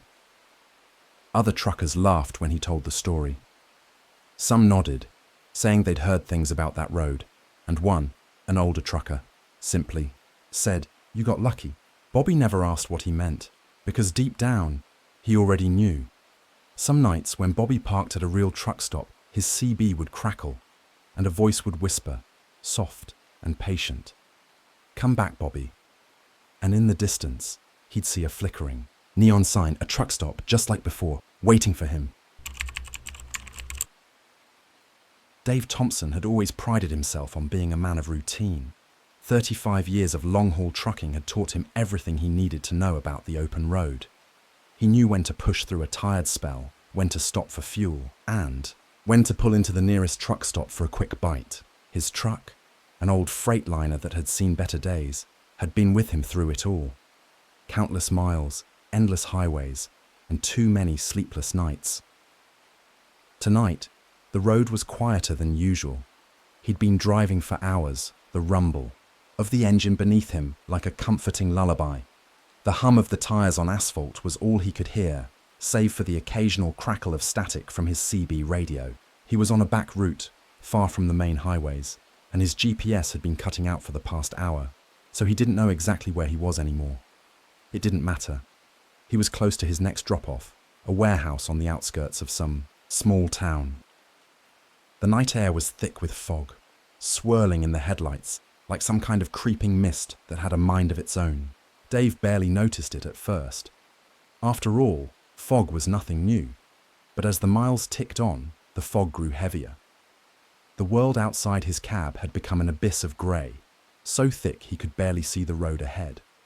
Finally, after what seemed like an eternity, he spotted the turnoff for the warehouse. The place was tucked off the main road, hidden behind a row of trees that leaned in like watchers in the night. He took the exit with ease, his truck's tires humming against the wet pavement. He was used to pulling off at weird hours, unloading in places that felt like they were off the grid, but tonight there was something different, something he couldn't put his finger on. The warehouse loomed ahead, dark and silent, the only sign of life being a single light flickering above the loading dock. Dave pulled in and parked, his hands stiff from gripping the steering wheel for too long. He killed the engine, stepped out into the cool night air, and lit a cigarette. He didn't need to get out of the truck just yet. He still had a few minutes to kill. He took a deep drag and looked around. The fog was thicker now, swirling in strange shapes, almost like it was trying to form something. He shook it off. This was just his tired mind playing tricks on him. 15 minutes later, Dave was walking toward the back of his trailer. He had the keys in his hand, and he was going through his usual routine. Check the locks, make sure everything was in order, and then unload the cargo. The truck's headlights cast long shadows across the pavement, stretching out like fingers, but the rest of the area was swallowed by the fog.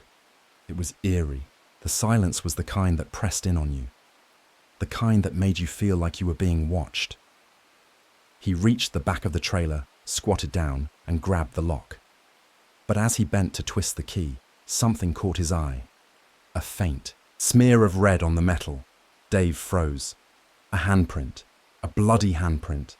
It wasn't large, but it was unmistakable. The dark red smear stood out against the grey metal of the trailer like a scar. Dave blinked. His stomach dropped. He reached out, his fingers brushing the cold steel of the trailer. How could this be? He had been alone the entire trip. He hadn't made any stops along the way. There was no way someone could have gotten into the trailer without him noticing. The locks had been secure. He stepped back, staring at the mark. He checked the lock again. It was still sealed, just like it had been. When he left, no signs of tampering, no damage to the trailer. The handprint was still there, as if it had appeared out of nowhere. His pulse quickened. "All right, Dave," he muttered to himself. "You're seeing things. You've been on the road too long. You're tired." But the handprint remained. The night was getting colder, and Dave felt a shiver crawl up his spine. He was starting to feel like something wasn't right. The hair on the back of his neck prickled as he scanned the area around him. It was too quiet. No sounds, no movement, just the low hum of the truck's engine and the oppressive weight of the fog. He swallowed hard and grabbed the keys to the trailer, unlocking it and pushing open the heavy metal doors. His heart was pounding now, an uncomfortable rhythm that seemed to echo in his chest. The interior of the trailer was dark. The dim light from the warehouse didn't reach inside, so Dave flicked on the flashlight he kept on his belt. The beam of light sliced through the darkness, revealing the cargo, large, heavy boxes stacked neatly in rows. Everything seemed normal, everything seemed fine, but that bloody handprint on the back of the trailer gnawed at his thoughts. He stepped inside, moving toward the front of the trailer. As he walked, he glanced back at the doors. The darkness outside seemed to close in, the fog pressing against, the edges of the trailer like some invisible force. He moved quickly, checking the contents of the trailer. Everything was in order, just like it should be. No signs of disturbance, no sign of anyone having been inside. But still, the handprint. The blood. It didn't make sense. Dave finished his inspection and locked the trailer back up. As he made his way back to the cab, he couldn't shake the feeling that he wasn't alone. The hairs on the back of his neck stood straight up, and his footsteps felt unnaturally loud on the pavement. He glanced over his shoulder, half expecting to see someone standing behind him, but the area was still empty. Empty. He climbed back into the truck and started the engine. The road ahead seemed endless, the fog curling around his headlights like tendrils of smoke. As he drove away, the trailer hummed behind him as if it was alive, like it carried something, someone, with it. His mind raced. He kept telling himself it was just his nerves. He was alone. There was no one in the trailer. It had been locked the entire time. And yet, the handprint. He couldn't shake it. The image was burned into his mind. He could still see the smeared blood, the way it had stretched across the metal like a grotesque mark of something. The next morning, Dave pulled into a rest stop, tired and running on fumes. The events of the night felt surreal, like a bad dream he couldn't shake off.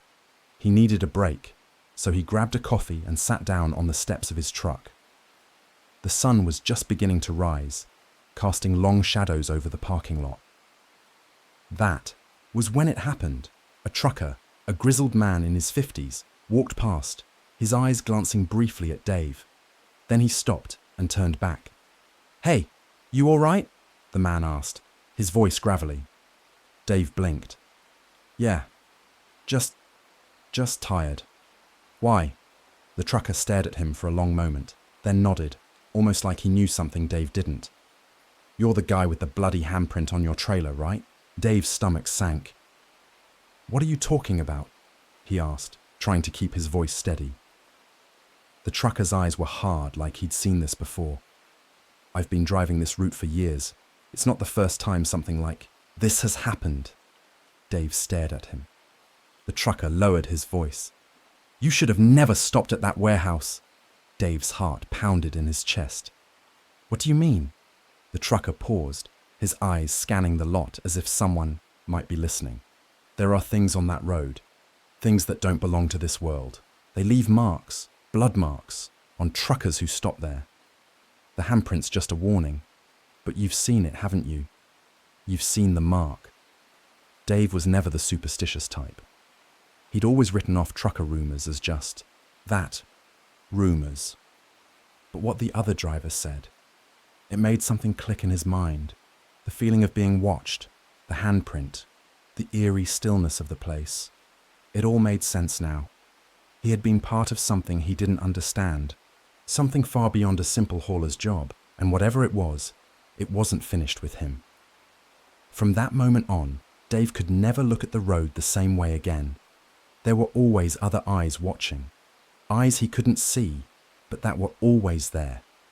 And every time he climbed into his truck, he wondered just how far he could drive before they finally caught up with him. The handprint would always be there, on his trailer, on his soul, waiting. It had been a long haul for Henry McAllister. He'd been driving for over 14 hours, the road stretching endlessly before him like some kind of dark, oppressive ribbon, winding through the sleepy towns of Texas. The headlights of his rig cut through the night, illuminating nothing but endless asphalt and a few solitary roadside signs. He was tired. Tired in a way that made his body feel too heavy for his bones, his eyelids too thick to stay open. The steady hum of the engine and the repetitive click-clack of his tires on the road were almost hypnotic, like the rhythm of a lullaby. But Henry wasn't quite ready to stop for the night. He'd passed the last truck stop an hour ago, and the next one was a good 20 miles away. He needed a break, though. He could feel his eyes starting to betray him, and he wasn't about to risk nodding off at the wheel. So when he saw a little rundown rest stop off the side of the highway, flickering neon lights announcing its presence like a beacon in the vast darkness, he figured it would do. The place was quiet, almost eerily so. It wasn't much, just a gas pump, a few picnic tables, and a dingy convenience store with a flickering fluorescent sign. But it was enough for Henry. He pulled in, the gravel crunching under his tires as he parked. The air was thick with the smell of gasoline and the faint scent of rain on the horizon. He stepped out of his truck, stretching his legs. His joints creaked, and the soles of his boots scraped against the gravel. A gust of wind made the leaves dance in little circles along the cracked pavement. Henry didn't think much of it. He was just a tired man looking for a break. He shuffled into the convenience store, and as the door swung open, the bell jingled. Inside, the fluorescent lights buzzed, flickering on and off in a constant battle with the darkness outside. The store was deserted, save for a man sitting at the counter, sipping something from a coffee cup. Henry nodded to him, but the man didn't respond, just stared at him with a fixed, unblinking gaze. At first, Henry thought it was just a trick of the tiredness in his eyes. The man looked a little older, with a scruffy beard and dark sunglasses perched on the bridge of his nose. He looked like someone who had been sitting here a long time, someone who didn't have anywhere to be. Henry went to the back of the store, grabbed a bottle of water, and made his way to the counter. As he placed it down, he noticed the man's eyes again. They were fixed on him, but this time, something about them struck him as odd. The man wasn't blinking, not at all. Henry tried to shake the thought from his mind. Maybe he was just tired. Maybe it was the dim light playing tricks on him. But the man's eyes, wide and unblinking, stayed locked on him, never once fluttering. Henry cleared his throat and made eye contact with the cashier, a man with a disheveled uniform and dark circles under his eyes. "Long night," Henry said, trying to break the awkward silence. The cashier nodded, but he didn't speak. Instead, his gaze slowly shifted over to the man at the counter, his eyes narrowing ever so slightly. The faintest shiver ran up Henry's spine, and he suddenly felt very aware of the stillness in the room. He paid for the water, trying to keep his movements casual, but when he turned to leave, he caught the man's eyes again. They were still, staring at him, unblinking. It was like the man's eyes were waiting for something. Henry returned to his truck, feeling a cold sweat on the back of his neck. He told himself he was just being paranoid, that it was nothing. He had been on the road too long, too isolated. The endless hours behind the wheel were getting to him. But as he slid back into the driver's seat, he couldn't shake the feeling of being watched. He started the engine, the low rumble comforting in its familiarity. He pulled out of the rest stop and merged back onto the highway. But even as the road opened up before him, he couldn't escape the unsettling feeling that followed him. In the rearview mirror, the dim light from the convenience store still lingered in the distance. Henry glanced back, then quickly turned his eyes back to the road. And then he saw it. The man who never blinked. He was standing outside the store, just at the edge of the parking lot, his figure barely visible in the faint glow of the lights. His eyes were still fixed on Henry, even though the truck was now several hundred yards away, the man still standing there, motionless. Henry's heart skipped a beat. He quickly glanced away and focused on the road ahead, but the thought gnawed at him. There was no way the man could be standing there, still staring at him. He had left the store. He had turned his back on the place. He was driving down the highway. So how was it that the man's eyes were still on him? As the miles stretched on, the strange unease inside Henry only grew. He tried to shake it off, telling himself it was just the fatigue setting in. But every time he looked into the rearview mirror, he saw the man's unblinking gaze, following him like a shadow. He adjusted the mirror again, squinting into the distance as he passed another sign for the next town. The man was gone. At least he thought he was, but still, Henry couldn't shake the feeling that something was off. Something was wrong. As the night wore on, Henry's eyelids grew heavy. The road was long, and the sleepiness was creeping in, slow and steady, like a fog rolling across his mind. He rubbed his eyes, trying to keep them open, but his eyelids felt like bricks. He leaned his head against the side of the truck for a moment, just a quick rest. Then a sudden sharp knock against the side window made him jump. Startled, he whipped his head toward the sound. There, in the darkness outside, standing next to his truck, was the man from the rest stop. His eyes were still locked onto Henry's. But now, Henry noticed something else. The man's face wasn't just expressionless. It was wrong. His skin was too tight, stretched over his bones like a mask, his lips slightly parted in a grotesque, unnatural grin. His eyes were still wide open, unblinking, staring into Henry's soul. Why wasn't he blinking? Henry's hands gripped the steering wheel so tight that his knuckles turned white. He slammed the brakes, heart racing. But when he looked back out, the window, the man was gone. Nothing but darkness. Nothing but the lonely highway stretching ahead of him. But Henry knew what he'd seen. The next few days were a blur of exhaustion and unease. Henry kept driving, pushing on through the miles, but he couldn't shake the memory of the man's eyes, the way they stared at him, never blinking.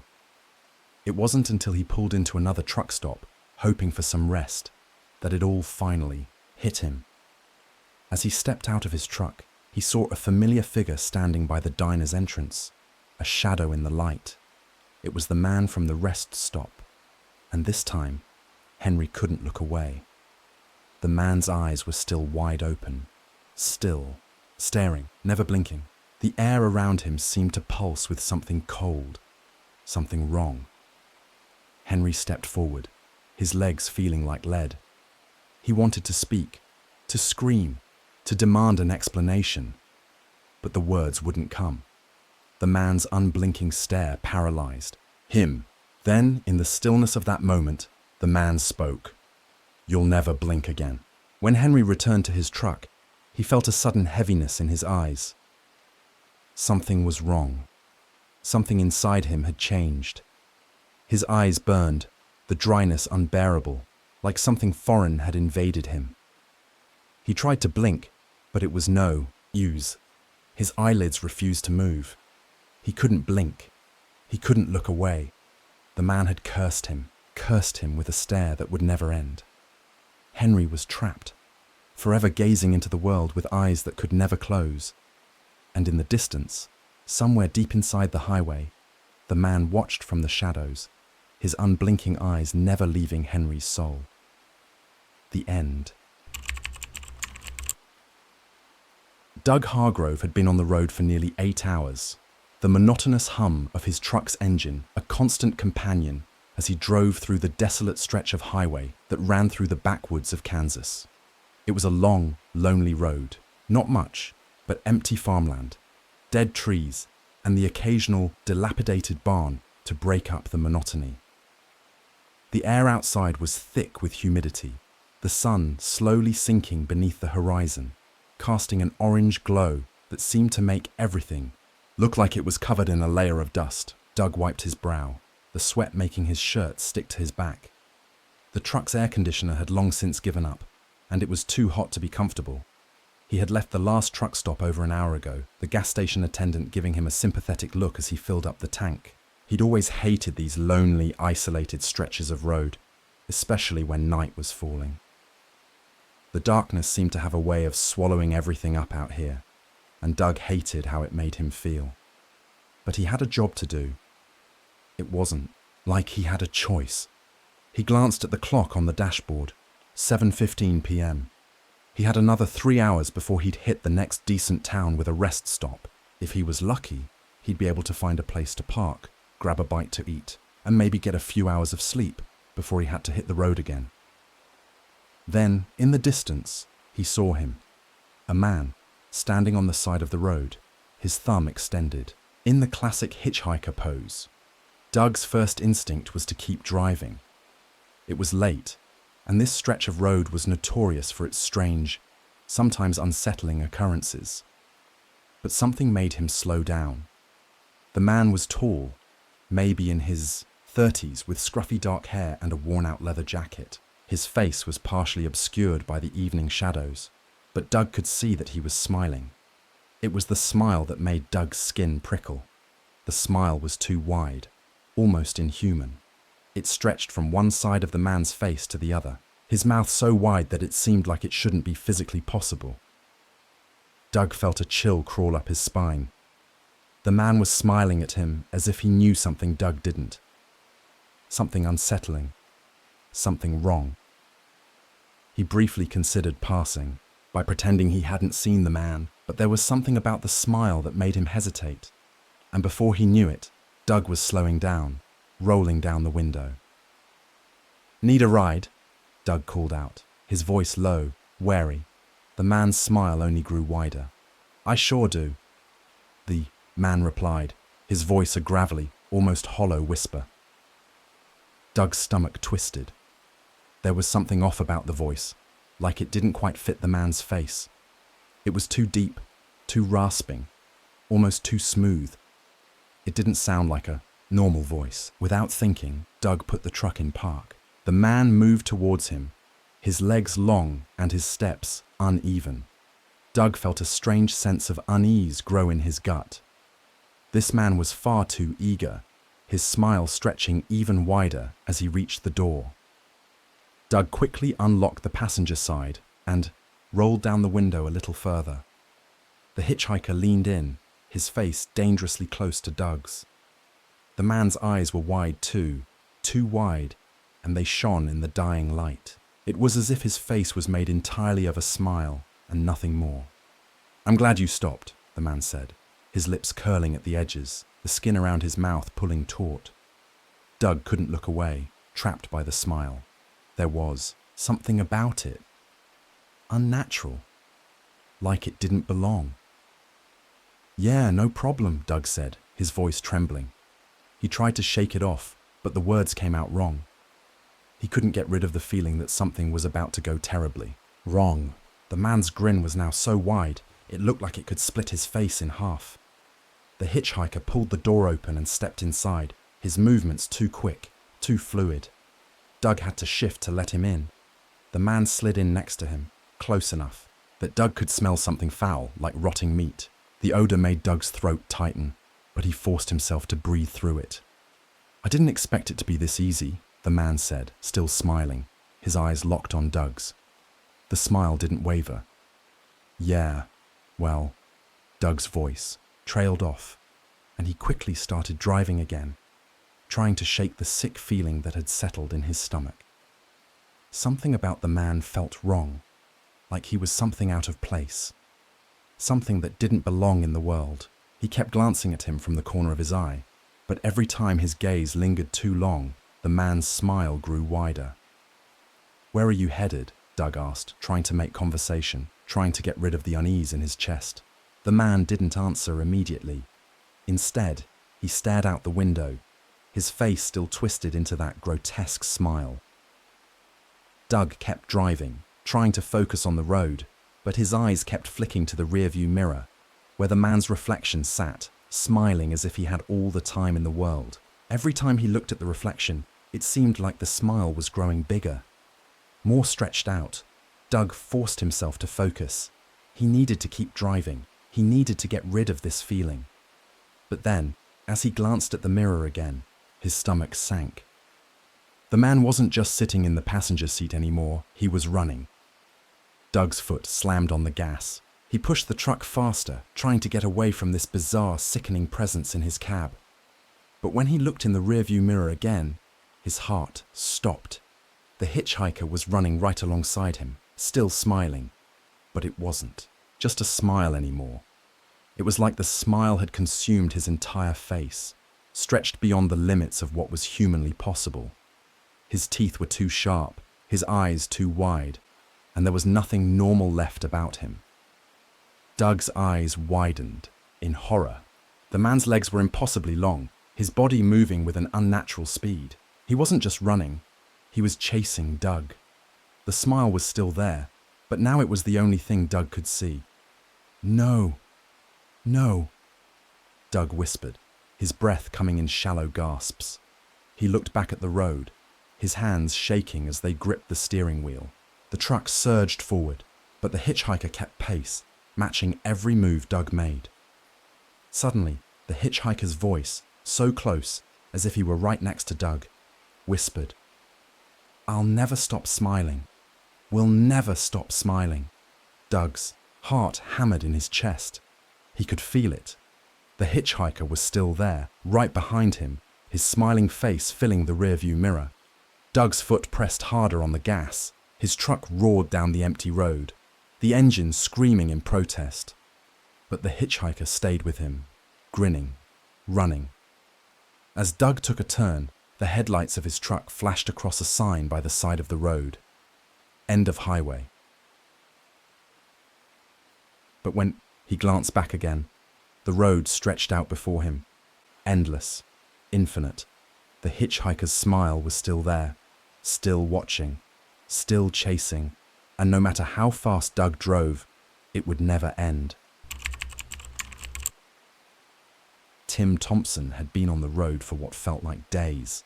The winding highways of West Virginia were a patchwork of steep climbs and sharp descents, the kind of driving that made you feel like you were perpetually on the edge of something. Something you couldn't quite see, but that you could sense in your bones. The sun was low, casting a blood-red glow over the hills as Tim rounded another bend. He glanced at his GPS. Nothing. The signal had been iffy for the last hour or so, but Tim was used to it. West Virginia was like that, wasn't it? A place where technology never seemed to catch up with nature. He didn't mind it, though. He was an old hand at driving these remote stretches of road, used to the quiet, the isolation. The loneliness didn't bother him. Sometimes, in fact, he preferred it. But when his GPS flickered to life, directing him onto a small side road that seemed to appear out of nowhere, he felt a momentary unease stir inside him. It wasn't the road itself. It was smooth and freshly paved, nothing strange about it, but the fact that it hadn't been there moments before. He could have sworn he'd passed that spot already. "Whatever," Tim muttered, rolling his shoulders. Must be tired. Just need to stretch my legs, grab a bite to eat.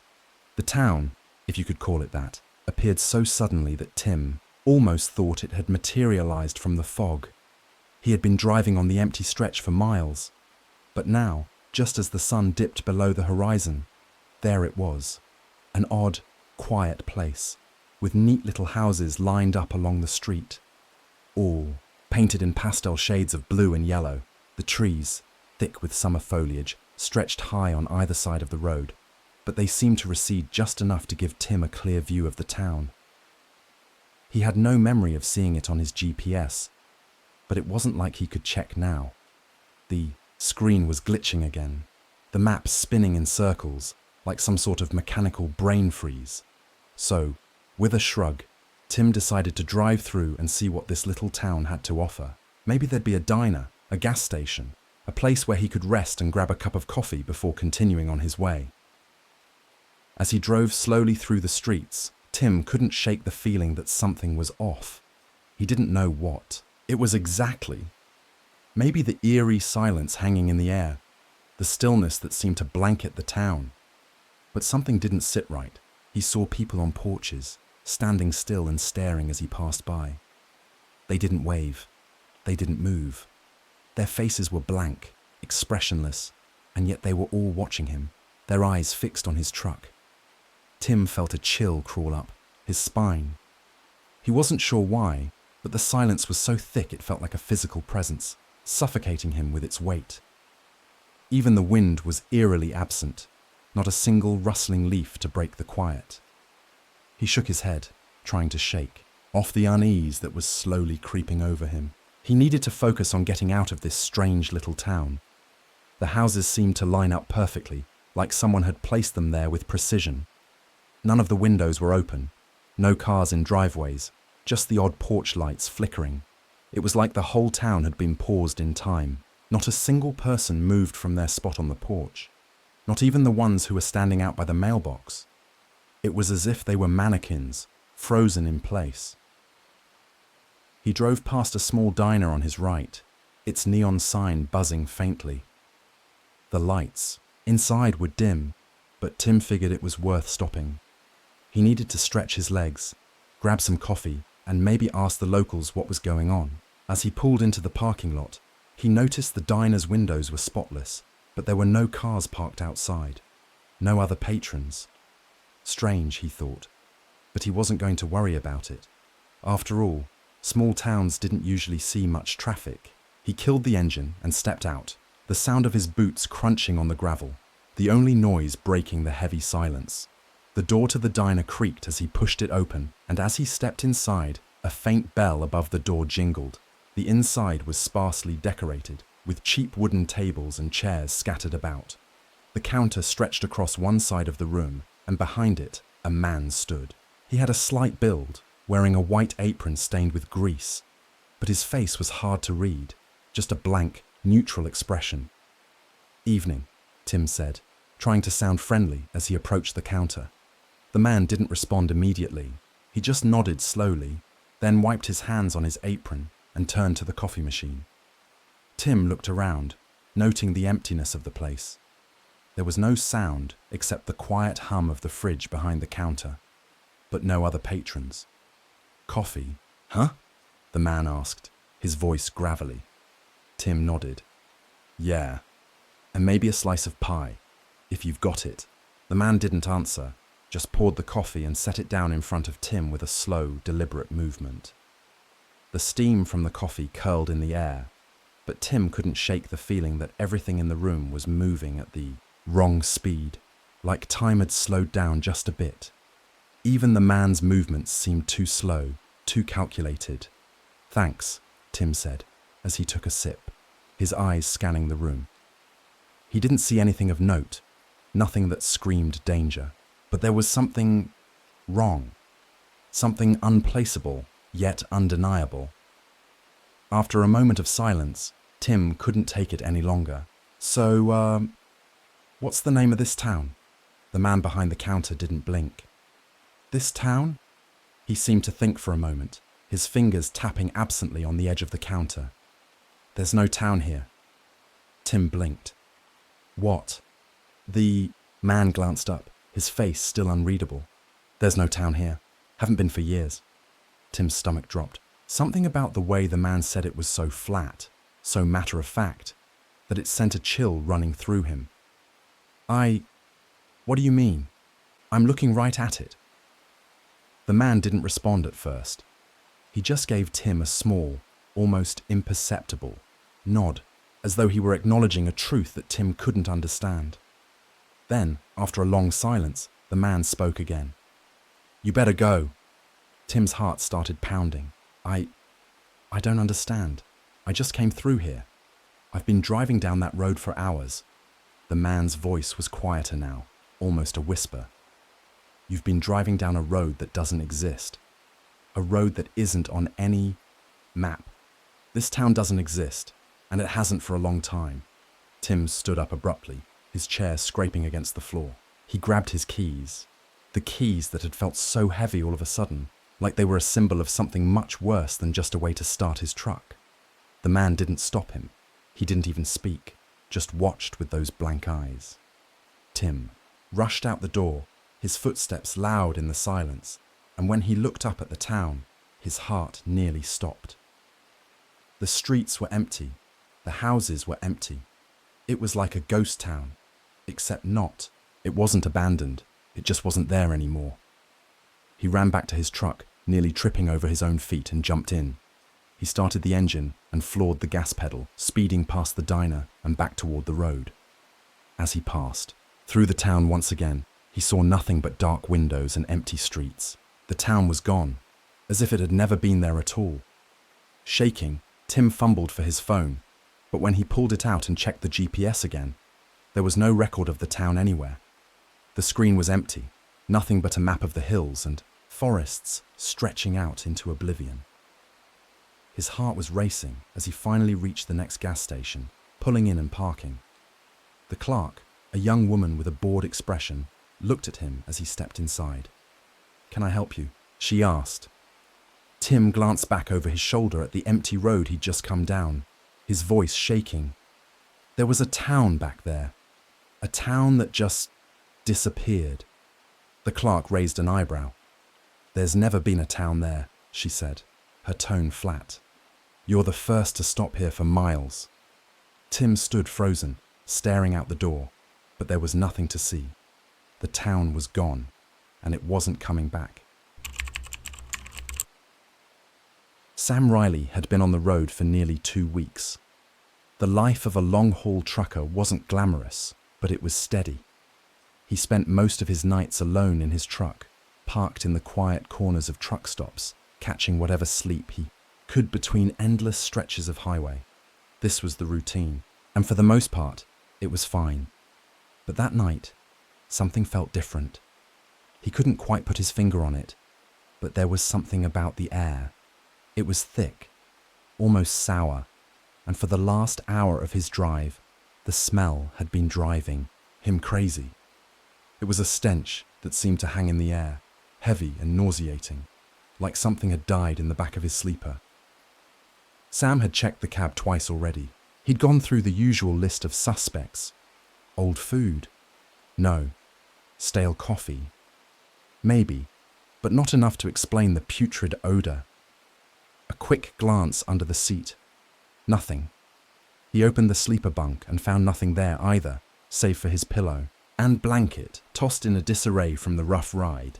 He even checked the trailer, walking out into the cold, searching for any hint of a decaying animal or something else foul. Nothing. The trailer was as empty as it had been when he left the warehouse 3 days ago. He returned to the cab and took a deep breath. The smell was still there. Stronger. Now even. It wasn't just the air. It was in his clothes, in his nostrils, in the back of his throat. He tried to ignore it, but it gnawed at him, the way something unnatural gnaws at the edges of your sanity. Pulling into a rest stop a few miles down the road, Sam found the parking lot nearly empty, save for a few trucks parked along the far edge. He parked beside a weathered yellow truck, its headlights dim but still flickering, and killed the engine. He climbed into the sleeper, closing the curtain behind him. the stale air mixed with the stink of whatever had found its way into his truck. The sound of the wind outside, rustling through the trees, did little to drown out the gnawing unease. He lay down, exhausted but restless, and pulled his blanket over himself, trying to ignore the smell. But as he drifted in and out of sleep, the odor seemed to deepen, thickening like a living thing in the air. The hours passed in fitful rest, the kind of sleep that only comes after long stretches of grueling driving. Sam woke once, then twice, then finally a third time, each time feeling the air get heavier, the smell more intense. By the time the clock on his dashboard read 2:47 a.m., Sam was barely able to keep his eyes open. The truck was too hot, the air too thick, and the smell. Good God, the smell was everywhere. That's when it happened. Sam was just about to doze off again when something cold pressed against his lips. He shot awake, gasping for air, his heart pounding. A hand. It was there, cold and clammy, pressed firmly over his mouth as though someone was trying to smother him. He could feel it, fingers, wet and stiff, pressing against his skin. He tried to pull away, but his body felt paralyzed, as though something was holding him down, pushing him into the mattress of his bunk. His mind screamed, but all that came out was a muffled whimper. His chest constricted. Panic set in. Then, through the thick fog of fear, he noticed something. The smell. The one that had been suffocating him for hours. It was coming from the hand. The rancid, rotting stench was so overpowering that it nearly made him gag. His stomach turned violently, and his eyes watered from the force of it. He couldn't breathe. He couldn't escape. The hand, cold and unyielding, held him there, as though it was something that belonged to the very night itself. Something that wasn't alive, but wasn't fully dead either. Sam's pulse raced. His breath was coming in shallow gasps as he clawed at the hand, struggling to free himself. But it wouldn't budge. The fingers tightened their grip on his mouth, and the smell was suffocating now, clouding his thoughts, driving him to the edge of madness. Then, just as quickly as it had come, the hand released. Sam's body jerked, gasping for air, but as he flailed backward against the bed, his hands shaking, uncontrollably, he found nothing. Nothing in the sleeper. No hand. No cold touch. The cab was empty. His breath came in jagged gasps as he wiped the sweat from his brow, his heart still hammering in his chest. He sat up, looking around, his eyes darting from corner to corner, searching for anything that might explain what had just happened. There was no one else in the truck. The sleeper was empty. The air, however, was still thick with the smell. It lingered in his nostrils, almost as though it had seeped into his skin. For a long moment, Sam sat there in the dark, too terrified to move. His mind raced, trying to grasp at logic, at reason, at any explanation, but there was none. He took a shaky breath, leaning back against the wall of the sleeper. He wanted to believe it was just a bad dream, some nightmare that his exhausted mind had cooked up, but something told him that wasn't it. The smell, God, the smell was too real. The coldness of the hand had been too real, and the fear, the terror, was real. The next morning, Sam did his best to shake off the night's events. He stopped at a gas station for coffee, washed his face in the cold water, and tried to focus on the road ahead. But no matter how hard he tried, the lingering presence of whatever had touched him that night stayed with him. The smell followed him. It wasn't as strong as it had been in the truck, but it clung to his clothes, his skin, his hair. He kept his windows down, hoping the fresh air would chase it away. But it didn't help. The rest of the day was a blur, a haze of unfamiliar roads, empty stretches of highway, and a gnawing unease that never left him. He couldn't stop thinking about that hand, that cold touch, and the smell that had come with it. As night fell, he found himself pulling into another rest stop. He parked, locked the doors, and stared at the truck, trying to push the thoughts from his mind. The sleep he desperately needed felt impossible to reach. The fear gnawed at him like a constant itch. He climbed into the sleeper again, his eyes scanning the cab before he closed his eyes, every muscle in his body tense. He forced himself to breathe deeply, but as the minutes ticked by, the dread returned. The same air, the same smell. Then came the knock.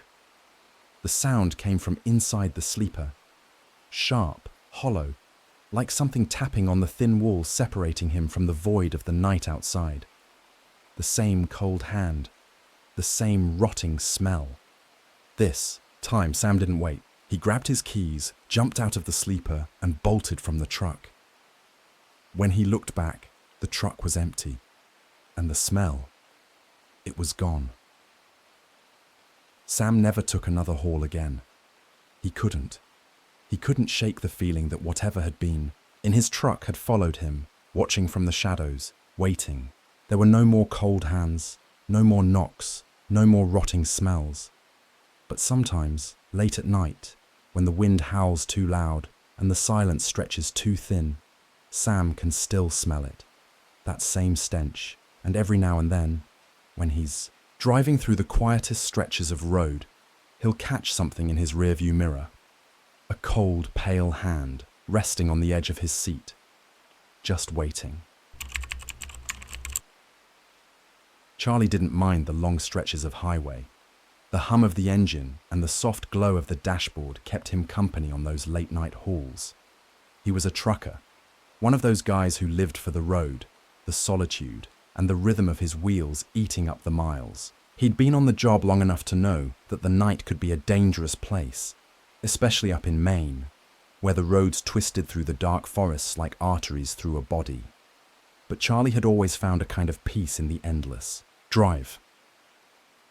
It was just past midnight when he hit the fog.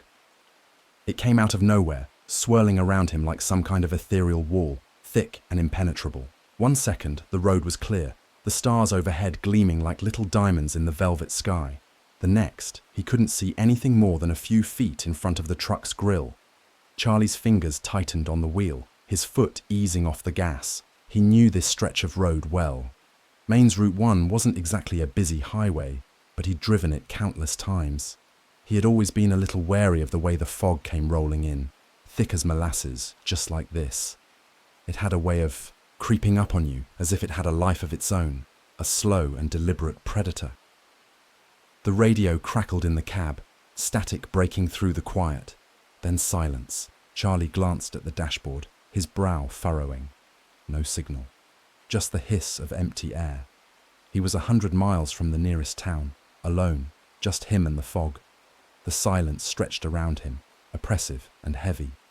That's when he saw it. Out of the corner of his eye, a shadow moved. At first, it was nothing more than a fleeting shape, a trick of the fog, he thought. But then it shifted again. A figure moving alongside his truck, staying just out of the corner of his vision. His heart skipped a beat. Charlie's gaze snapped. To the mirror, his breath hitching as he saw the outline of a man, a shadow indistinct against the wall of fog. The figure kept pace with him. His mind raced, trying to rationalize what he was seeing. It didn't make sense. No one should be out here. Not in this weather. Not on this stretch of road. He forced himself to focus on the road ahead, eyes darting to the windshield, then back to the mirror. But there was no denying it now. The figure was still there, moving, just behind him, no more than a few feet away, walking alongside the truck like it had all the time in the world. Charlie's heart pounded. He glanced back to the road, a little faster now, hands clenching the wheel until his knuckles turned white. He had to be imagining it. There was no one out there. But the figure was real. Too real. It was too close, too deliberate. Then, just as quickly as it had appeared, the figure vanished into the fog. For a moment, Charlie sat frozen, his foot hovering over the gas pedal, unsure if he should keep driving or pull over. He glanced at the road again, but all he could see was the shifting mist swirling around him like it had a mind of its own. A shiver ran down his spine. Just get home. he muttered to himself, trying to shake off the unease that had settled in his gut. He hit the accelerator and pushed through the fog, trying to ignore the gnawing feeling that had settled in his chest. But it wasn't over. Not by a long shot. Time passed slowly. The fog thickened, crawling over the road like some sort of living thing. The truck's headlights cut through the mist, but the beams seemed to do nothing to push it away. It was as if the fog itself had taken on a mind of its own, surrounding the truck, clinging to the cab in a suffocating embrace. Charlie's fingers tapped nervously on the wheel. The fog was no longer just something he could see. It felt like it was pressing in on him, wrapping around him like a wet blanket. His breathing quickened, his eyes scanning the road, knowing that he should just keep moving forward, but unable to shake the feeling that something wasn't right. That's when it happened. A sound. A soft whisper, just at the edge of his hearing. Charlie's heart skipped a beat. His hand froze on the wheel, his pulse racing as he looked around, trying to pinpoint the source of the sound. The whisper came again, low and breathy. It was so faint, so soft, like it was coming from right behind him. The words were indistinguishable, but the tone, it was unmistakable. It was a voice in the fog. Almost home. Charlie's blood ran cold. He jerked his head to the mirror, but all he saw was the thick, swirling fog. No one. Nothing. The whisper came again, closer now, almost as though it was inside the truck with him. Almost home. Charlie's hands gripped the wheel so tight, his knuckles cracked. His breath came in shallow gasps, and he felt the hairs on the back of his neck stand up. The truck was suddenly too small, the air too thick, like the very atmosphere in the cab had shifted into something heavy, something unnatural.